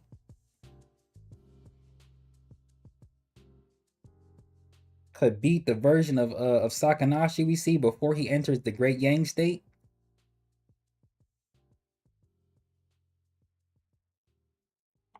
Let me know something. Okay, beat my nigga ass. Beru, you're a mess. What happened? Friend of yours? Beru is one of the Basara from Outcast Valley who attacked the island. What? I parted ways with Sakanashi. I cooperated with Benyo to defeat him, but I underestimated Sakanashi's power. Hurry, Benyo is in grave danger. This is a crazy visual, by the way. Oh, this like what she was going through. Or I mean what Rokuro was going through, but in reverse. Oh, hell no. Oh, hell no. It's fucking dolls and shit. She gotta save all the dolls. Dolls is getting torn up. But like low to mid difficulty. Interesting. What about Great Yang version? There's not even peak plus Placidusax. Peak Placidusax. Actually, Placidusax, what can he do? Okay, so he has crazy lightning abilities. He can basically vanish, disappear, come back, strike with a lightning claw. He got that golden fire. Doesn't he shoot like flame lasers too when we fight him? Or am I tripping? And then like naturally lore wise, he was a lord. Or like a consort. So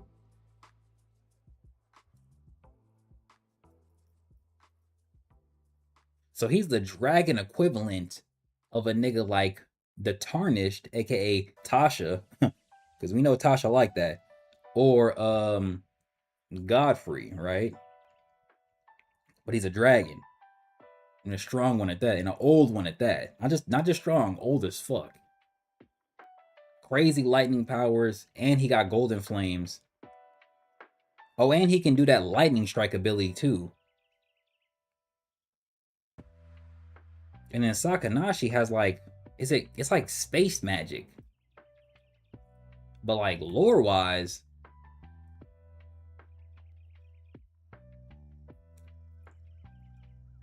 how can I compare? Like, if a nigga like Radon can basically hold back star entities, and Placidusax should, in theory, scale at that level to like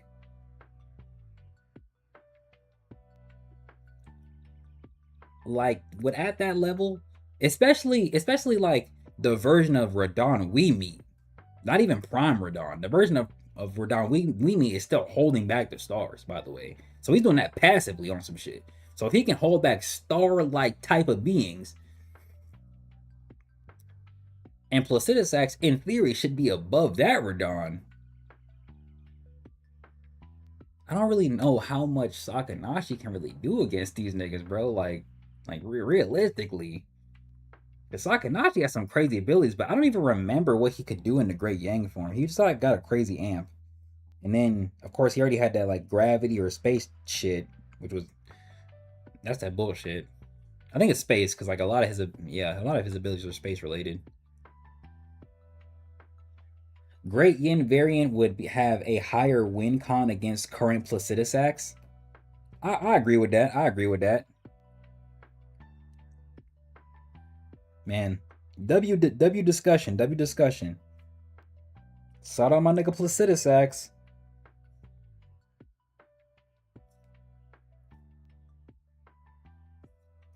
If there's any other interesting Elden Ring type of fights. Prime Placidusax or Bale would wipe Sakanashi even with prep time. Facts.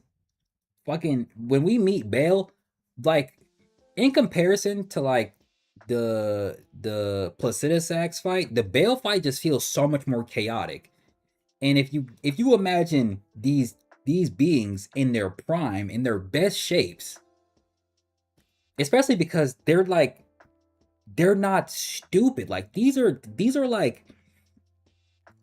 are sentient. Like these niggas can think. Like realistically, they have thought, and we know they have thought because the ancient dragons as a whole exist, and the ancient dragons like was it Lanciax and some of those other ones could communicate with humans, even transform. So if we take them as like a base, apply it to niggas like Bale and Placidusax, who are fighting at crazy levels in their peak. I'm sorry, Sakanashi is cooked for you, Brody. I'm sorry. This nigga Placidusax might dead ass like Prime, like with like true thought, because you could potentially argue that, you know, the version of him and the version of Bailey me, they're moving more on instincts than actual thought. But Prime them, when they're more cognitive, this nigga might realize that Sakanashi doing something with like space, and he just disappears, and then reappears through that like lightning cloud move and just strikes him. And he might start spamming something like that, you know what I mean?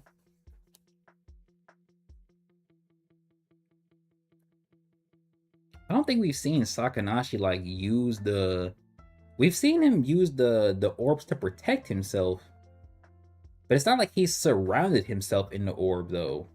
From what I remember, we know he surrounded the egg shit that had Yuto in it to transport it, but I don't think he actually surrounded himself like in a barrier type of fashion, right?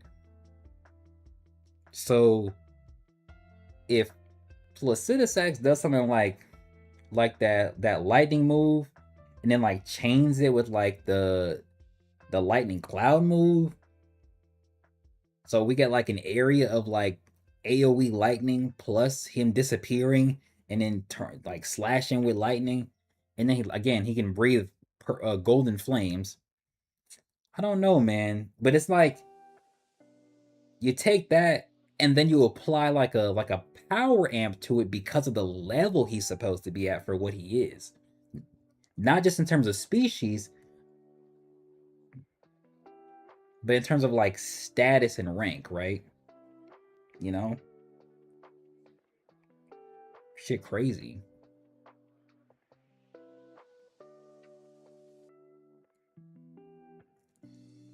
What's a really good fight? I think like Consort Radon versus Sakanashi would be kind of crazy. That'd actually be kind of crazy. I can't lie. That'd be kind of crazy. Consort Radon versus Sakanashi would be pretty interesting because like he's fast as fuck, bro. I don't think oh, that you could also add like a speed scale to it because I don't really know how fast these characters move, but I don't think they're getting past like I don't think most of them are even like light speed in this verse from my knowledge. I don't think they're light speed. I'm not sure what I'm not even sure if they're lightning, right? But we got oh, you know what? Gasha actually has a gravity ability. So if we take that, apply it to Radon, who's just stronger. I don't know, bro. These niggas are cooked, bro. I mean, like, they were already cooked because of Elden Ring lore as a whole. But, like, just, like, talking it out, I don't know, bro. I don't know. But then Consort Radon is fat. Like, he's actually fast as fuck. And then he has that crazy, like, pre-after image attack with everything he can do. And then he's like attacking with actual light beams that just strike down. Yeah. And then if he grabs you twice, Mikula will basically just convert you and force you to be a good guy. Yeah. I don't know, man. And then we take that and we apply the fact that Yang Sakanashi or Yin Sakanashi. No. Yang Sakanashi was fighting almost equal to the Kagare version of Arima, right? So anybody we think is above Arima, it's cooked for him. It's cooked for him, bro. It's actually cooked for him. And Consort Radon, I don't know what Arima is gonna do. I don't know what Kagare Arima is gonna do against Consort Radon, bro. So what is Amped Sakanashi gonna do against Consort Radon, bro? Who would have thought this would have been a part of the read? Let's keep going though. Okay, so we got the dolls. She getting chased by this weird ass baby on some Ashisogi Jizo shit. The doll rips. She says, "No, don't." Look, this one burst too. She tripped. She getting grabbed. This is disturbing. This is disturbing. I don't know how I'd feel about seeing myself like this, like attack me like this. I think I'd be terrified. This is just an illusion. I have to get a grip. I can't let Sakanashi manipulate me. Okay, she's crying. She said it hurts. I can't take it anymore. I'm scared. I've had enough. Okay, she's spamming that sentence. Back to reality. She's screaming out in pain. I think things are pouring into her. I can't take it. Help, Rokuro. Is he gonna show up? Just corpses. Just corpses again. Those G's of Elden Ring. For real. It was like a more fair fight. Like Mesmer against Sakanashi would be kind of cool. But like Mesmer against anybody would be kind of cool. Millennia, but Millennia's kind of a cheat because like if they beat her, she has a second health bar and then she becomes a goddess. So it's like, ah man. And then Rot comes into play. Like, I'm not sure how you would want to say how Scarlet Rot affects them, but like we see that a nigga like Tatara can poison them. So if they can be poisoned by that, then that means something like Rot would work through them niggas, bro. And her first move off rip is literally Scarlet Bloom. So they're gonna get hit with an AoE attack if they're close enough. And if they try and get in too close after it, if they go in too soon, they're still gonna get affected by it. And then I think it's the more she hits you, the rot builds up anyway. So yeah, they're cooked. I can't lie, they're fucking cooked. Before, oh yeah, and then base Millennia has lifesteal. Man, that fucking sucks. That sucks, bro. That sucks. I can't lie, that sucks. So like she'll just be feeling better the longer the fight goes on. Millennia is just cheats like Malekith. Facts. Facts. But Mesmer's that guy too, though. So it's just that he doesn't have like a second phase.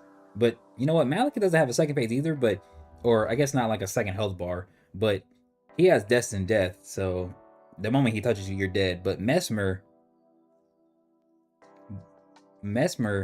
he's that guy without a great rune. You know what I'm saying? He's that guy without a great rune. And he has crazy fire feats.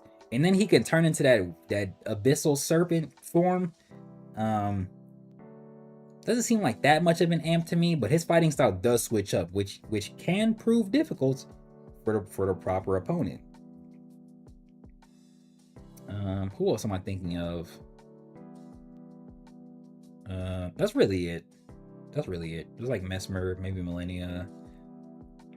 Obviously, fucking Malekith is cheats, but so is Millennia. Mesmer's. Honestly, I think Sakanashi can beat potentially or like mid to high diff the same way it's like a crazy feat that the Tarnish was able to defeat Radon. Sakanashi might be able to get like the version of Radon we need up out of there. I'm not gonna lie. Especially because that Radon's not thinking. And the gravity magic we fight in the game is somewhat similar to what we see Gaja use against that one lady. So I'm not saying they're on par, but like visually from like both perspectives, they're not that far off. I would still say Radon overall is just that much stronger because or has that much better control because he's able to keep celestial like body type of beings like Estelle, somebody who's strong in his own right. Man, I don't even want to talk about Estelle. Someone who's strong in his own right, back, like basically like a wall. He's just able to keep all of the type of beings like that away, right? And he has really good control to the point where he's so massive, he can still keep himself lifted just above his horse to not crush it, right? So, you know, that's an interesting discussion though.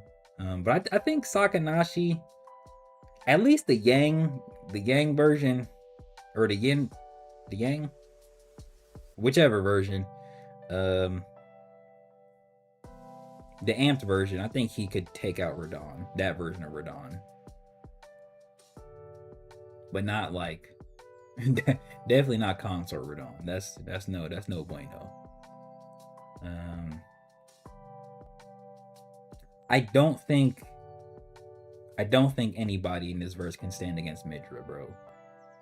That's like I haven't even fought Midra, by the way. So I don't think they can deal with madness, bro. Because again, they can't deal with rot, bro. So, and if we're seeing like her deal with something like this, I'm not sure what madness is just gonna fuck them up. He beats Godric, Rykard, and Morgott. Facts. That's facts. That's facts. He can definitely beat Godric, Rykard, and Morgott. Cause Godric is shit. Rykard is just a big target. And Morgott isn't that crazy. Okay, so if he can beat Morgott, damn. Fighting Moog though, when it comes to blood loss and his use of like that triple attack that replenishes his health, gives him wings, and allows him to blood loss his target. That's kind of crazy though.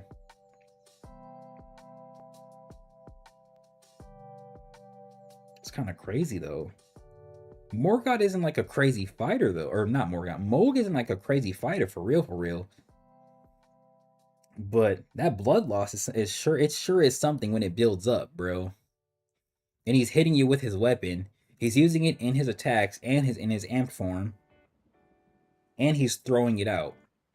He's stabbing into the formless mother, throwing out blood fire.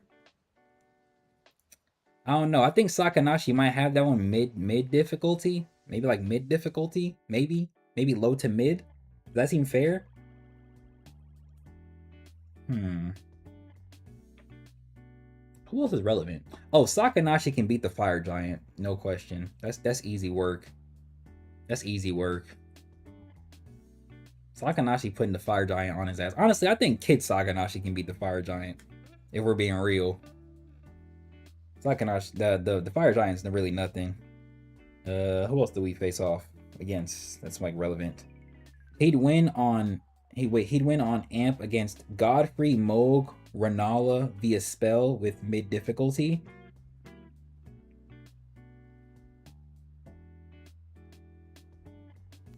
Honestly, I think he could beat Renala without the amp, if I'm being honest with you.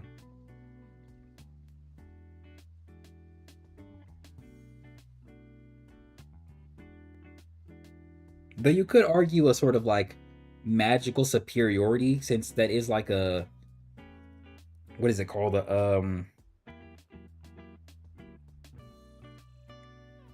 What's the word I'm looking for? A projection, basically.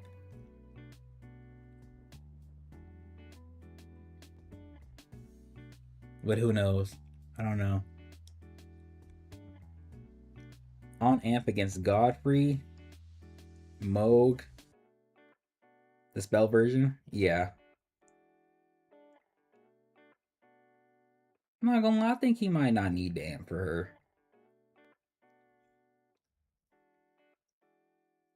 She's an easy fight, in my opinion. And like, I'm not sure if there's any like lore aspects to the spell version of her that makes her that much scarier though. You know what would be funny? You know, I need who would be a good fight? Just like in the verse, who would be a good fight against R'Lana? R'Lana's such a fun fight. I just like her how she fights as a whole. Who would be like a really good fight for her, regardless of who wins and loses? Who do I think would like really bend? Yo, put R'Lana against Tenma. Put R'Lana against Tenma. That might be kind of fire.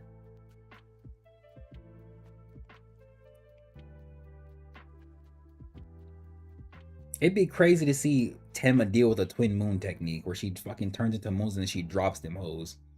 That'd be kind of fire to see, I can't lie.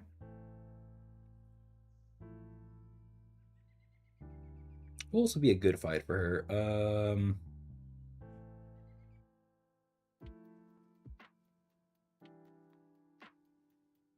That's kind of it, if I'm being honest with you. I don't think a lot of these characters are like have interesting interactions with her. Like,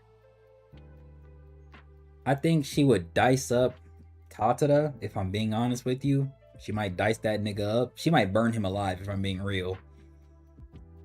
But like, Tenma's smart. We've seen how Tenma fights. Tenma's smart. And his ability is really interesting. So like, that would be a pretty interesting fight, right? Honestly, Tenma versus Mesmer would be kind of fire too, I can't lie. Just because I like both of their characters.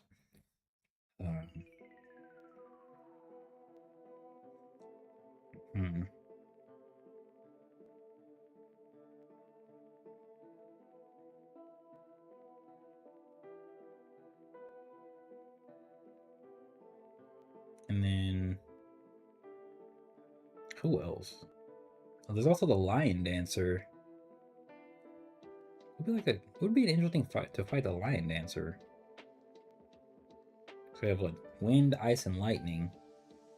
Would be a good fit for that fight. Not to like give anybody an advantage or disadvantage. Maybe the barrier dude? The guy with the glasses with the turtle? Maybe him? Or the girl with the hammer?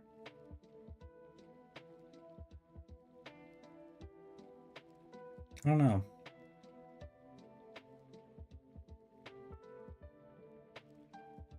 Could Tenma beat the Elden Beast?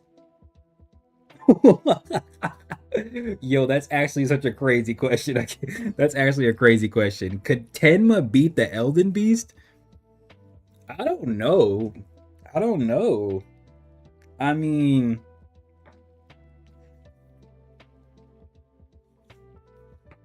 cause like, I mean, realistically, Tenma's just such a weird case though. Like, okay, but if you're saying that on Amp, Sakanashi can fight Godfrey mid difficulty. Okay, but Tenma does have his own form of Amp. Okay. But who else has Tenma fought against? Like, Tenma's beat basically. Tenma has basically beat everybody he's been against, though, if we're being honest. So it's like, and he didn't even get a chance to fight somebody like Sakanashi, and then this bomb nigga was kind of fodder almost after he realized how his ability worked. Oh man, shit, he might be able to do it, cause just comparing, like, I guess taking out like the speed aspect, just comparing the Tarnished to Tenma is already crazy by itself. And then let's just say Tenma with just his base capacity runs through everybody he has to run through to get to like Godfrey and then Radagon. And then if you want to say it takes an Amp to beat Moog, if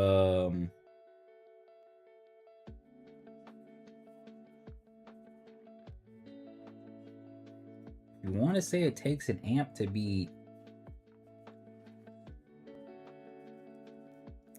though it did take Resonance for him to do like crazy damage against Yuto, so I'm not too sure. But the way Tenma be moving is like he barely be having to try sometimes. I don't know. Lord Tarnished versus Tenma would be peak. That would be kind of fire. Lord Tarnished canonically, what, dodges destined death or parries destined death? But then he would have to react to a damn near instantaneous slash.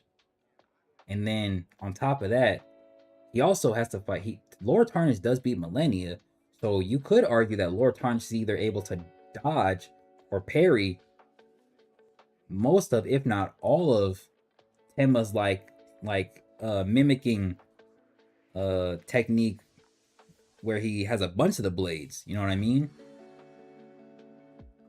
I don't know, man. What a conversation, though. But what a conversation. Wait, Sakanashi even on Amp dies to Elden Beast? Oh, okay.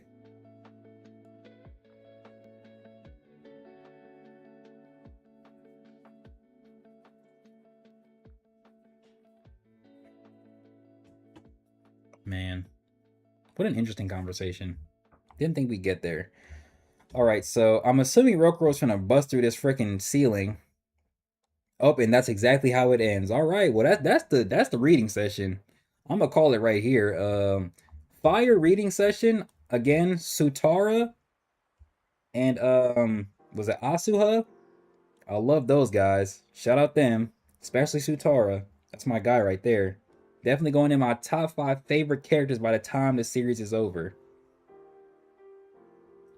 Sus manga panels. This was a crazy combo. What you talking about? You talking about this right here? This one? Hey man, it's been bad for a little minute, man.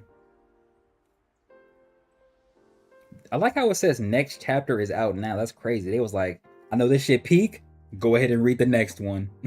Crazy. I'm gonna call it here though. We got about, well, I think I said what, 5 or 6 more sessions to go, I think.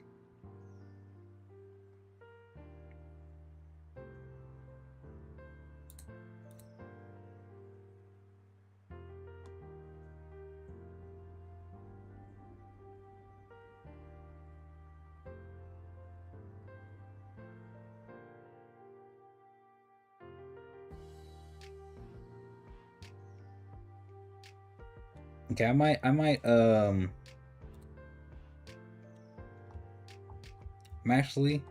gonna read one more chapter.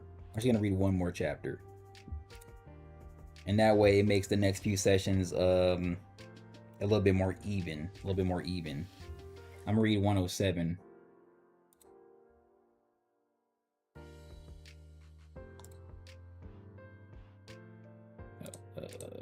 This is what I want right here. I'm gonna change that real quick on the stream.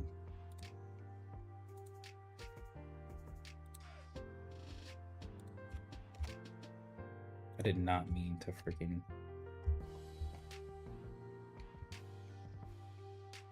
Thank you. Okay. 107.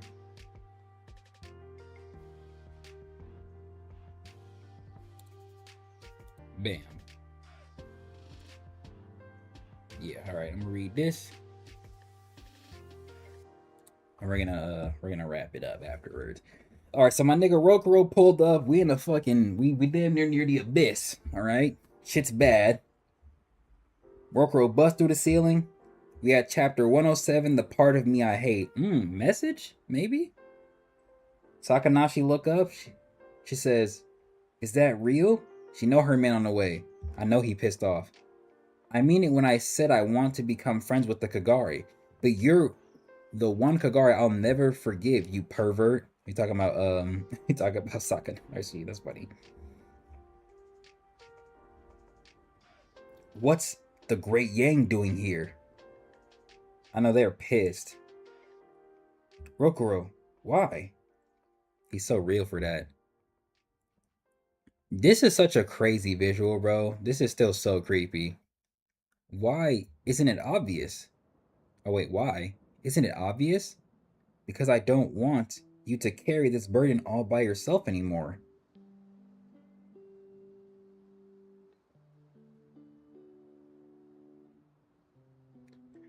Sorry, I thought I heard something. I'm sorry. I thought this was the best way. I thought I should handle it by myself. Okay. I mean, if your relationship not like this, I don't know, man. Okay, the rest of the squad pulled up though. Is that Kamui pulling up clean as hell like that? Amongst these giant ass women? And her, she's not giant though. Something about her make her feel more black than the others. Kamui and the side chick. She really called her a side chick. The name is Suzu. Being a part of a revolutionary moment like this proves that I'm the chosen one. What are we gonna do? We're outnumbered. Welcome, Rokuro and Mado. You're a little late to the party. My ideal world is already within my grasp. It's too late for you to stop my plan. You have no right to that to that word ideal. It's a word for good things. Your goal just uses and murders people and Kagari. You're just twisted on a rampage and I won't let you succeed. It's the fro. It's for sure the fro. I just didn't want to call it out and seem, you know. As if you can stop me. In the end, you are nothing but a little cog in my machine to create my ideal world. Perfect timing. That boy said, I'm back. Okay, he done transformed on them hoes. Okay. He flying towards him on his Dragon Ball shit? What a fool. Did you learn nothing from my battle with the chief exorcist 5 years ago? Okay, there go his balls of pause. What was it? Space distortion. Roku. Okay, he put his hand out. Did he just destroy them shits? Wow. Wow, it's like that? It's like that, Rokuro? As a fro wielder, I know. You're funny. He basically, yeah. So he literally pulled up, stretched his hand, said, bye. Surprised him, and then he rocked his shit. Beautiful double spread, by the way. Sakanashi. Okay. Uppercut him, went right behind him. Gold smash. Sent out 1, 2, 3, 4, 5, 6 beams at him. He summoned his creepy ass balls with mouths.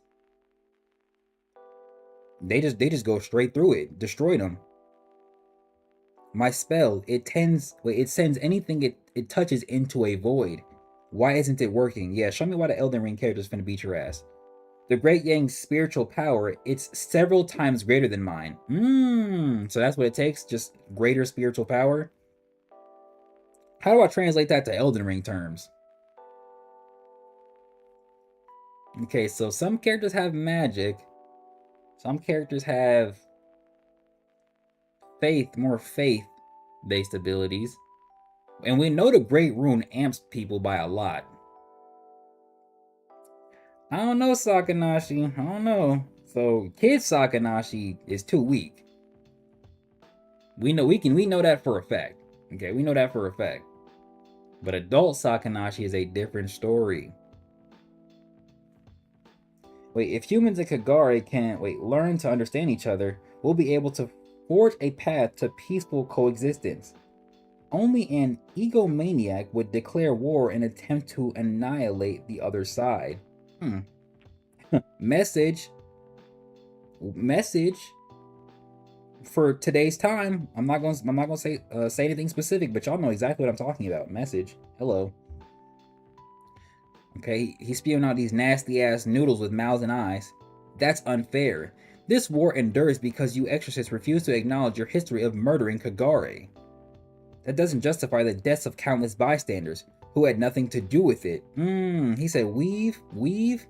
Boomed his shit. Look, hit him with a double punch right to the gut. Sent that boy straight to the sky. Seriously, he's getting overpowered. The Great Yang. I see, what incredible power you have. However, as I said in the beginning, you're too late. W Ore Farm. Oh, your wife, she wildin' out. Benio. I don't know what's happening, but the Great Yin doesn't look too good, honey bun. Fucking grabbed her by the neck. What did you say?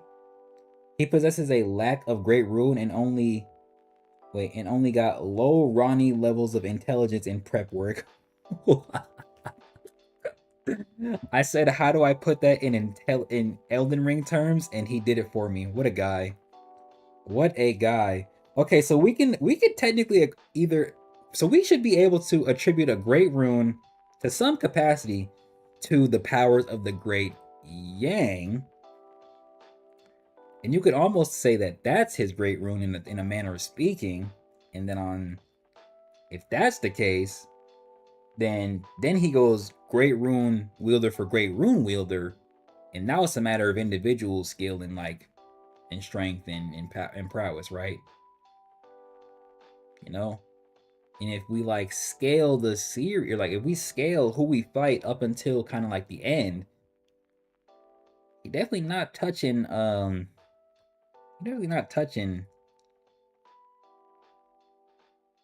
Malekith. He says his power sends whatever it touches to a void.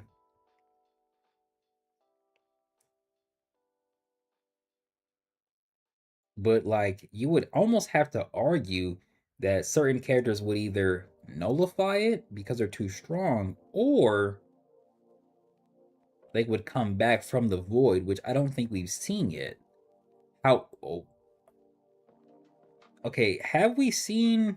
Okay, so we just saw Rokuro cancel out his ability entirely and punch through it. Was Arima able to do the same?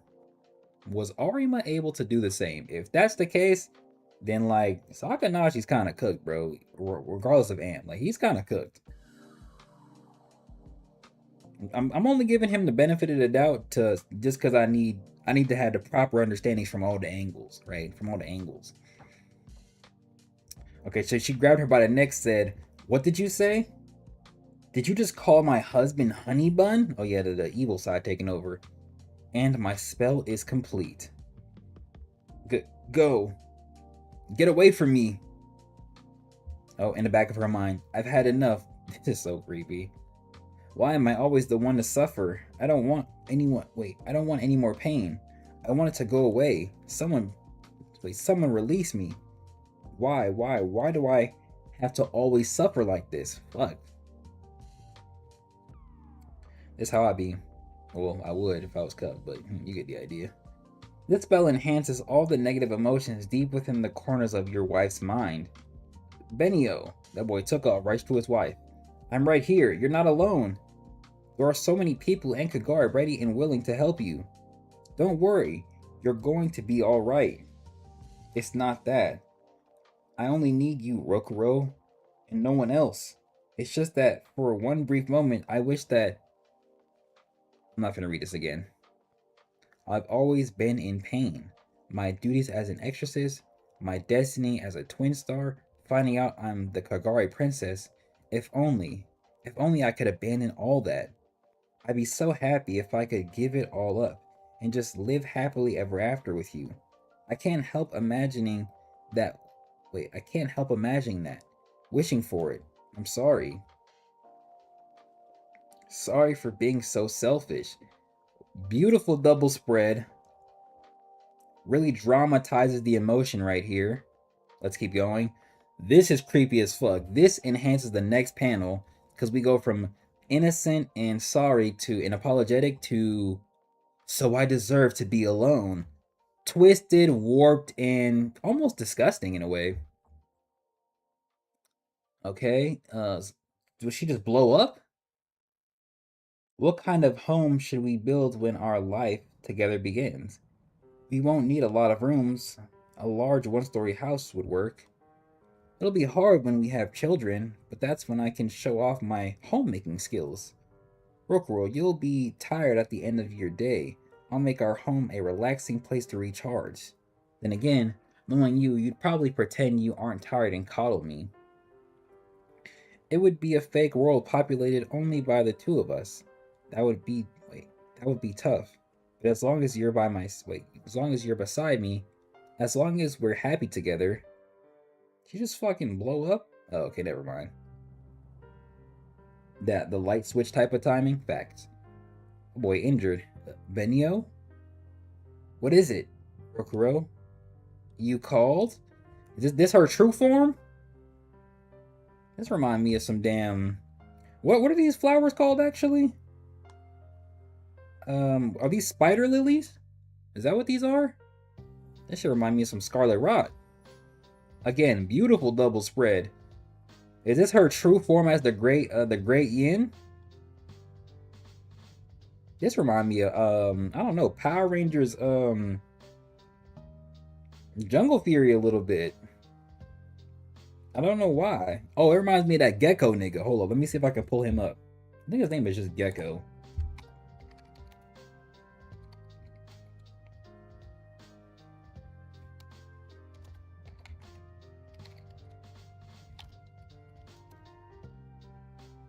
Oh, it's Gacko. It's fucking Gacko. That's so ass. Oh yeah, see, he got the similar type of pattern on his fucking cranium.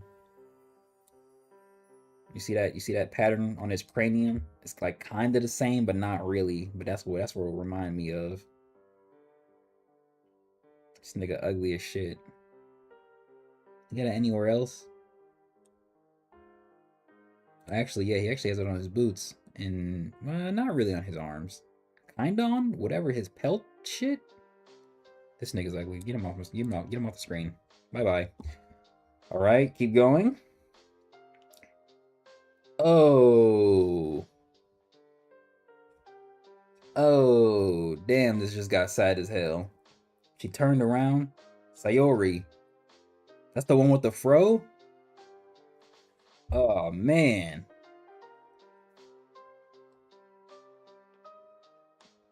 The other one pissed off. She finna charge. Wait. Taketsu. Don't. She just ran through her. Not even ran. She walked through her. Boomed her shit. Taki. Oh, my nigga Kamui amped himself up. What did you do to Benio? You are so dead. Ah, hell nah. Kamui, Suzu, look out. The fuck are these tendrils coming from her chest? The hell is this? Her hair's long as shit, bro. I really vibe with long hair. Oh no. Okay, we're back. I don't know why the stream had to lag right there. I don't know why I had to do that. Okay, so we went from RIP Afro Shawty, make great hair, see you in the afterlife. Alright, okay, so there, she's dead. She walked through her on the ground. Kamui tried, she tried. This weird tentacle shit sprouted from her flowers. She did this weird ass pose. And she beat the ass, alright? You're tough. Give Benio back to me. I'm standing right in front of you.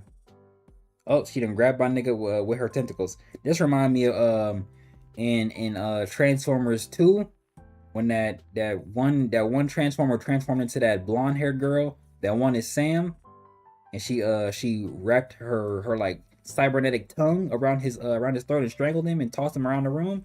That's what this remind me of. Hold on, Benio and Mato. Don't kill him. We still have use for your husband. You may do as you like with the others, though. She's like, oh, okay.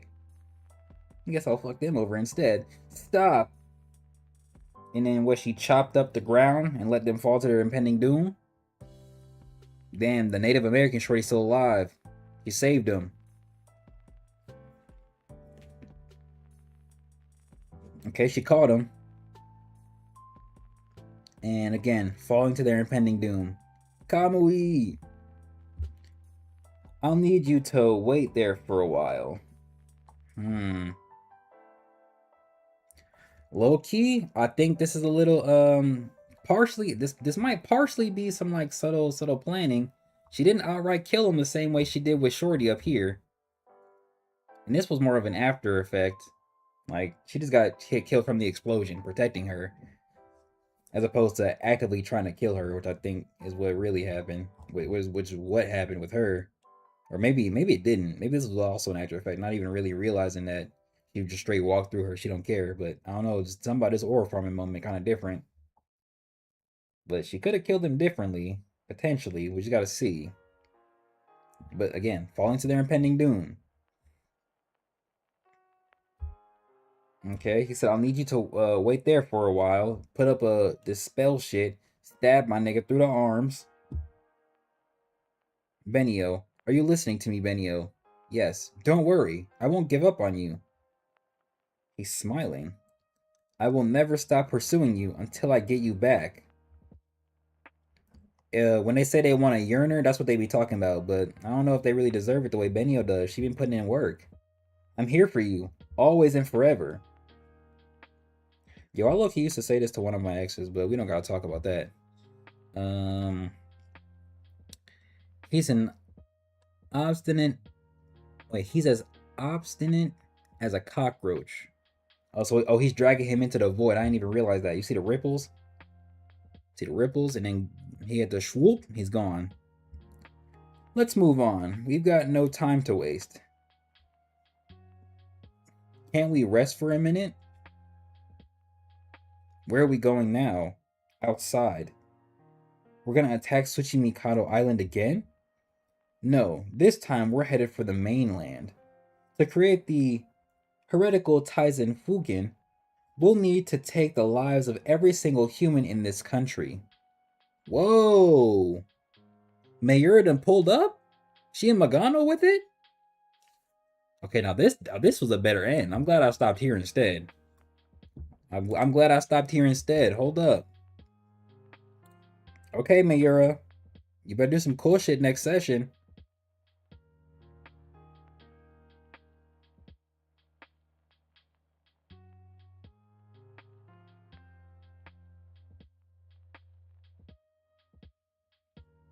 Well, I might start doing seven chapters per session. I might start doing 7 chapters per session so I can lessen the read. So that'd be 1, 2, 3, 4, 5, 6, 7. 1, 2, 3, 4, 5, 6, 7. 1, 2, 3, 4, 5. 6, 7, I think. 1, 2, 3, 4, 5, 6, 7. Yeah. Okay. All right. So for the next few sessions, I think it's gonna be what? I think it was 4 or 5. We'll be doing 7 chapters per session. And by the end of it, we will be done and we will be at chapter 134. We at chapter 107. Next week, we're going to be at 108 and we're going to stop at 114.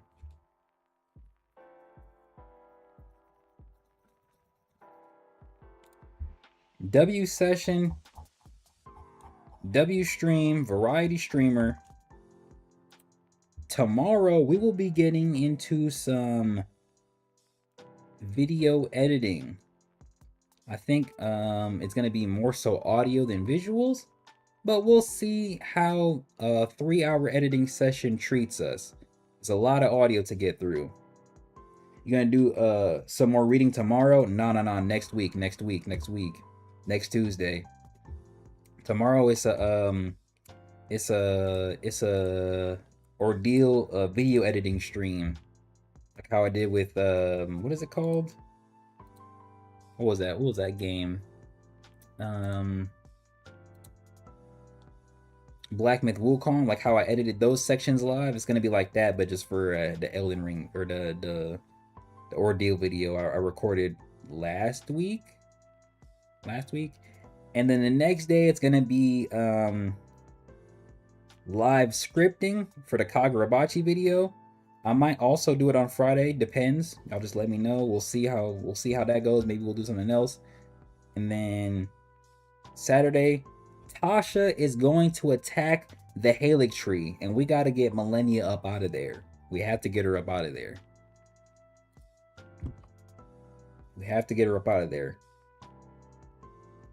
But with that being said, I appreciate everybody for showing up. You disconnected again. OBS, stop hoeing me. I don't know why OBS keeps hoeing me, bro. We're at the end of the stream, dude. I don't know why you keep hoeing me, OBS. Again, appreciate everybody for showing up. Appreciate all the chats. I'm going to get out of here before OBS decides to hoe me again and cut me off mid-sentence. I'm going to catch y'all tomorrow. And I'm going to catch y'all, Thursday? And then I'm going to catch y'all Saturday. I think my mama's cooking, so I'm going to go eat some great food. My brother made some fire-ass Kool-Aid. He mixed, I think it was black cherry, orange, and I think tropical punch all together. Decent drink, decent beverage. It's nice and cold in the pitcher too. Small update, I've been doing some pull-ups. So I did some pull-ups today. I'm gonna do some pull-ups tomorrow. I'm doing pull-ups every day I stream, getting my arms and my body right. Y'all have a good evening. Make sure I eat something. You